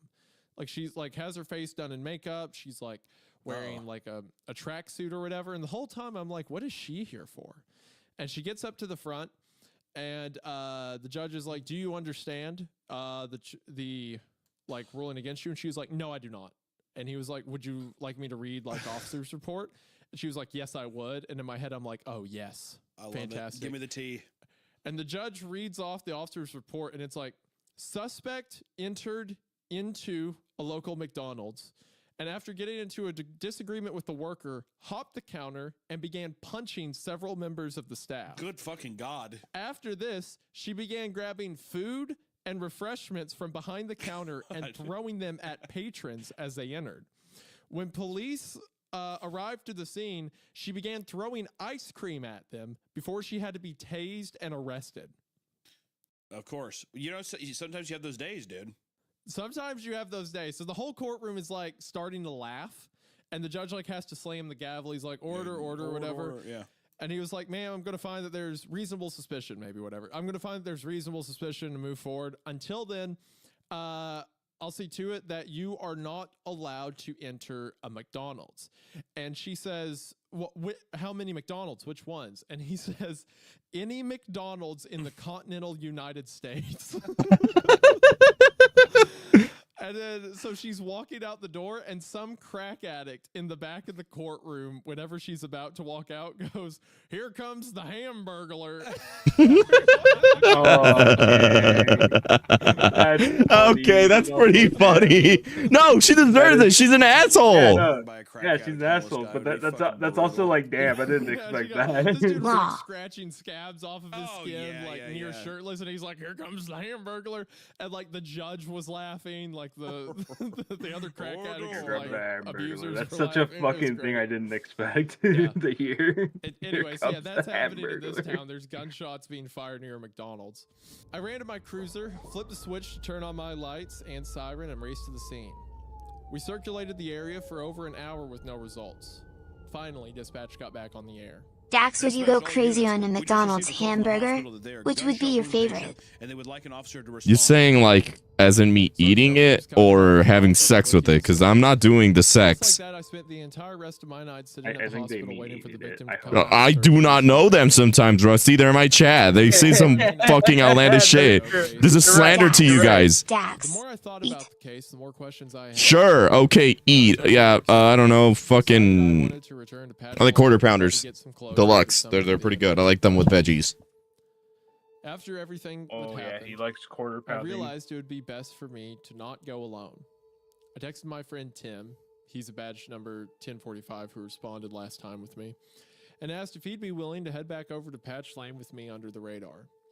He agreed, and we both advised dispatch to hold us out doing foot patrol around the park. Okay, but Dax, would you go carnal on a quarter pounder after spreading some creamy tartar sauce on there? Shut the fuck up.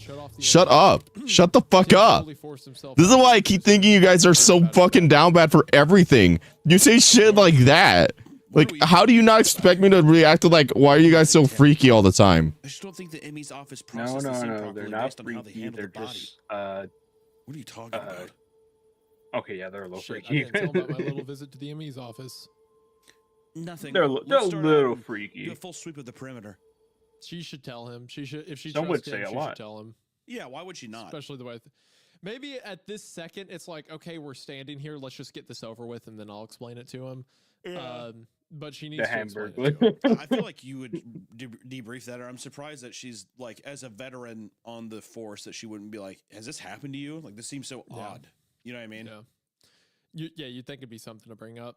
I wasn't really sure what I was expecting. There was still police tape across the front door with a fire red sticker on the seal of the doorway stamped "Do Not Enter." I leaned in to check the door handle to make sure it was locked. As I reached down, I heard a loud, shrill scream come from what is that immediately door handle behind me. doing? Jumped up, turned around, and shined my flashlight straight ahead. Nobody was there. I heard a much softer, quieter squeal come from ground level. Redirected my light downward. Sitting in front of me was a Halloween black cat. Jesus Christ, Cat! What the hell are you screaming at me for? Now that she had my attention, she came up to me and wrapped her body around my leg, purring.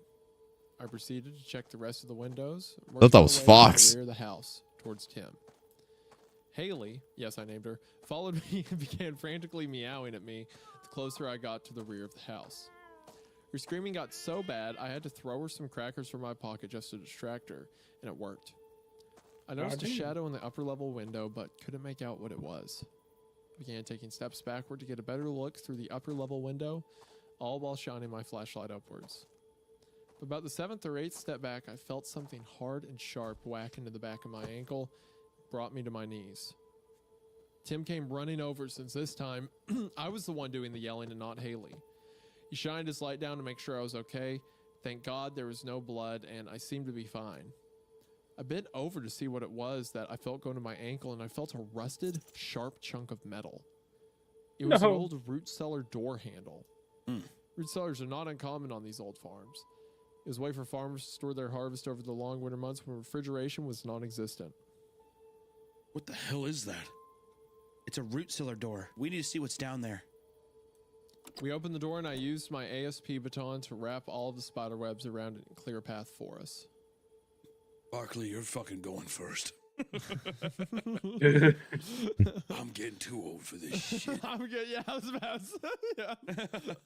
So, hold on. She heard a scream, but then she wrote it off as being the cat. And then after that, a door handle just flew into her ankle.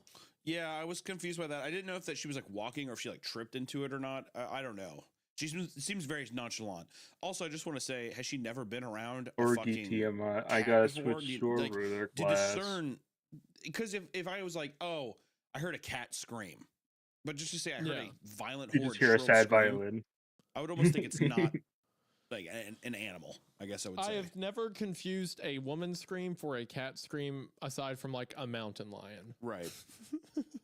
I shined my light down and began going down one step at a time. I went slowly so as to not fall through one of these old wooden stairs. We walked down what could only be described as a tunnel for about 10 seconds before we reached a small set of stairs.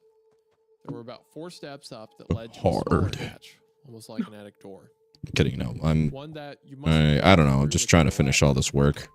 I reached up and opened But, you know, it's the kind of work that's like, oh, cool. I'm never going to be done with this because I'm always going to need to do some stuff. Which I'm not really bad with. Once we could It finally means see in the room, business is going well and, you know, I can actually do stuff. Tim grabbed my arm and convinced me And we you'll needed to get leave fed. because You this get house fed. was Don't still an forget active that. crime scene. We couldn't go walking around inside. I just kind of wish I could get more money somehow. I knew I wasn't You're crazy. doing awesome, Dax. No way Keep anyone drawing. pushed that lock on Keep the outside. singing. Keep Turned around and being retraced our Dax steps, delicious. careful not to disturb anything. Never call me that again. I will On the fucking way, kill you. I tried to look for evidence, but it was too dark. It was an area that would be better examined during daylight. We returned to our cruisers and calmed our nerves over a long smoke break, despite the fact that I'm not even a smoker.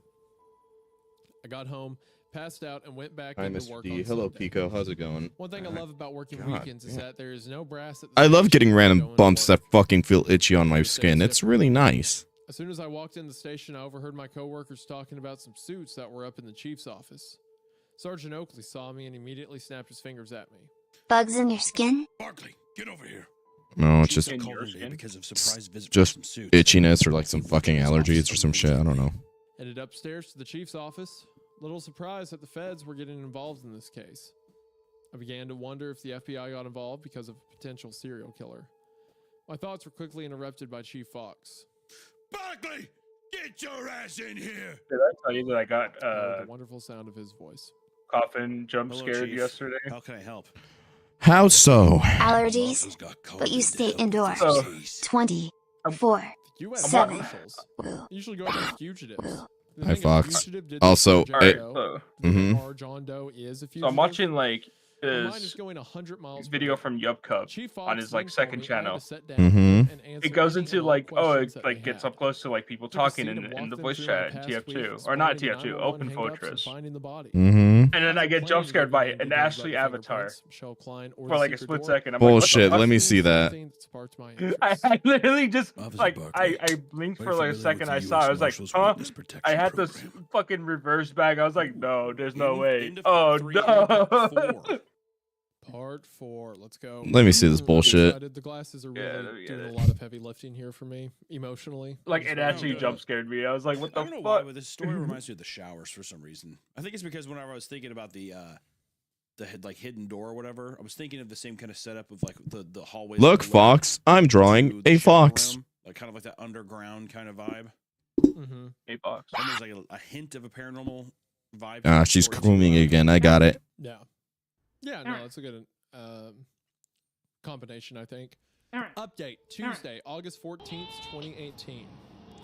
My conversation. Ah, with she's in Mark heat was again. Speechless. It seemed like every time a question was answered, it created 10 more questions. My Jane Doe was in the witness protection program. Why? Why would she risk her life by coming back here? Who wanted to kill her? The U.S. Marshals were extremely professional, polished, and appeared as though they wanted to help. They weren't willing to divulge any specifics or details of why Jane Doe was put into the program or why she may have been killed. They did tell me that she was a key witness to a very high-profile case years ago involving the ATF. They also admitted that Michelle Klein was her real name. Fox, However, can you they please placed tell her Dax death to upon stretch? entry of the witness Just for protection 10 program. seconds? His Wherever poor I ran back. her His fingerprints poor through spinal AFIS, it column. triggered an alert in His their poor system, and that's hands. how they came to be standing in front of me. Okay, so Fine, I'll stretch. that's really cool. I got worried for a second that the story was going to take a direction of being like the whole department's in on it, and the second she ran the fingerprints, like they blotted them out of the system. So I was just afraid that there was going to be like I found an it. unbelievable level of like local cop corruption or whatever. But I do like the idea, believe like, you. oh no, the reason it did that is because This this was a shit. witness protection case. We had to. All right, let me know you're watching. I'm watching. No. Help in my head. Get the fuck down from there. Get the fuck. But the first person death game is actually not that bad. That was cool. I like this. Yeah, this is Oh my god. Oh my Fuck god. that shit. Oh, yep, there it is. What the fuck was? I had to do this. I was like, huh? Oh my Fuck that god. shit. I had to do that. I was like, what the fuck? Oh, it's her getting choked out, bruh. It was such a split second. No, it image. is. I was It's like fucking like what the hell? I I wonder. Wait, go into the comments. I wonder if anyone wants What happened? to go to Rusty's stream. 219. Yeah. Let me go to the newest 219 or 218 probably.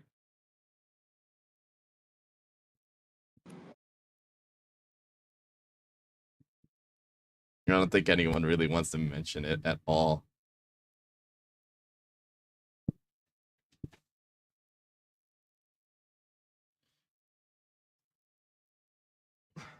Nickel work. Nature is healing. Is that what you say, Rust? Yeah. Little bitch. Her. No.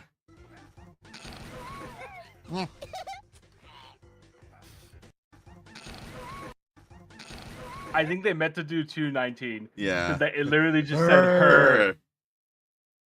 I'm glad that everyone's natural reactions either I'm going to goon hard or I want to kill this bitch. Her. Just or her. I love how someone goes, hi, Gupflub, because that's the shadow meme. How's it going? Hi. Oh, look, it That was really was a Shad jump Man. scare. Anyways, That was how's a the jump small scare. and breedable one doing? I'll take it as a yes that she's doing okay. No. Yes. No? No. Oh, Yeah. hold on. Let me go back for you, Fox, so you can see it. Yes, small and breedable, huh? Touch your toes, then spell run, trust. No, I'm not doing that. Investigate.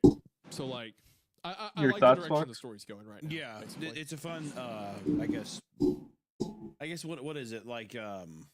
It's bounding itself more Yeah. in the realm of mystery than it is the supernatural. I feel like Yeah. it's subverting your expectations. In a good way, yeah. You know, Yeah, this I honestly think so. reminds me of how like the OG You'll Sherlock never, Holmes you stories both go. will never escape it, and that's the worst part 'Cause a lot about of those, it. I remember reading. I'll see it every now and then too. This Sherlock I'll Holmes just see story it as and a I'll go, kid called oh, The Speckled Band. all right.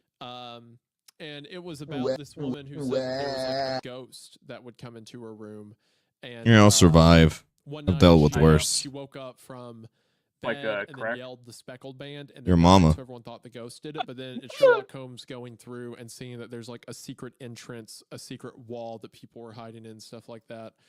It reminds me of that a lot in a good way. I like it. Yeah. Before I could ask any questions, they shook my hand and thanked me. Fox, for my quit time. gooning. They walked out the door before I could even get a Y out of my mouth. Who killed Ew, Michelle she Blanc? squirted everywhere. Who kept calling 911?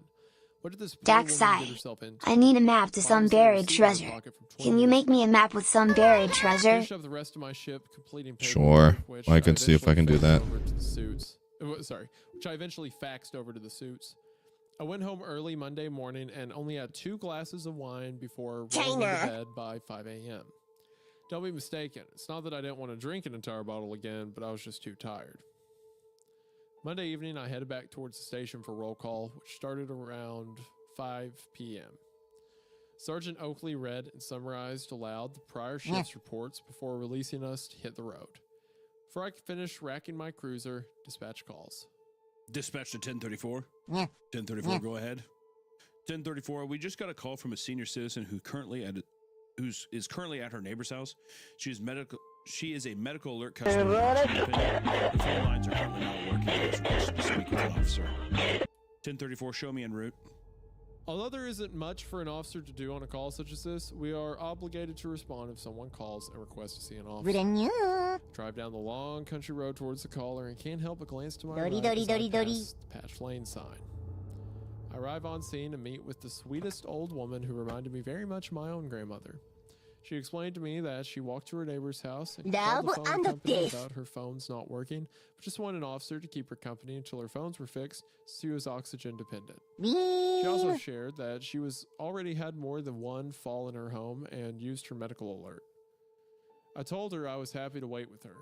She lived in an older farmhouse, there are many of those in this area, and had one of the prettiest farmlands I've seen in a while. She had her garden filled with colorful flowers and cute lawn ornaments throughout. She caught me staring and said, Oh, yes. My daughter comes by every week to help keep my garden looking so pretty. Her husband mows the lawn for me, and she tends to my flowers. Fox! Yeah, that's Damn, the kind of voice she that I think died. of a She sweet, died. lovely old woman. Yeah. I was shocked to see the local phone company drive down the gravel road within 30 minutes of my arrival. I went outside to greet the technician and explain the problem. He introduced himself as Tom and asked me where the box was located. As quick as I could repeat the question in my head, I heard the older woman yell from the porch. It's behind the shed! I followed Tom behind the shed, and about 20 yards away, I saw a large 3-foot square pole sticking out of the ground. Tom walked over to it and began reaching on his belt for some tools. What is that? This is the box that connects her telephone line, as well as her neighbor's lines, to the central telephone system. I'm going to see if there's a problem with the wires making the connections. He attempted to open the hinge, no luck. These things usually go months, maybe years without being opened, and take a little TLC to open. There we go. The front face opened after just a little elbow grease was put into it. Saw several wires and some labels next to wires containing a series of numbers. So, explain to me what's going on here. Well, These boxes were put here way before your time. They had to install these when landlines were first becoming a thing. You see the wires and the numbers after them? They show the address each wire is associated. I noticed a loose wire hanging from the bottom, with no label. This one appeared to have a female attachment on the end. I asked. And what is the wire made to connect to? Oh, that's there so we can plug our phones into and make phone calls into the test lines. Wait, what? You can carry a phone in your pocket, plug it in, and make a call from a box?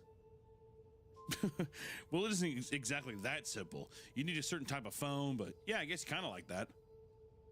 What phone number would show up when you called someone from that box? Whichever neighbor's line you selected up here. As he motioned to the labels and switches, it was then that I had my light bulb moment. What if my 911 hang-ups at Patch Lane were being done at one of these boxes? I asked. So if a house had no electricity, no telephone, could it still show up as the origin of the phone call if someone called from a box? Tom paused for a moment to think about it and responded. I guess, yeah. I mean, that's possible. As long as the telephone line has not been reassigned to another person. Tom finished up his work and was able to get the phones working again. Left the scene within the Sorry, hour, I'm touching so it was still light the outside. cat's side with I decided to head my back foot. to Patch Lane in the daylight to see if I could find one of those landline telephone poles. I arrived on scene and began walking through the acreage. After about 20 minutes, I found it. I leaned over and wrapped my 2 fingers inside the front panel and pulled. The door opened with ease, much like the last box I watched Tom open. Somebody had opened this box recently, but who? As I started to head back towards my cruiser, I heard screaming. Damn it, Haley. Turned around and saw Haley sitting by the front porch. She's really got to clarify screaming and Yeah, cat for real. screaming. It's messing with me a little bit. This time, she looked in pain. She was holding a front paw in the air and kept looking at it. Dax, are you like screaming popping at me. bubble wrap? Got Popping closer to it and saw pimples? that her paw Popping looked incredibly popcorn? swollen. No. Popping heads? I'm an Which animal is lover, it? so I Oh my decided to God, wrap shut it in an up. old uniform shirt I had in my trunk and set her in my cruiser. Grabbed my phone from my front vest pocket. I don't know. If you're hearing popping, I legitimately don't know how the fuck to fix that. There's a lot of weird feedback issues with my computer as of late. We had a black lab growing Stop- up. stop that it. I swear was the most intelligent dog. Dumb cat. Dr. Stop. DeMeyer's was just down the road and open until 8 p.m. I glanced at my watch and saw it was already 7:40, so I rushed down the road to the vet. Dr. Mayer immediately took us in and began examining her paw. Maybe it's because you don't clean your PC fan often enough. Oh my God. Clean your fan now. That's not the problem, chat. I just have a lot of feedback. And also, I can't do it right now because I would fuck up the I stream. remember he would call Dr. Myers the mayor because he knew everyone in his because he knew everyone in this town and knew everything about them. For as much as my dog hated the vet, I swear my dad loved going there to shoot the shit with Dr. Myers. So, where'd you find this cat, officer? Down on Patch Lane at an abandoned farmhouse. She was sitting on the front porch, crying in pain. I just couldn't leave her there. Yeah. I haven't heard about Patch Lane in quite a while. Oh. Are you familiar with that house? I don't know if I would say that. I just remember the stories that circulated the town way back when. He stopped to write down some notes in his chart. He looked up and said, That was a beautiful farm. I remember taking care of the cows on the old Wentz farm when the Goods lived there. Did you know the guy that lived You there don't after have the one Goods of those passed? fun little bottles of air? I never knew him. The ones that go... Only heard many stories. Oh my god. That fellow was a jack of all trades, you could You say. just want to find any excuse to use anything, huh? Like just any fucking sound at all. And no, I really don't have any of those. I tried seeing if I can buy some, but there isn't. Now you only explain to me, officer. Never did it understand. But I suspect he was given something to providing something to them. Very odd character. Never heard about the owner of Patch Lane until just now. Where is he now? I asked. Oh, he left. Of town course quite you a few won't years find them ago. in the Dollar Tree, Never did where say you that. regularly shop. I said You Dollar need to visit a General, you Staples. dumb fuck. You're gonna have to give Haley. You're gonna have to give it to Haley for the next 5 days. This will help clear up her abscess, right? Her abscess Yeah. her abscess to make sure her. And no, you can buy those there. If it does get worse, call my office. Wait, what the hell? Gonna have to Not the keep Dollar my Tree, medicine. Dollar General, So now I but have unfortunately they don't have those anymore in more of a there. dog person, but So I if I can't do stand get a the idea of dropping fucking her off at the thing to local clean up shelter. my computer, On my way I'll have to home, I fucking stopped order it at the online. and picked up a litter box, some cat litter, cat food. These cats are lower maintenance and more independent than dogs. Haley decided to snuggle up next to me for the night, and I'll admit it was the best I slept in months. I woke up Tuesday morning and decided to make it a productive day, despite the fact it's my day off from work and I'm exhausted. Began to think, who would have more information on Patch Lane or Michelle Klein? All my thoughts came back to the same person, my dad. He was on the force back in the 90s. Hell, he was on the force even back in the 80s and 70s. Drove over to his house and pulled into the driveway. Saw the rose bush bloom in the front of the house, and it instantly reminded me of my mom. She passed away a few years back, but every time I go to my dad's, I find pieces of her everywhere, such as a rose bush that she planted. Welcomed myself inside and was greeted with the best bear hug. After feeding me and fueling me with his famous super secret recipe, coffee, we sat down. Dad, have you ever been to the house on Patch Lane? Oh, wow. Yeah, I have. Many, many years ago. Really? What were you there for? The ATF needed a couple uniformed officers to assist them with gathering evidence for a case. They busted the owner of the place for smuggling in illegal guns, and he had them stored in the shed of the farm. What? I've been researching this place for over a week, and I never heard of an ATF raid. Oh, that's because it was confidential. We never wrote a police report on the incident. It was solely documented on the federal level, and they were very good about keeping it out of the media. We didn't have space phones back then, so it was much easier to keep this under wrap. Do you know what happened to the owner? Who was he? His name was John. No, wait, Joseph. Yeah, Joseph. Joseph Mueller, I believe. It was similar to Miller, but not quite Miller. What happened to him? Right, well, he had an inside mole with the police department and caught wind of the raid, and he flew the coop, and I never really got an update since then. I began to wonder why Tim didn't tell me any of this. Dad, I've been dispatched to the Patch Lane several times with Tim, and he didn't tell me any of this. Do you know why he wouldn't tell me about it? Well, Tim didn't join the department until about 1997, maybe 98. This all happened around 95, about 2 years before then.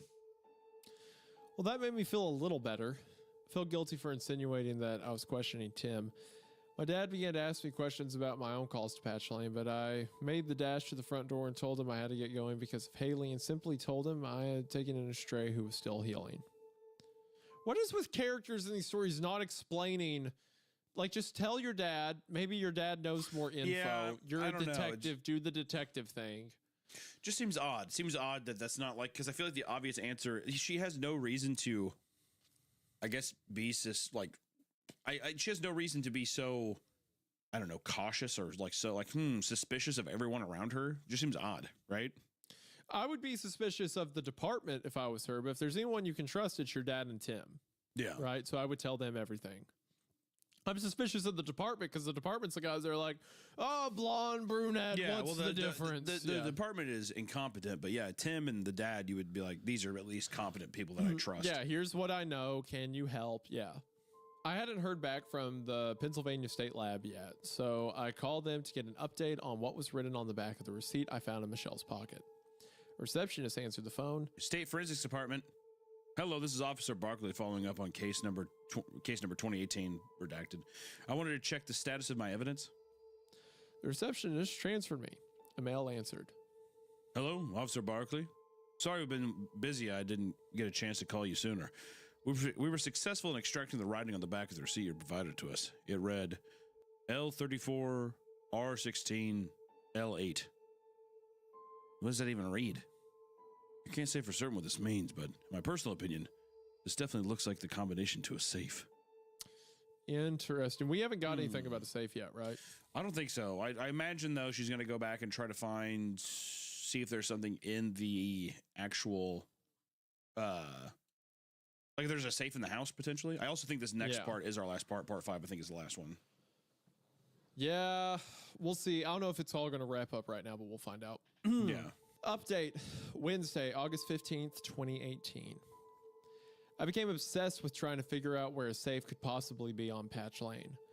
I woke up early Tuesday morning and threw some food in a bowl for Haley before racing out of my house. Don't worry, Haley. Well, I'll be home later. She meowed goodbye in response, brushed along my leg, and trotted Boo. over to the couch A to curl Susa. up and wait for my return. So damn hard to leave her now. She filled a void in my heart I didn't know existed. Headed over to my dad's. I didn't call him ahead of time since he's just down the road and I stop in all the time. So I was pulling up, I saw Tim's truck parked in my dad's driveway. Not very surprised since they're good friends and today is Tim's day off as well. So they tend So to catch Dax, up on what's the deal with Tuesdays and airline Wednesdays over a food? cigar on the back deck. I don't know. I was actually really glad Tim was there because I had some more questions I wanted to run by him as well. My dad greeted me with his famous bear hug, and Tim gave me a nod on the head and smiled. How's it going? Hey, I'm actually really glad you guys are both here. I wanted to ask you both about Patch Lane. Tim chimed in. Jesus, Do you see like what I'm eating talking about? airline food? Your girl's obsessed with this case now. Chip off the old block, am I right? Oh, I remember those days of obsessing over cases. I gotta say, retirement has treated me well. Such a cheesy line.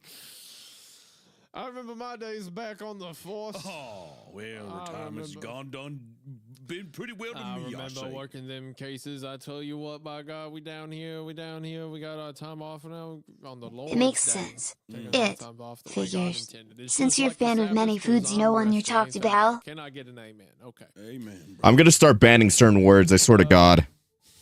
I welcomed So myself true, back dude. into the conversation. Okay, well, maybe there's a reason to be obsessed. I just talked to the state's forensic lab, and it looked like Michelle had written a code to a safe on the back of the receipt that she had in her pocket. I thought there's a safe somewhere on Patch Lane that could have answers for me. Tim took a long inhale of his cigar, held it, slowly released. You're gonna make me go back there, aren't you? Flashed him a smile and offered. Well, I could go alone. Tim agreed, and my dad laughed at him and remarked, Yeah, she does that shit to me too. Good luck with that. Ban the word cumbersome. Tim, It's such a I wanted to stupid ask word. you about the 911 hang-ups you used to respond to back when you were a rookie. Your What mom. else do you remember about the tenant? Tim thought for a moment and replied, Well, she was certainly a pretty young girl. She had two very young children. Neither could talk yet, so I bet they were under 2. She looked young herself, too. I would suspect she was maybe around 20 years old, if that. Just had that baby face, you know? Anywho, she was very curious about the house and the locked door in the basement. Most people hated the cop showed. Most people hated when the cop showed up, but she always seemed, I don't know, relieved. She would mention how big that house was and how she always felt like someone was watching her. God, good fucking Lord. Even the tenants after the even the tenants after her made similar comments. I always chalked it up to being the history of the Wentz farm, you know? Good God. I don't know why it would be. I always thought she moved somewhere else because right after she left, the new tenant came in. I guess I don't know exactly what happened to her. Do you remember her name? Oh God, I'm awful with names. I'll never forget a face, but I can't remember names. You know that. Could her name have been Michelle Klein? Honestly, I don't know. It could have, but I have no idea. It was 20 years ago. Dad, what do you know about the tenants of the house in the late 90s? I remember all the tenants were similar. What do you mean? All right, I need to clean my ears because they're starting to get weird. Look similar. Okay. Dad, this is important. Just tell me what you're trying to spit out. Well, all the tenants were young, attractive women. They were mostly blonde from out of town. The type of girls that your mother would I want a not pet like crow. and stop in to talk at the grocery store if you catch my drift. Whores. Wait, are you saying that you think that they're prostitutes? No, I'm just. I mean, they're young, pretty, kind of ditzy, you know? I wasn't sure what to make of this information, but I let Tim finish his cigar before he headed into the station. We were scheduled off for Tuesday, but given this new information, I requested and was granted to come in and work overtime to follow up. I remembered that Tim used to go to the beach and come back with old coins and whatnot that he would find using his metal detector. I asked him if he could bring his metal detector to Patch Lane with him this evening to help us find the safe. After we broke from roll call, we immediately headed to Patch Lane. The scene was done being processed, so we walked through the front door. We went up to the master bedroom and tried every floorboard, every inch of the wall, looking for where a safe could be hidden. We were unsuccessful. We mutually decided to try the basement before the rest of the house. Worked our way into the room where we found Michelle's body. There's some scenes you just won't forget. That was one. Her body was purple, swollen, and unrecognizable as human. The only way I even identified her as a young woman was based on the long blonde hair and the clothing she had on. Tim ran his metal detector along the cement wall and we heard beep, beep. He continued to move it along to the left. Beep, beep, beep, beep, beep, beep, beep, beep, beep. We looked at each other for a moment before he dropped his metal detector and we grabbed at the wall. I don't know what we were even grabbing at, but we kept feeling along the wall. As I pushed along the wall, the block moved. I grabbed my knife from my pocket and Tim grabbed his. Both shoved our knives along the cement brick, eased it out from the wall. There it was, the safe. It was an old-fashioned turn-dial lock, like the kind I used to have in my high school locker. Drawing on my memory, cleared the lock before trying the combination. Spun to the left, stopping at 34, spun it 2 times to the right, stopping at 16, spun it back to the left, stopped at 8, click. I went to open the door. Tim's eyes and mine locked on the safe. Then I heard another click. This wasn't like the unlocking of the safe. This was familiar. It was the cocking of a revolver. I turned around and was faced with the barrel of a gun. Well, well, well. You pigs just can't stay away from my house. He had blonde hair, although the gray was taking over, and piercing blue eyes. You're as bad as that bitch who couldn't keep her mouth shut. You know, I let her live here because she appeared cute and dumb. Her curiosity what got her. Okay, what is happening here? This is fucking stupid. Okay, hold on now. All right, let me get back in. I'm fading, bro. I'm fading. We're almost there. We're so close. You're as bad as that bitch who couldn't keep her mouth shut. You know, I let her live here because she appeared cute and dumb. Her curiosity is what got her killed. Just like what I'm gonna do to you two. The problem with facing a gun is that no matter how fast I could grab my gun, we would have been able to pull his trigger faster. However, there are other options. I slowly walked towards our killer, hands in the air, leveled with my shoulders, and asked, You're Joseph, aren't you? Yeah, and you're dead. As he finished his sentence, my nose was nearly touching the barrel of his gun. I grabbed the barrel, twisting it to his right, making a full 360-degree circle. I heard his pointer finger snap as it got tangled in the trigger and broke. I had his gun and pointed it right back at him. Get on the fucking ground! He slowly raised his hands in the air and got on his right knee, then his left. Tim ran behind Joseph and placed him in handcuffs. Once the scene was under control, we called for backup. As officers arrived on scene, so did the suits. 2 suits from earlier in the week came down. Tim and I recounted the evening's events. It was at this point that I realized I still didn't get to see what was inside the safe. Walked over and opened the door. Grabbed a handful of papers, pulled them out. They were photographs. Tim instantly said, That's her. That was the girl. Like I said, I never forget a face, just names. Suits looked at him and said, That's Michelle Klein. Your body and our witness. I took a deep inhale and released it with a long sigh.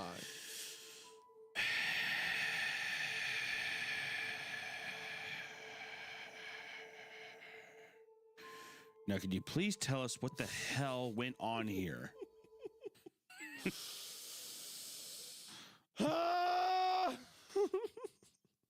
man. The suits looked at each other, and the older one nodded his head. All right. So your Mr. Joseph Mueller here was into some deep stuff.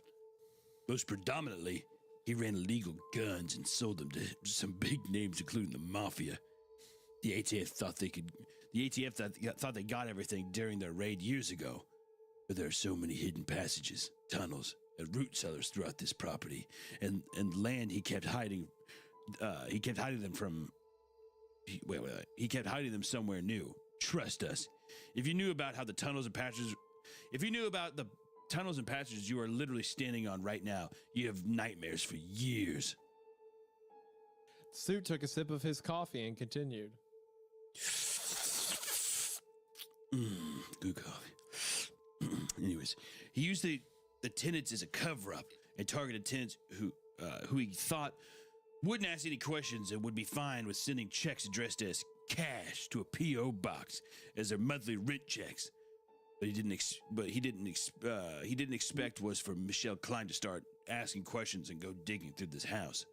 She stumbled across one of the root cellars where he stored guns and called the feds immediately. She didn't know she could trust the oh my god. She didn't know if she could trust the local police at this point, and went straight to the ATF. ATF contacted us and said they knew Mueller and knew that if he found out that she knew, then she would be dead. If she knew that he knew, then she knew that he knew that he'd be dead. Dax, would you need a royal honey pack? I have no idea what that is. Part of her protection meant that we needed to fake her death so that Mueller wouldn't be suspicious and go looking for her. She refused initially, but when he explained to her that It's gas station honey. Risk too, Nope. agreed. He looked towards the safe and continued. Looks like she used the safe here to store old family photographs and their birth certificates to prove their existence. We told her she had to leave all this behind and couldn't take any evidence with her of her previous life or her children. This all happened on October 20th, 1998. It looks like she wrote down the safe code on the first piece of paper she could find and kept it after all these years. Received notification about 2 weeks ago that her son was diagnosed with cancer. Goddamn cancer. Kid was only 22 years old and a brain tumor. She kept on telling us she wanted to go see him, and we explained to her why it just wasn't possible. And we even told her we probably wouldn't recognize her. We probably wouldn't recognize her. It looked like she did her best to try to look as close as. Wait, oh my god, I can't fucking read. It looks like she did her best to try to look as close as she looked 20 years ago, including her clothing, so that he would recognize her. She probably wanted to go grab these photographs to show him proof that she was the mother and jog his memory. When she was here, Joseph must have seen her from one of his tree stands and wanted to silence her.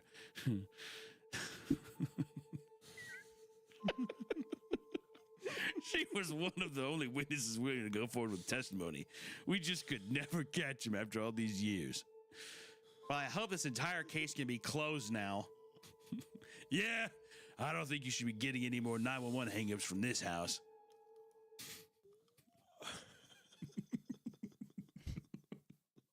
This is stupid. This story kind of fell off. I have no idea what the fuck is going on. Okay, so there was I zoned out as you were explaining that, but there was this woman, Michelle Klein. Yeah, there was a ditzy hot chick. She was an apparently informant for this guy that was running guns. The mafia guy. Sure, yeah. And she was like, hey, there's a guy's running guns. So then she gets put to store photographs. Yeah, she gets in the witness protection program, puts the safe in the photographs thing, blah, blah, blah, has to abandon her kids. So her son gets cancer and she doesn't talk to her son. So she was going to go back to the house after all these years and grab pictures to be like, see, this is me. I'm your mom. But the Joseph Mueller mafia guy is in a tree stand. And so she goes back to the house to get pictures of her life before witness protection. Mm-hmm. To tell a 22-year-old that she is his mother. And she wanted to see him. So she went and bought clothes from 20 years ago. Yeah. And then she goes to the house to get the photographs out of the wall. But the guy who 20 years ago had the house the ATF was searching is just living in the woods of the property now, and he's in like a tree stand with a rifle, and he sees her and then kills her, and then for some reason after he kills her starts calling the police. I don't think you should be getting any more 911 hang-ups from that house. Yeah, so he was like just to be evil, I guess, mess with the police. And then when the police show up to his, why did he got away from the police? Why does he care about this house that has nothing except pictures of a woman he killed in it? Yeah, I don't think you should be getting any more 911 hang-ups from this house. And then when the police show up to go through the safe, he's like, "I'm gonna kill you," and then she like quick judo chop disarms him, and he doesn't. This is stupid. This is actually dumb. What the fuck? The story fell I don't off. think you should be getting any more 911 hang-ups from that house. I processed what they had just said and asked. Yeah, wait. Who was the one making those phone calls then? Oh my We can't god. disclose that information, but you can think of them as a good Samaritan who had eyes everywhere and wanted to see justice done. This is dumb. What is this? Hold on. Someone saw that the guy who had the mouse murdered a woman and then put her in the secret room that led to another secret room Crazy. in the house. So their solution was to just call the police and say something was happening at this disclosed house over and over until we headed back to the station where I started the never-ending paperwork process. Now that we were more secluded, I grabbed one of the suits and decided to tell him about my experience at the medical examiner's office. Began to think he was involved and it was something they needed to know. He stopped me and said, This is actually something that Emmy wanted to talk to you himself about. Hold on. A suit came back with the Emmy and he extended his hand to shake mine. I was confused by the gesture, but shook his hand. Officer Barkley, I just wanted to say what a fantastic job you did on this case. I also wanted to apologize in person for how I acted and how I handled this case. I received an ominous threat that if I performed an autopsy or did anything at all with the body, my family was going to be killed. What? They even knew my daughter's school and her schedule. I am so sorry. I was afraid to go to the authorities out of fear for my family. I'm so glad to see that you stuck your guns and saw this case through. This is not a horror story. This is just... What the fuck is this story, bro?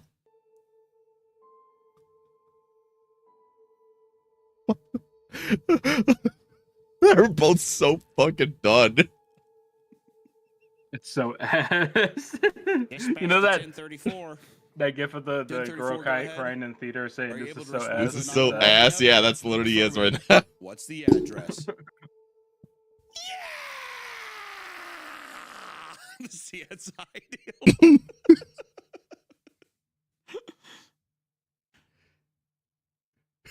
When Nicker is silent. What do you do with a drunken sailor? What do you do with a drunken sailor? What the fuck? Well, Isaiah, what'd you think? That's the end of it. That sucked. Except now it's an anthology of all the other kooky cases that's going on. Okay. We got blue balled. I have never felt so blue balled in my life.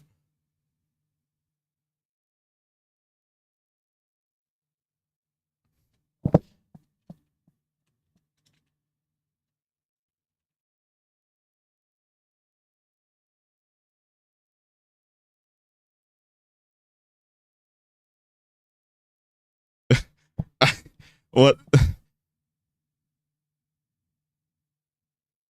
Why does this keep happening? Oh my god. So I meant the thing I said about the story earlier, that it's like a Sherlock Holmes format still fits, right? It's like, yeah, hold on. You have like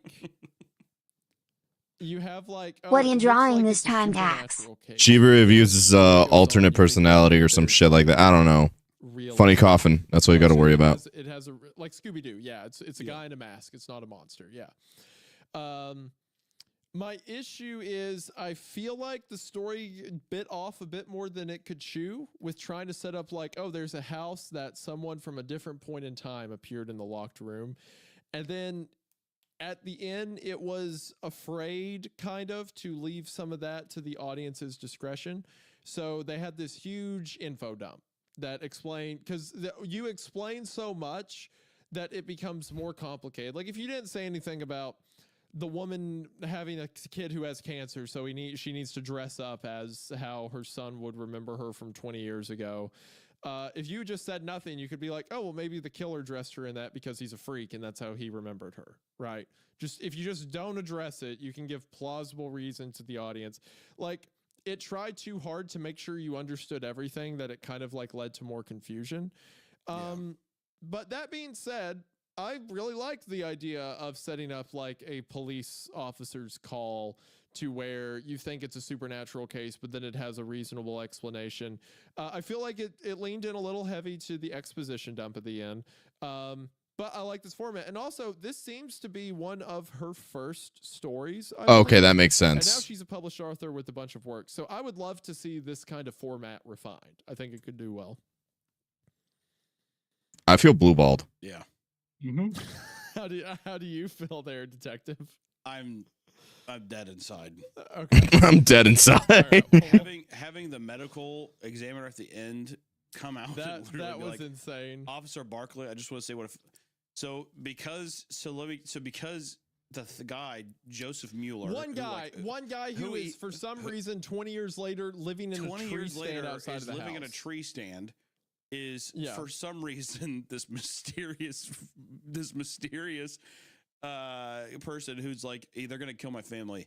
He had to then call Barkley sweet tits and sugar or whatever the fuck he was saying. He's like, sorry, Well, we I added that had part, to be a but yeah. completely different person. Yeah, he had to be evil. And then afterwards, there's the whole like the hero gets their way in the end because the medical examiner's like, I apologize for my behavior because this random person threatened to kill me. And instead of doing what any medical examiner would do and telling the police I work with, I just went along with it. That's so dumb. You have no idea. That endangered so many fucking people. I'm so done. This story's so fucking stupid. My God. Bro, why? I feel blueballed. I actually feel blueballed. Why? That's fucking sucked. That story sucked. I'm sorry. It just really fucking did. You know what? We're reading a different one. Fuck that. Or listening to a different one. Fuck that. That is so fucking stupid. I wasted an entire hour listening to that with you guys, and I just ended up with like, oh, cool. The whole idea of it, like, oh, maybe it's like this girl's stuck in time or some shit. Nope, it's just stupid bullshit. Welcome back to Gridcast. Today we are going Lovecraftian, my friends, and I am foaming at the mouth for Dagon's Mirror. I've tried to get him to read this story for a while now, and he's been like, oh, because I thought it sounds cool. But then he has that intro, so he did think it sounded cool this entire time. He just didn't want to show me enthusiasm for the thing I was interested in. That's fine. That's fine. We're reading it anyway, so it's whatever. But yes, today we are reading Dagon's Mirror. I do sound like a baby, and I will always sound like a baby, and I won't apologize for it.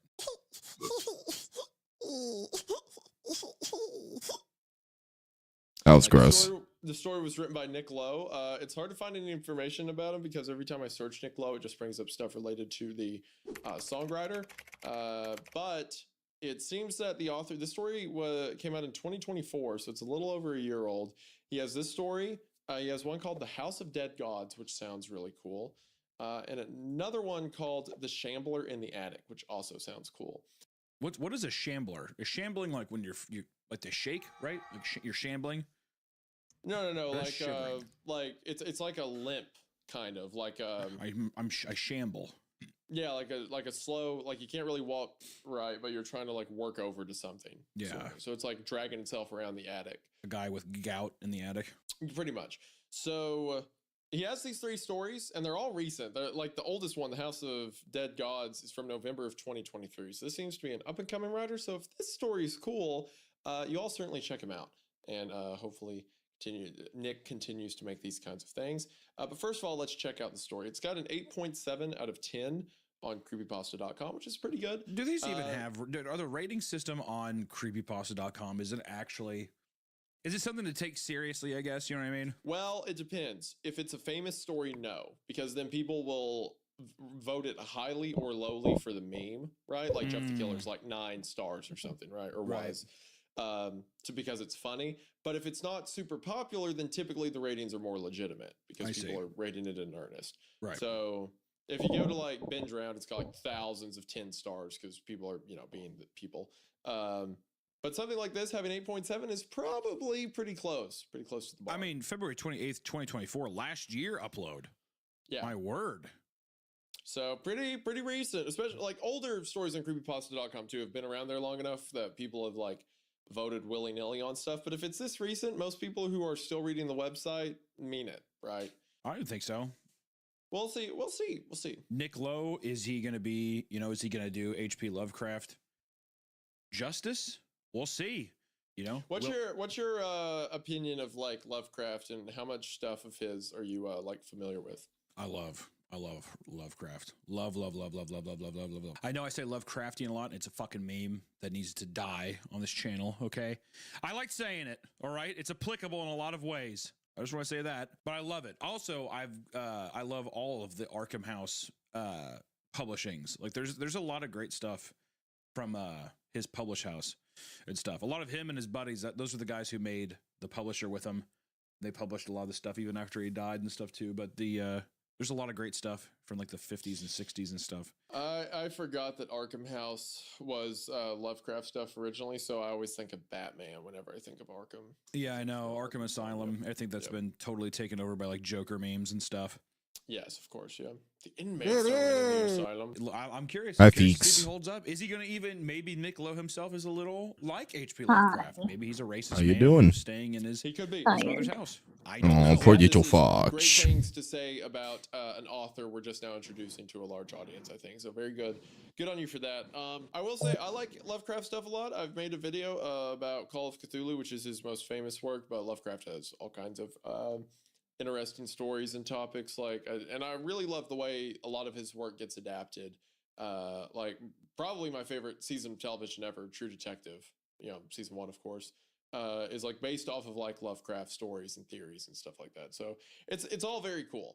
Yeah, if you're not familiar, it's all very it's the fear of the unknown. It's like ancient civilizations and people going mad, and it's like incomprehensible things that the human mind can't understand. Very influenced by his time in Providence and stuff, which is usually why a lot of the stuff is from the ocean, very inspired by the ocean. And also he was literally afraid of immigrants. That's like an actual thing. Oh, he was deeply xenophobic. Also, be sure to check us out on audio platforms such as Spotify, Apple Podcasts. Be sure to leave us a nice review there. It really does help. And goddamn, I am ready to get in with Dagon. If there's not fish people in this, I'm going to be furious. Better be fish people. That's all I got to say. I hope there's fish people. I hope there is as well, buddy. We'll see. Or this could also be based off, now that I think about it, the old, Old Testament god Dagon, but whatever. We'll see. Dagon's mirror, are you ready to begin? Oh, I'm ready. Yeah. How are you feeling, Always been Feeks? the black sheep of our family. Tired, I just said. Born to my father's Oh. side and a constant Would you like me to tuck you into bed? our ancestral roots. No. Fucking Sebastian Frederick Marsh was my mother's elder brother. Batista bomb you to bed? A deviant. If the rumors Fucking surrounding drop kick you to bed? a man acquainted with the most hellish. Fucking His appearance was enough. ground pound you to bed? Actually, no, that sounds really wrong. Never mind. Wait, hold on, wait a minute. No. Thick-lipped and possessing the largest bulging eyes found in the sockets of any earth. I got it. I will suplex you to bed. That's a fucking awesome description, actually. No. I love thick-lipped and possessing the largest, glassiest, bulging eyes. He's just like perpetually about to cry, basically. Just like wet sockets. No.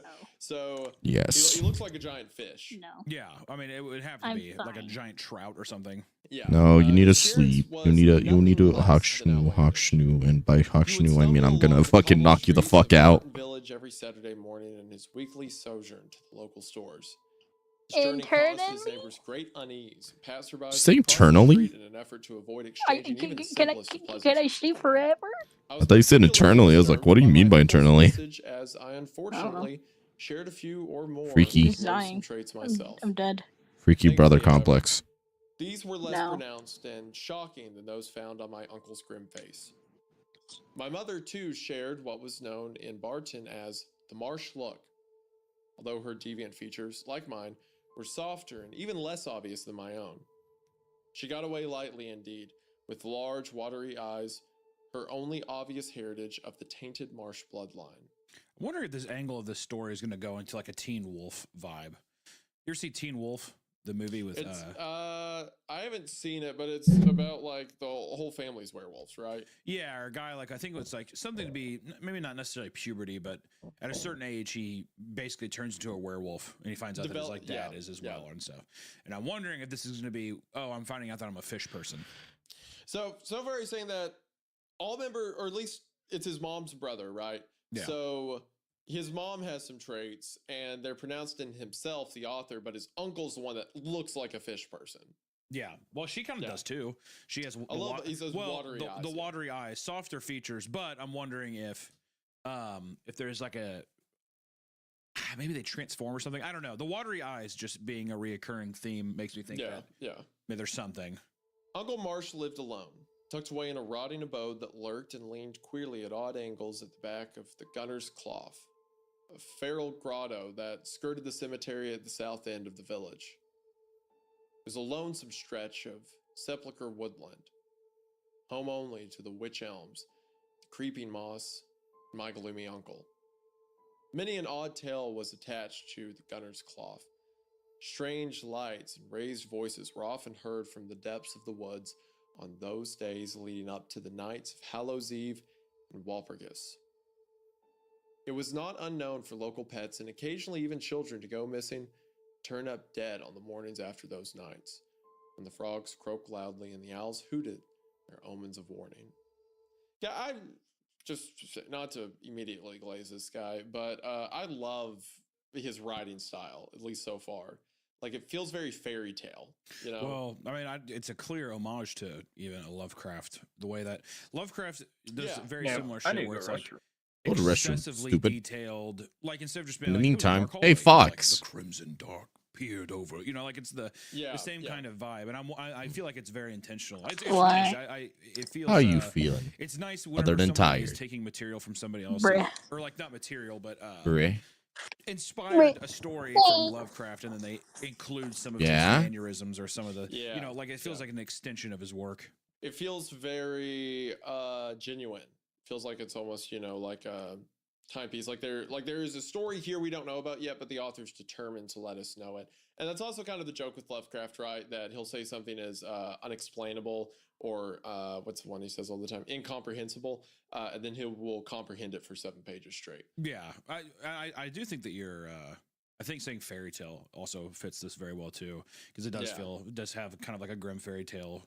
Yeah, especially like at the cemetery, at the gloomy witch elms on the edge of town. Yeah, it's very like setting up a little folk tale of like, oh, people are known to go missing, whatever.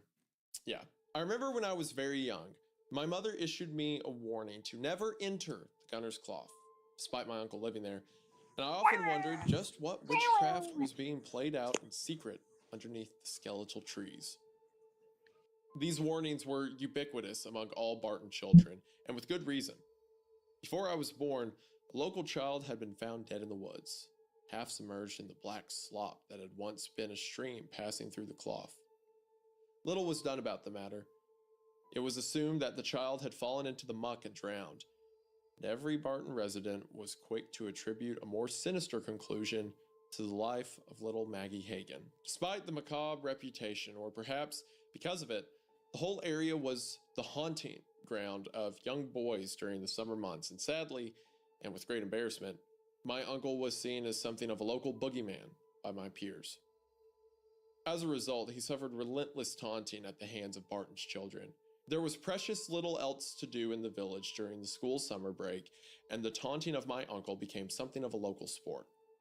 Boys would prove their mettle by hurling rocks at the windows of the Gunner's Clough cottage where my uncle resided, or knocking on his door only to flee as the frog-faced resident cautiously answered their call before sinking back into the dark of his home.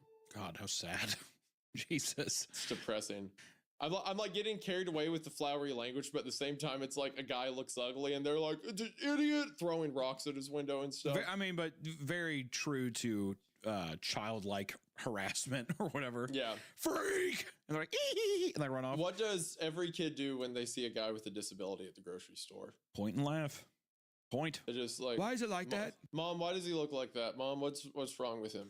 Mom, why doesn't he have two? What happened to his other arm? Where'd it Has go? it said also, I was going to ask, has it said, what year is this? I don't know why, but I keep picturing like 50s. It hasn't said a thing about it yet, I don't think. No, right? it hasn't. But I get just like the way of like being like a guy living down in the, like, I don't know, like by the marsh or the bog or whatever. I don't know why, but my mind is putting me in like a 50s era kind of thing. I don't know why. Yeah, well, he said village, so village makes it sound older than that. Yeah, European, therefore older. Yeah, but he also said high school. So, right? Ow. Did he say high school? Did he say high school boys? I'm pretty sure, but that's also what made me think of like high school guys that had like he just varsity said young jackets. boys. Oh, okay. He just said young boys, yeah. But he says, okay, that's what he says. He says summer break. So it has to be a time period where schools have a summer break and also a village. So it feels almost anachronistic, right? It's almost like you get modern details mixed in with like old Grimm's fairy tale stuff. You know who does that kind of well too? Not to sidetrack it, the movie It Follows feels very ambiguous in its time. You know what I mean? That movie feels like it could be in the 70s, 80s, 90s, or you know what I mean? It's like it's so ambiguous. And I think that's what makes it so evergreen too. Another movie that does a great job of that is The Substance. Oh yeah, dude, definitely. That's because everything's 70s, everything's 60s, like all the cars, the furniture, the store. But then they pull out an iPhone. You know? Yeah, it's all super Stanley Kubrick, Shining kind of like homages and stuff. So everything feels like it has that 70s color palette and stuff. A lot of the oranges and browns and stuff. You know, that's another thing too. I think I like with sci-fi is whenever it feels ambiguous, like it almost feels like older technology that's presented as new. Yeah. Anything that feels like analog, I think it's just it's going to stand the test of time more. You know, I really hate when shit's like super sleek and clean. It's like give me the fucking bulky, wiry shit. You know, it's like what the best example of that, the original Alien. Oh yeah, like the cockpit in there of just all the dials and buttons and like the Give me dials and buttons, dude. Give me those buttons. I want to slam my hand into them in here. I wouldn't mind pressing a couple buttons. I love pressing buttons. Light up the button. Let me press it. I love to touch stuff all the time, whatever it is. Oh, absolutely. I love touching things. Being the nephew of Mad Marsh meant that by proxy, I too suffered from the attentions of my uncle's tormentors, and I tried desperately to make myself invisible in and out of school. I succeeded in this endeavor to such a level that I had successfully alienated myself from everyone outside of my family in just a few short years. One year, on Halloween, the onslaught of abuse directed towards my uncle reached such feverish heights that it culminated in a planned mass egging of his home. Only one boy in town possessed enough bravado to see this task to conclusion, however. Jamie Birtle. Man, this does feel like such a fairy tale we're reading about. That's great. It was Jamie alone who entered the gunner's cloth on that dreadful night, chest puffed out and a box of rotten eggs held confidently in his hands. The boy finally returned, many hours later, to the circle of children crowning the edge of that necromantic woodland. Waiting in anticipation for their champion, he was forever and irreversibly changed, transmuted, transformed, and left naught but a shell of what was once a lively child. He staggered out of the woodlands a dumb and silent specter. Poor Jamie Birtle, the terror of all Fox. younger than himself, said What? nothing about what he You had eating seen there, huh? that night. Nor would he What you ever munching, speak hon? a single syllable again his whole Flesh. miserable life. Fuck. Crazy. Eventually, the glassy-eyed mute was taken away from his parents and moved to Byron House, home for the mentally disadvantaged. There he stayed for many years, banging his head against the wall of his cell. Can you chew a little less loud? Fate gave him Juicy the sweat. opportunity No. to escape his confines. And We don't want to hear about how much you love sucking on meat over there. he first lurched out of the shadows of the wych elm trees. I love all that, dude. That's so fun. This is a ton of fun. I'm bought in already. So he goes out there and he comes back. Just the only description he gives us is he's glassy-eyed and mute, right? Yeah, he goes out to the woods. We don't know what happens. Probably stumbles across something, sees something, whatever, unexplainable. If it's Lovecraftian, then it's probably, I mean, it could be anything, a statue, like an obelisk, anything that is just like, that has such unknown, horrible powers, you know, that it drove him mad or like it destroyed his brain or his psyche or something. Mm-hmm. Yeah. My uncle was questioned about the incident, of course, but denied ever seeing the boy, let alone speaking to him or causing him harm. This event left me even more isolated from the other children. Gotta run. Well, it was fun, but I'm gonna probably have to do for now. Have a good stream decks. Yeah. After this, I'm probably gonna call it a day with the stream, I very rarely so I can saw take a nap. Uncle Marsh in person. Occasionally, he would show And then up later at on a tonight, family I will be get-together doing the function to Patreon exclusive. make a token effort to remind us that he still existed in this world, only to disappear just as abruptly as he had arrived. My father, in particular, despised the man. He hated the appearance of his brother-in-law, and he hated that his wife and son were kin to the man. Most of all, he hated the way Marsh collected queer objects in strange, moldy tomes. Marsh was something of a scholar, at least A triangle? certain sort, and In our loved square to devour factory? information How queer. from his astounding collection of books. His library consisted Triangle of a massive, sprawling in the grimoires square and factor. papers scattered around his living room in no discernible order. Chaotic, crumbling mess of ancient and esoteric knowledge. Many of those decaying, musty volumes were written in languages unspoken in the isolated villages and hamlets of northwest England. Archaic German, French, Latin, Greek, scripts so wholly alien in structure that they must have been impossibly extraterrestrial in origin. Other, far stranger items dotted the cramped rooms of the cottage that Marsh called home. Warped, bent skulls, exotic stuffed birds, crystals shaped in geometric arrangements that were maddeningly complex. This was the legacy of my Uncle Marsh, a repulsive, isolated, semi-antiquarian, semi-human recluse, obsessed with the forbidden and in love with the wicked and strange. It's like the guy lives in an oddity shop, and he himself is also like a functioning oddity. Exactly, like a functioning piece in this museum. At the edge of a cemetery in a swamp on the corner of town, yeah. Yeah, I mean, just like a Resident Evil house. It really is. Well, you know what kind of made me think of was the Resident Evil Village house a bit. Like out in the swampland, you know, and stuff. Or you're talking about Resident Evil Biohazard. Biohazard, my apology. Yeah, Biohazard of just a weird family being out in the middle of this swamp, except it's one guy, and then just to think of like, you know, going out there, the smell of like moldy paper. Like I would imagine the whole house is damp constantly. Yeah. Just weird shit like that. Yeah, it's like it's constantly humid there. It's like a swamp bubbles up. Everything stinks. Yeah. And I don't know how familiar you are with Goosebumps, but dude, my mind, all I can think about is Werewolf of Fever Swamp. Oh yeah, I remember that one. Yeah, I just think of like the weird hermit dude living out in the woods. I love that episode too, because the dad's just like, "We're deer scientists," and he's like, "Okay," and he's like, "The old man, the old crazy son of a bitch who lives in the swamp, just leave him alone." He's like, "Well, he grabbed me and put me in a net today." He's eccentric. He's an old what man. they do. Look, they're old. Do you want them to Exactly. not put people in swamps swamp nets? That's Well, what they're son, for. you're in his swamp. You might get netted a couple times. It happens. Look, he bought the net. Do you want him to not use it? Okay, so I guess he's just not supposed to use it. Okay. If you want him to not use it, you should have talked to him before he bought the net. Yeah, then I think that you should have sent out some kind of memo, or you buy the net from him. If you're gonna be that inconsiderate. Look, if you're willing to make a deal, that's fine. But to just ask him not to do it, He I feel keeps is a little kidnapping unfair. me.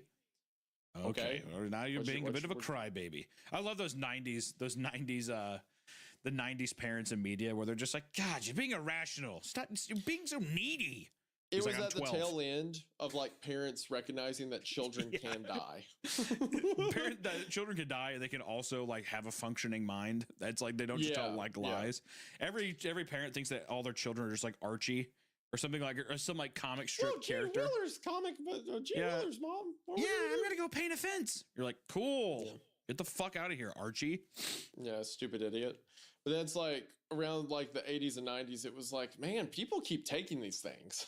Like we should maybe do something about that. Yeah, no shit. Well, maybe the hermit living in this. Which in this case, the hermit ends up being a pretty cool dude, but still creepy, weird. Yeah, in real life, you should probably call CPS. No, I would not be messing with the hermit living in the swamp. Absolutely not. No, yeah, sir. I'm with the kids. I'm throwing eggs at his house. Yeah, for sure. Yeah, I'm just gonna piss him off to where he comes and fucking slits my throat in my sleep. I would love an excuse to use my stand your ground doctrine to eliminate this freak from the earth.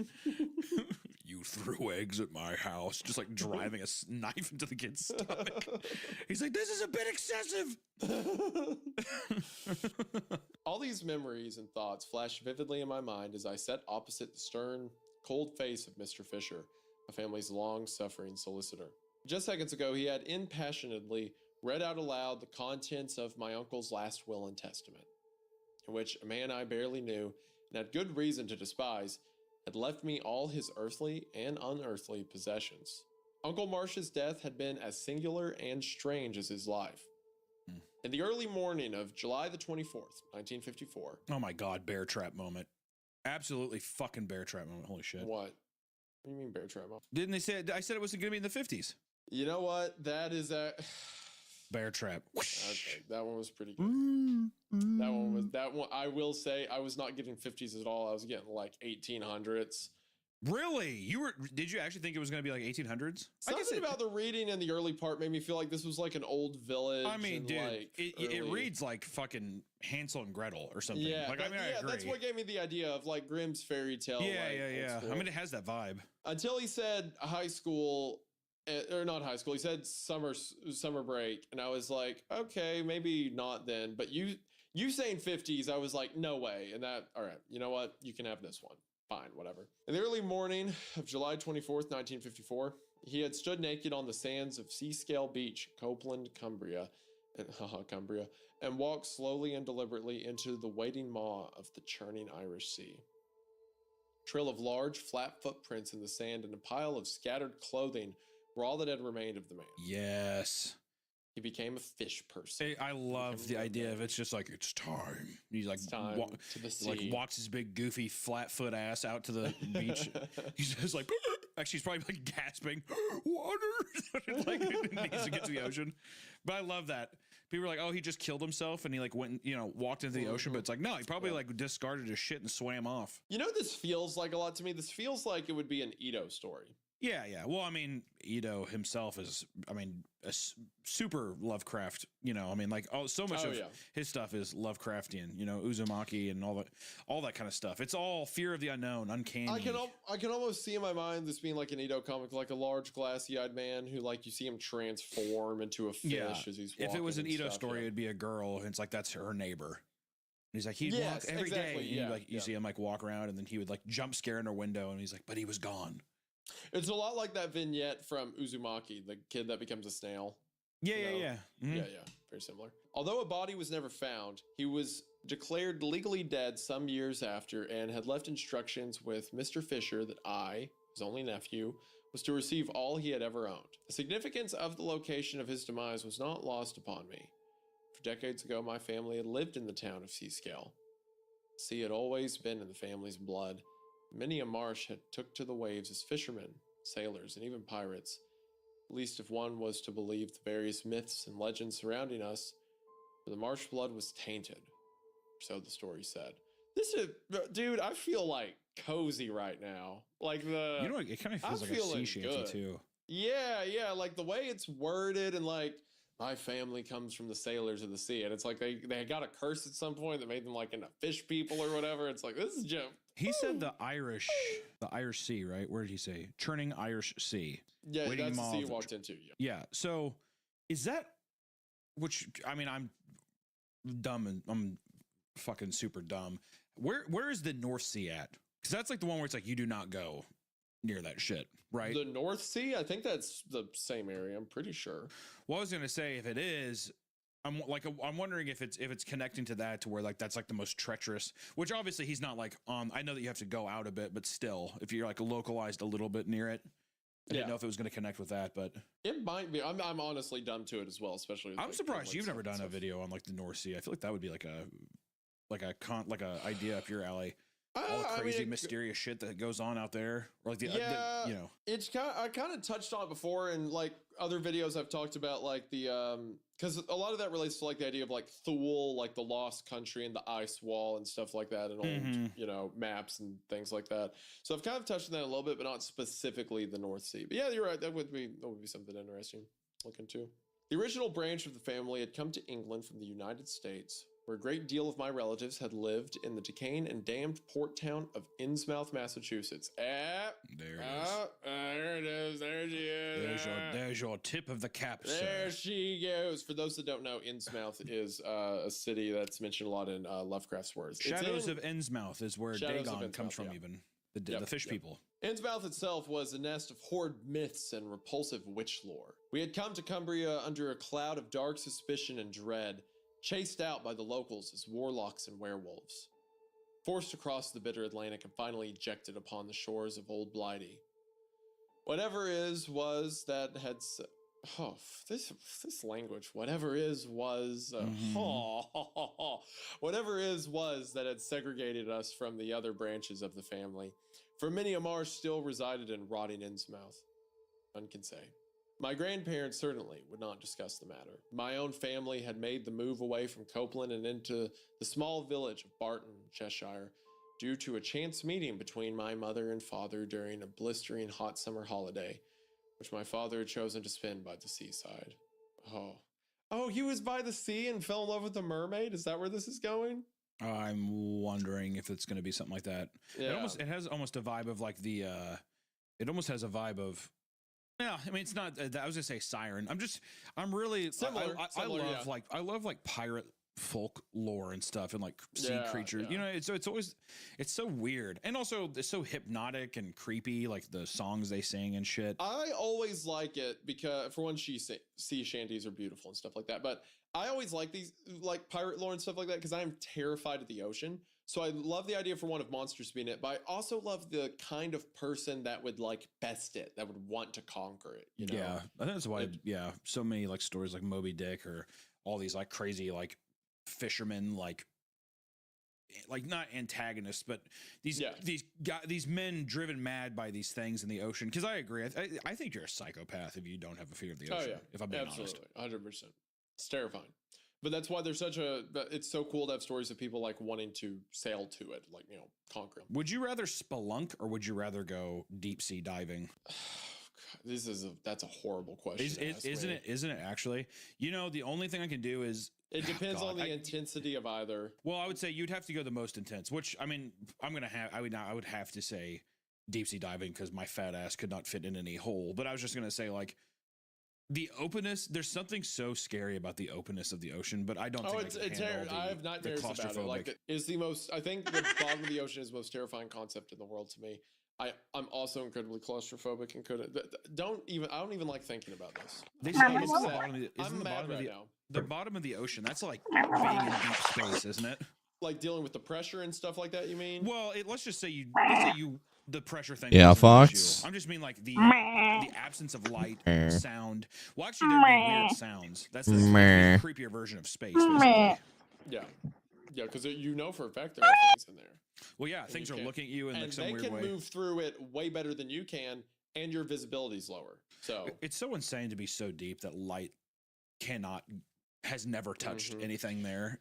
That's fucking you pass insane. An area called the Midnight Zone where there's 0 light particles. Like they just quit. You would probably just go insane. Like I just don't think that the human brain can comprehend that. Then you hear like a far distant like. Yeah, exactly. Or like just you like feel something breeze past you.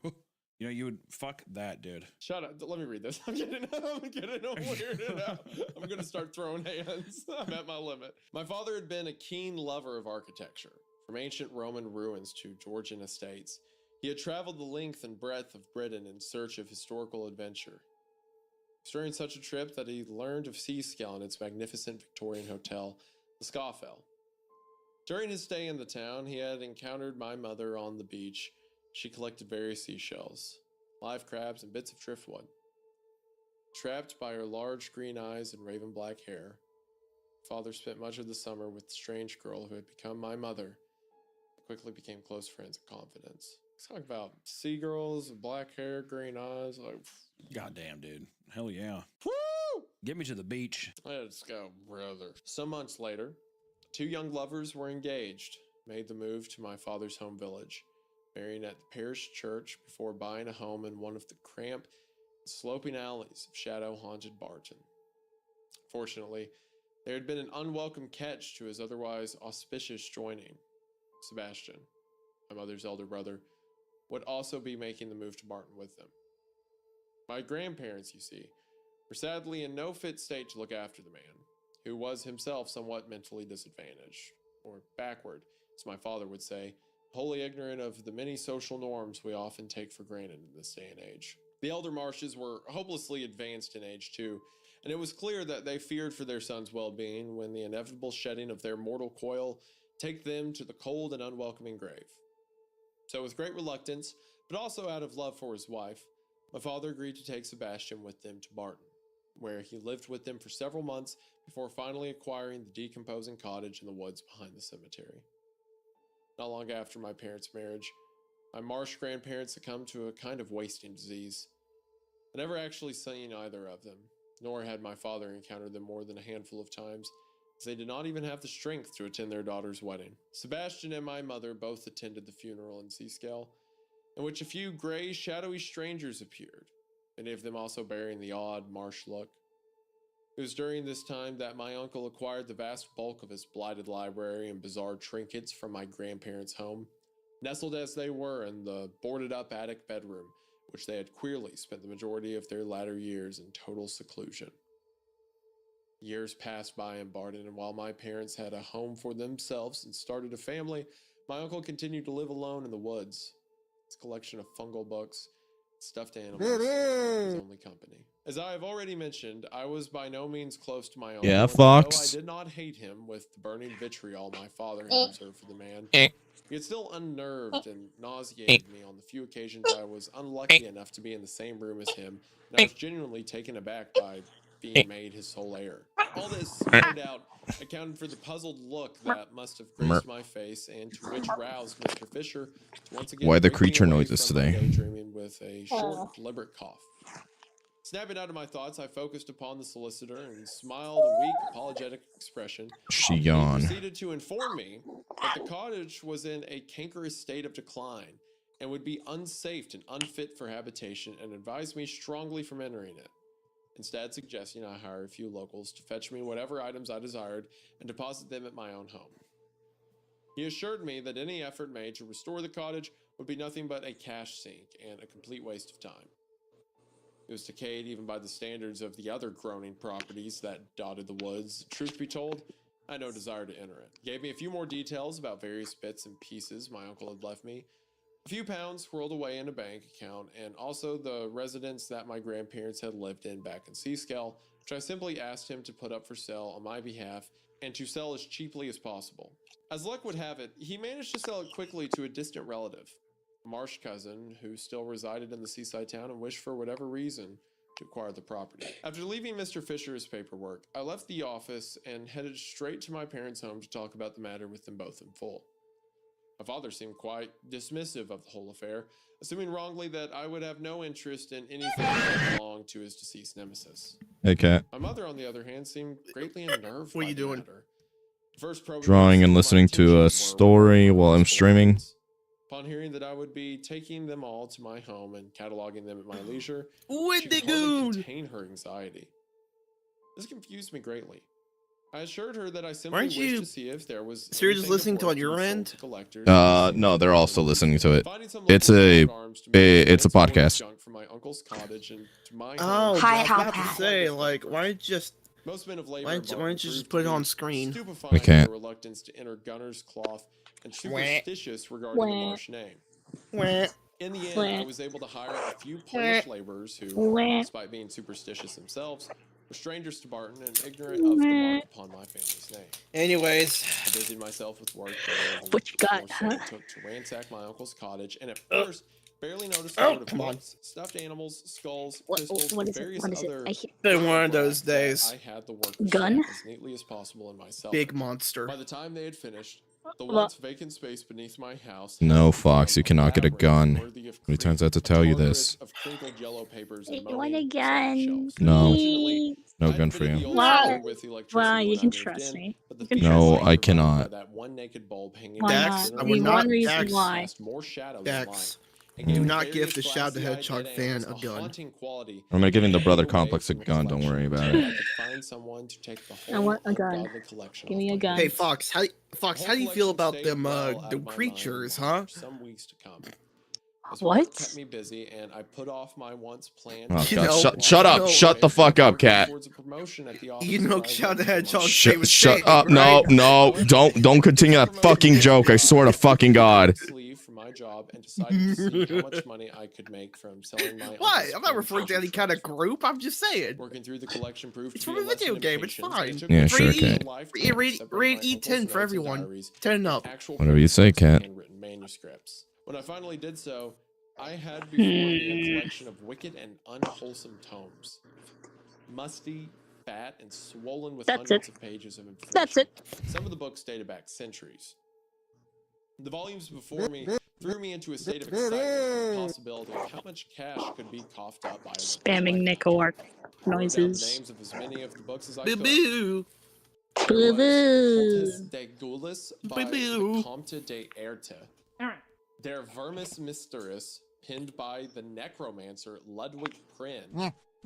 And Unus Preklichen Colton by Frederick von Jontz. There was also an English translation of the book called Shut up. Things of the Law. Its original Shut title, up. Haha, Neat. look at the katha, Born you. the thing. Tip of the hat, my lord. Tip of the your gold, sir. You're blue now. Presented on the inner pages in a sprawling, spidery penmanship that I suspected to be of my uncle's creation. The latter was filled with pages of notes written by my uncle. Various rites and rituals underlined in pencil appeared sporadically throughout the interior. I tried my best to skim the book, being one of the few written in English. But its contents were Did so you have to do that laid out into your and mic? organized that I simply could I not can't digest control any it! significant Yes, you can. from within.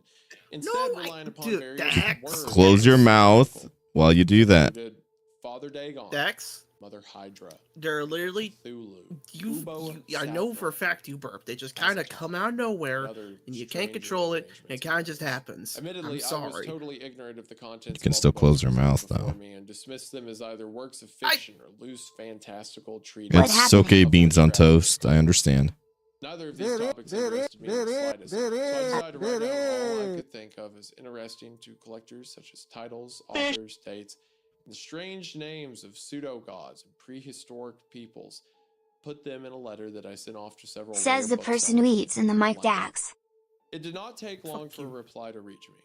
Your mom. One Dr. Artemis Harlan Glass, a collector and bibliophile, had been put in touch with me via one of his contacts and wrote me a fevered response. His excitement barely contained within his beautifully worded letter. He offered to buy the entire collection from me for a king's ransom. It was a six-figure sum, so high that I had to sit down immediately upon reading it in order to finish his letter in full. I had to reread it several times to let its contents fully sink in. Dr. Glass had also made it clear that he wanted any and all personal notes made by the book's previous owners in full, which I understood given the gibberish contents contained within the tomes. However, I decided that I would not hand over my uncle's diaries for whatever absurd sentimental reason I may have attached to them. In my reply to the doctor, I simply stated that the collection had come as is and that no notes had been found among them. I did, however, smooth this over by stating that several of the books had pages underlined with a few scribbles here and there, denoting other manuals and page numbers where other notes and information could be found. It wasn't quite the spiderweb of information the doctor had sought, but it appeared to please him nonetheless, and he organized to come and collect the books in person at a prearranged date just a few days after his reply to my offer. I informed my parents over some afternoon tea of what the doctor had offered me for the books, and to much humor, my father nearly spat out a mouthful of Earl Grey upon hearing that his son was to become so fabulously wealthy. He seemed overjoyed at the news, not for any dreams of personal gain. He had always been the non-materialistic type, but at the life such money could provide for me. I knew that he was also secretly happy that being related to Sebastian March had actually paid off in the end, and the money was at once a source of sweet revenge for him and an ointment. Would you rather to cosplay smooth in over the Sam or wounds left Raiden's by their outfit various from Digital clashes. Gear Rising My mother's reaction was Revengeance? somewhat similar to my father's, Damn. but I could not help but think that it was all a put on, an act, and that she truly did not want to see my uncle's library in the hands of a stranger. If she had but voiced her concerns, I may have changed my mind, or at least sold perhaps only half of the collection left to me. I informed her that I intended to keep my uncle's diaries and personal notes, but she simply shrugged whilst nursing a lukewarm cup of tea. My father made a comment about how they would best be used to kindle a fire, and we quickly moved on to the topic of what I would be doing with the money that was soon coming my way. I'll admit that when the day came for the doctor to collect the books, a cloud of regret had fallen over me. Despite the ludicrous amount of money that he was offering, I felt somewhat reluctant to part with my uncle's collection. These feelings of doubt, however, were quickly dispelled as a series of brisk rapping penetrated the quiet of my usual afternoon routine, and I opened my front door to welcome my visitor. Dr. Glass had an appearance wholly shocking and disturbing to me, despite my familiarity with the grotesque and misshapen. He was both painfully thin and shockingly tall. Despite being bent over at the shoulder, he still towered over me by a clear foot. He had the complexion of a fresh corpse, blood drained and transparent, while his head was crowned by a thick head of bushy hair, raven black despite his obvious advanced age. Clothes, too, were as distinct as the man himself, for clearly dressed in the manner of the gentleman many decades removed from the current age we occupied. These fine clothes were, however, somewhat lost on the man, as his willow-like frame caused them to hang off him like folds of dark, dead skin.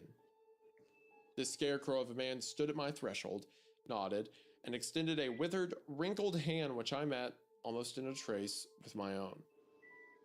Are you doing laundry right now? Repulsed by the doctor's winter skin and long nails as our I can hear the little chimes, Fox. You don't have to lie to me. of my discomfort has been made apparent to the man as cool smirk Bullshit. Don't fucking lie to me. stepped aside to let him in. No, I watched as the vampiric form of the doctor entered my home. Another wave of anxiety washed over you heard nothing. The man who Fucking little liar. my house was so far removed from what I imagined a cultivated millionaire scholar to look like that I half fancied a cruel hoax being played upon me. I'd already prepared the collection, and they stood on the table in my living room, wrapped in brown paper and string. Upon seeing the pile, the doctor turned to me with his pale gray eyes and spoke to me in a voice so frail and hollow that I had to strain to hear the shriveled syllables that emanated faintly from his thin lips. Would you mind, sir, if I took the liberty of confirming the contents of those packages? I nodded automatically, as if hypnotized by the man's voice, and watched in fright as he glided over to the table and used his long, gnarled talons to cleanly remove the brown paper, barring him from the prize that lay underneath. I watched the grim spectacle of the doctor using his sharp nails like some kind of organic letter opener and then greedily scooping up the books in his hands, flicking through their contents with the hungry gaze of a wild predator. Happy with his lot, he turned to me and without even looking me in the eye, sharply withdrew a folded check from his waistcoat pocket and handed it to me. I unfolded it and was once again taken aback by the amount written upon it, along with my name, quickly placed it in the top drawer of my study desk with an obvious, avaricious celerity. Our business seemingly concluded, I regained my senses and offered the doctor some refreshment, which he took thankfully as he singled out a seat in my lounge and with great effort lowered his mummified body down onto. As I poured us both a cup of tea, he continued to plumb through his new acquisitions with a look of pure joy. It was a look that seemed out of place, and it was disturbing to see it grow upon his cold, rigid face. We talked at length for several hours, during which time he made several inquiries as to where I had acquired my collection, and I felt that he was trying his best to gauge just how much I knew about it. Being one of the world's worst liars, I couldn't bring myself to deceive the man who had given me such a huge fortune for some old books and decided instead to tell him exactly where I had acquired the collection. I told him all about my uncle, the Marsh family, and our Innsmouth origins, along with the legend surrounding the gunner's cloth and the horrible fates that had befallen several of Barton's children. The latter of which he did not seem entirely ignorant of, and he listened with interest as I reeled off the collection of even stranger relics that still sat waiting in my cellar to be cataloged. Upon hearing this, the doctor set aside his tea and asked politely if he could be permitted to look over these objects. As being knowledgeable of such things, he could quite possibly put me in contact with several antiquarians of his acquaintance who might be interested in purchasing them from me. I saw little reason to deny the man who had so generously secured my future and helped to lead him gently down into my cellar by one of his spindly arms. Upon reaching the bottom of the creaking stairs that adjoined the cellar to my house, I stood back as he picked through the objects like a carrion crow looking for the juiciest parts of a rotten corpse. He ignored most of the artifacts before him, picking up several crystals and tossing them back dismissively before making his way to the back of the cellar where, covered in a dusty sheet, there stood a tall object that I had yet to bother with, which he revealed at once dramatically with a swift, sharp tug. As the dirty, grayed sheet fell ignobly to the ground, The spectacle before us caused us both to pause, slack-jawed, for its horrid resplendence. For resting gently against the wall, there stood an object so magnificent and terrifying that neither of us could barely speak a word for several minutes, frozen as we were in complete awe. It was a mirror that stood some 7 feet tall, 3 feet wide. A perfect rectangle that was framed by the most amazing display of carved golden creatures, the like of which I had never seen. The frame was a collection of fish, crustaceans, octopods, and amphibians, all carved beautifully out of a spectral white gold. At either end of the mirror, there stood a large carving of what at first appeared to be a mermaid and a merman. On closer inspection, the faces of these characters were not fully human, being instead a horrible amalgamation of fish, frog, octopus, and man. They danced and frolicked along the mirror's edge in such a vivid manner that they appeared to sway, as if caught in an invisible breeze, causing my head to spin slightly if I looked upon them for too long. The mirror itself was equally bizarre. A green-blue tint was washed over the glass, and even in the dim light of the cellar, it was obvious that it did not fully reflect the room back at us. Instead, it distorted our reflections in a wavy, sloshing manner that made it appear like we were instead looking upon our faces from a murky pond or pool. The doctor stood forward and ran his hands over the gold frame, and then shockingly, he gripped the tail of one of the carved mermen and with great ease simply bent it and pulled it off. The metal fin he then worked over in his hands, rubbing it between his fingers, where it molded and distorted like clay, and not as any earthly metal should have. The plastic metal he then rolled into a ball and placed in one of his pockets. He then bent down with a grimace gesture and picked up the sheet to cover the mirror once more.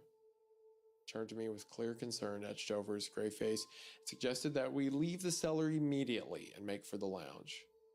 Upon seeing himself back down, he requested some fresh tea, bid me to sit with him. Bro, this story. I'm like just so hooked in. I'm in. Yeah, this is so fun. This is just the way it's worked, the way the mystique of it. Ugh. Just to go in, does it feel like the artifacts are changing people into things? Like, it seems like the dad knows that it changes people into things. He's pissed off by it. The mom is just kind of like, well, you know, you didn't throw it away, did you? Or, you know, she's upset because she doesn't want pieces of her history and, like, I guess, like, amphibian family. It could be, but it could also be that the dad's just dumb to it and didn't like how weird and like the shame that his brother-in-law brought on the family. That's true. But maybe the mom knows that there's a power to this kind of thing. And that's the kind of curse that's affected their family. And that's why it's now been passed off to him. But there's like, maybe the mirror, it says it looks like you're looking into water, like you're seeing your reflection in water. Maybe it can summon things. Maybe it can change you. I think the doctor's about to explain, so I'll keep reading. But yeah, just want to comment. The reason I'm so locked in is because this is dope. I'm loving this. We have not got a story like this, I don't think, yet. This is great. The doctor then proceeded to tell me such a fantastic and macabre story that I became dazed, swooning on occasion at the strange mysteries he was inducting me into. He spoke as if my uncle's collection of books were factual, containing within them all the lore of mankind and the millions of years that had rolled on before our race made the slow climb down from the trees. He spoke of extraterrestrial invaders who had once called the earth home, creatures that had seeped down from the stars and held dominion over our world while man's most distant ancestors were still billions of years from appearing on the cosmic stage. These dreadful beings, gods compared to humanity, had experimented with life and an accident had given birth to the ancestors of the human race. He spoke of the elder things, the old ones, the dreaded fungi of Yugoth, as well as the great race of Yith, all visitors to our small and lonely blue planet. He spoke also of the few remnants of this horrid mythology that could still be found swimming and plotting in the darkest reaches of our planet's oceans. This last point he spent much of his time elaborating upon, bringing out quotes and page references from things of the water, uttering those unspeakable names I had once glanced over myself: Cthulhu, Dagon, Hydra, the last two of which had their images carved into the mirror's frame, represented by the frog-fish thing seated at either end of the disturbing object. A whole race separate from humankind, but also disgustingly intertwined with it, that lived undying in the dim reaches of the ocean bed, swimming through the slowly dissolving ruins of dead, sunken cities such as the dread Yunthale, where the sun's rays failed to penetrate through the salty gloom. Oh, brother. Oh, Hunter. Oh, baby. What do we do? What do we do to deserve all this? Oh, it's so good. Oh, it's just so cool. It's so cool. I love it so much. That's one of my favorite things about like Call of Cthulhu, like how it talks about there's a city that like is so big we can't comprehend it and it lies beneath the ocean. And things like Cthulhu seem dead or they seem gone because they're just sleeping, but eons to us are a second to them. Like, Yeah. Oh, so good. Time is completely different. Yeah. He spoke of an ancient pact made with these deep ones that resulted in a mixed heritage of humans and something, and of the twisted families of New England who carried this taint within their blood, Marsh's being but one. He spoke too about the mirror in my cellar, how occasionally the deep ones had made such a gift to the tribes of humans who had worshipped them and their old gods as a means of contacting the people below the waves, should they ever be needed in dire times or upon the approaching times of their disgusting, unholy rites. By the time the doctor had finished spinning his tale of antiquated horror, the hour had grown late. Far too late for him to catch the last train back to London, and so, with a little reluctance, I assured him that a bed would be available for him in my guest room. He retired long before I did, for I found it difficult to sleep at all after hearing about the so-called Marsh taint, how it connected with things written down centuries ago within the books my uncle had kept and adored. Was Uncle Marsh looking for something within those books? Was he looking for a cure to his condition, perhaps? Whatever he had uncovered from the tome, it had caused him to calmly walk beneath the waves of the freezing Irish Sea without so much as a second glance back at the life he once lived.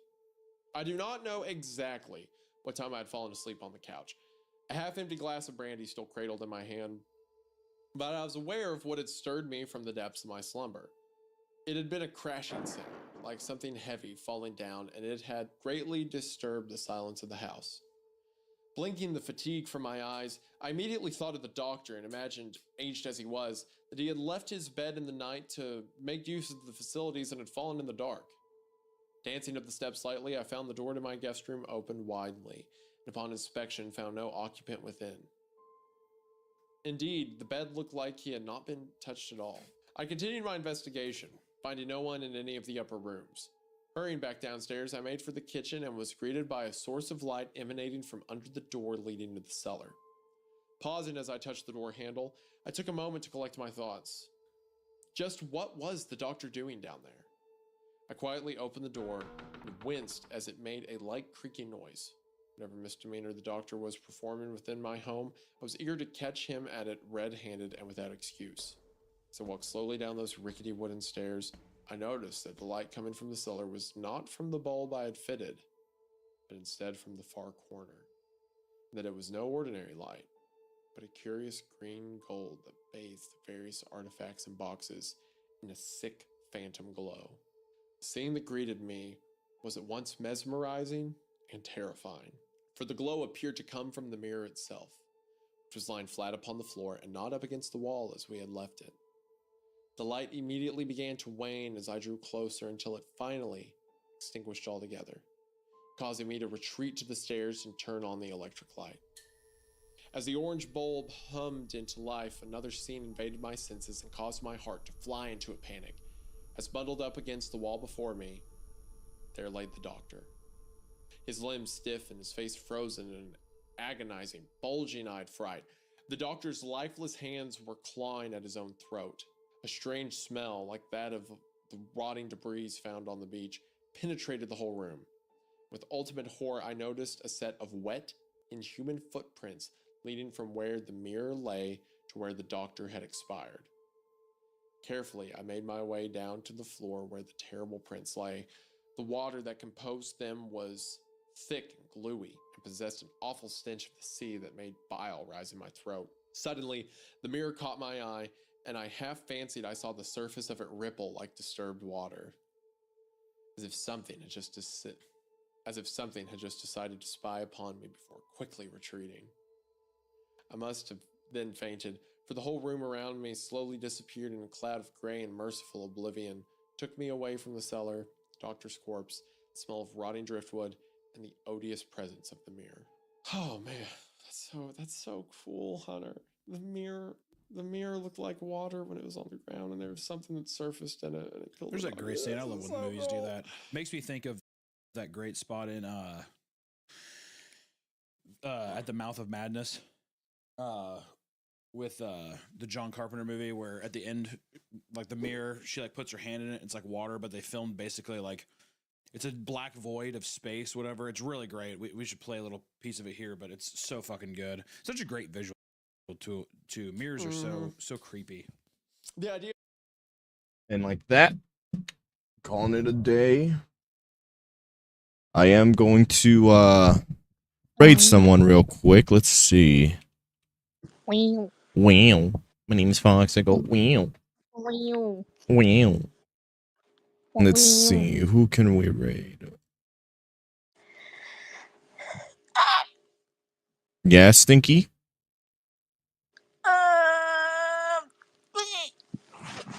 Neat. All right, let's see. Who can we raid? Yourself. I There you can't. go. No, I can't do that. You gonna take a nap, Dax? Yeah, I'm gonna take a nap, and then later tonight at like 8 or 9, I'm gonna do the Patreon exclusive NSW stream. Nuh-uh. You'll Gonna not. go raid Atlas Anarchy. They're gonna be playing. They're gonna be playing Ina Dream Barbecue. So I hope you guys have fun. I will be seeing you guys on Monday because tomorrow I'm gonna take the day off so I can do some deep cleaning and make sure everything is up in order and finish some other commissions off stream. So I'll see you guys later. Wow. Bye. Wow.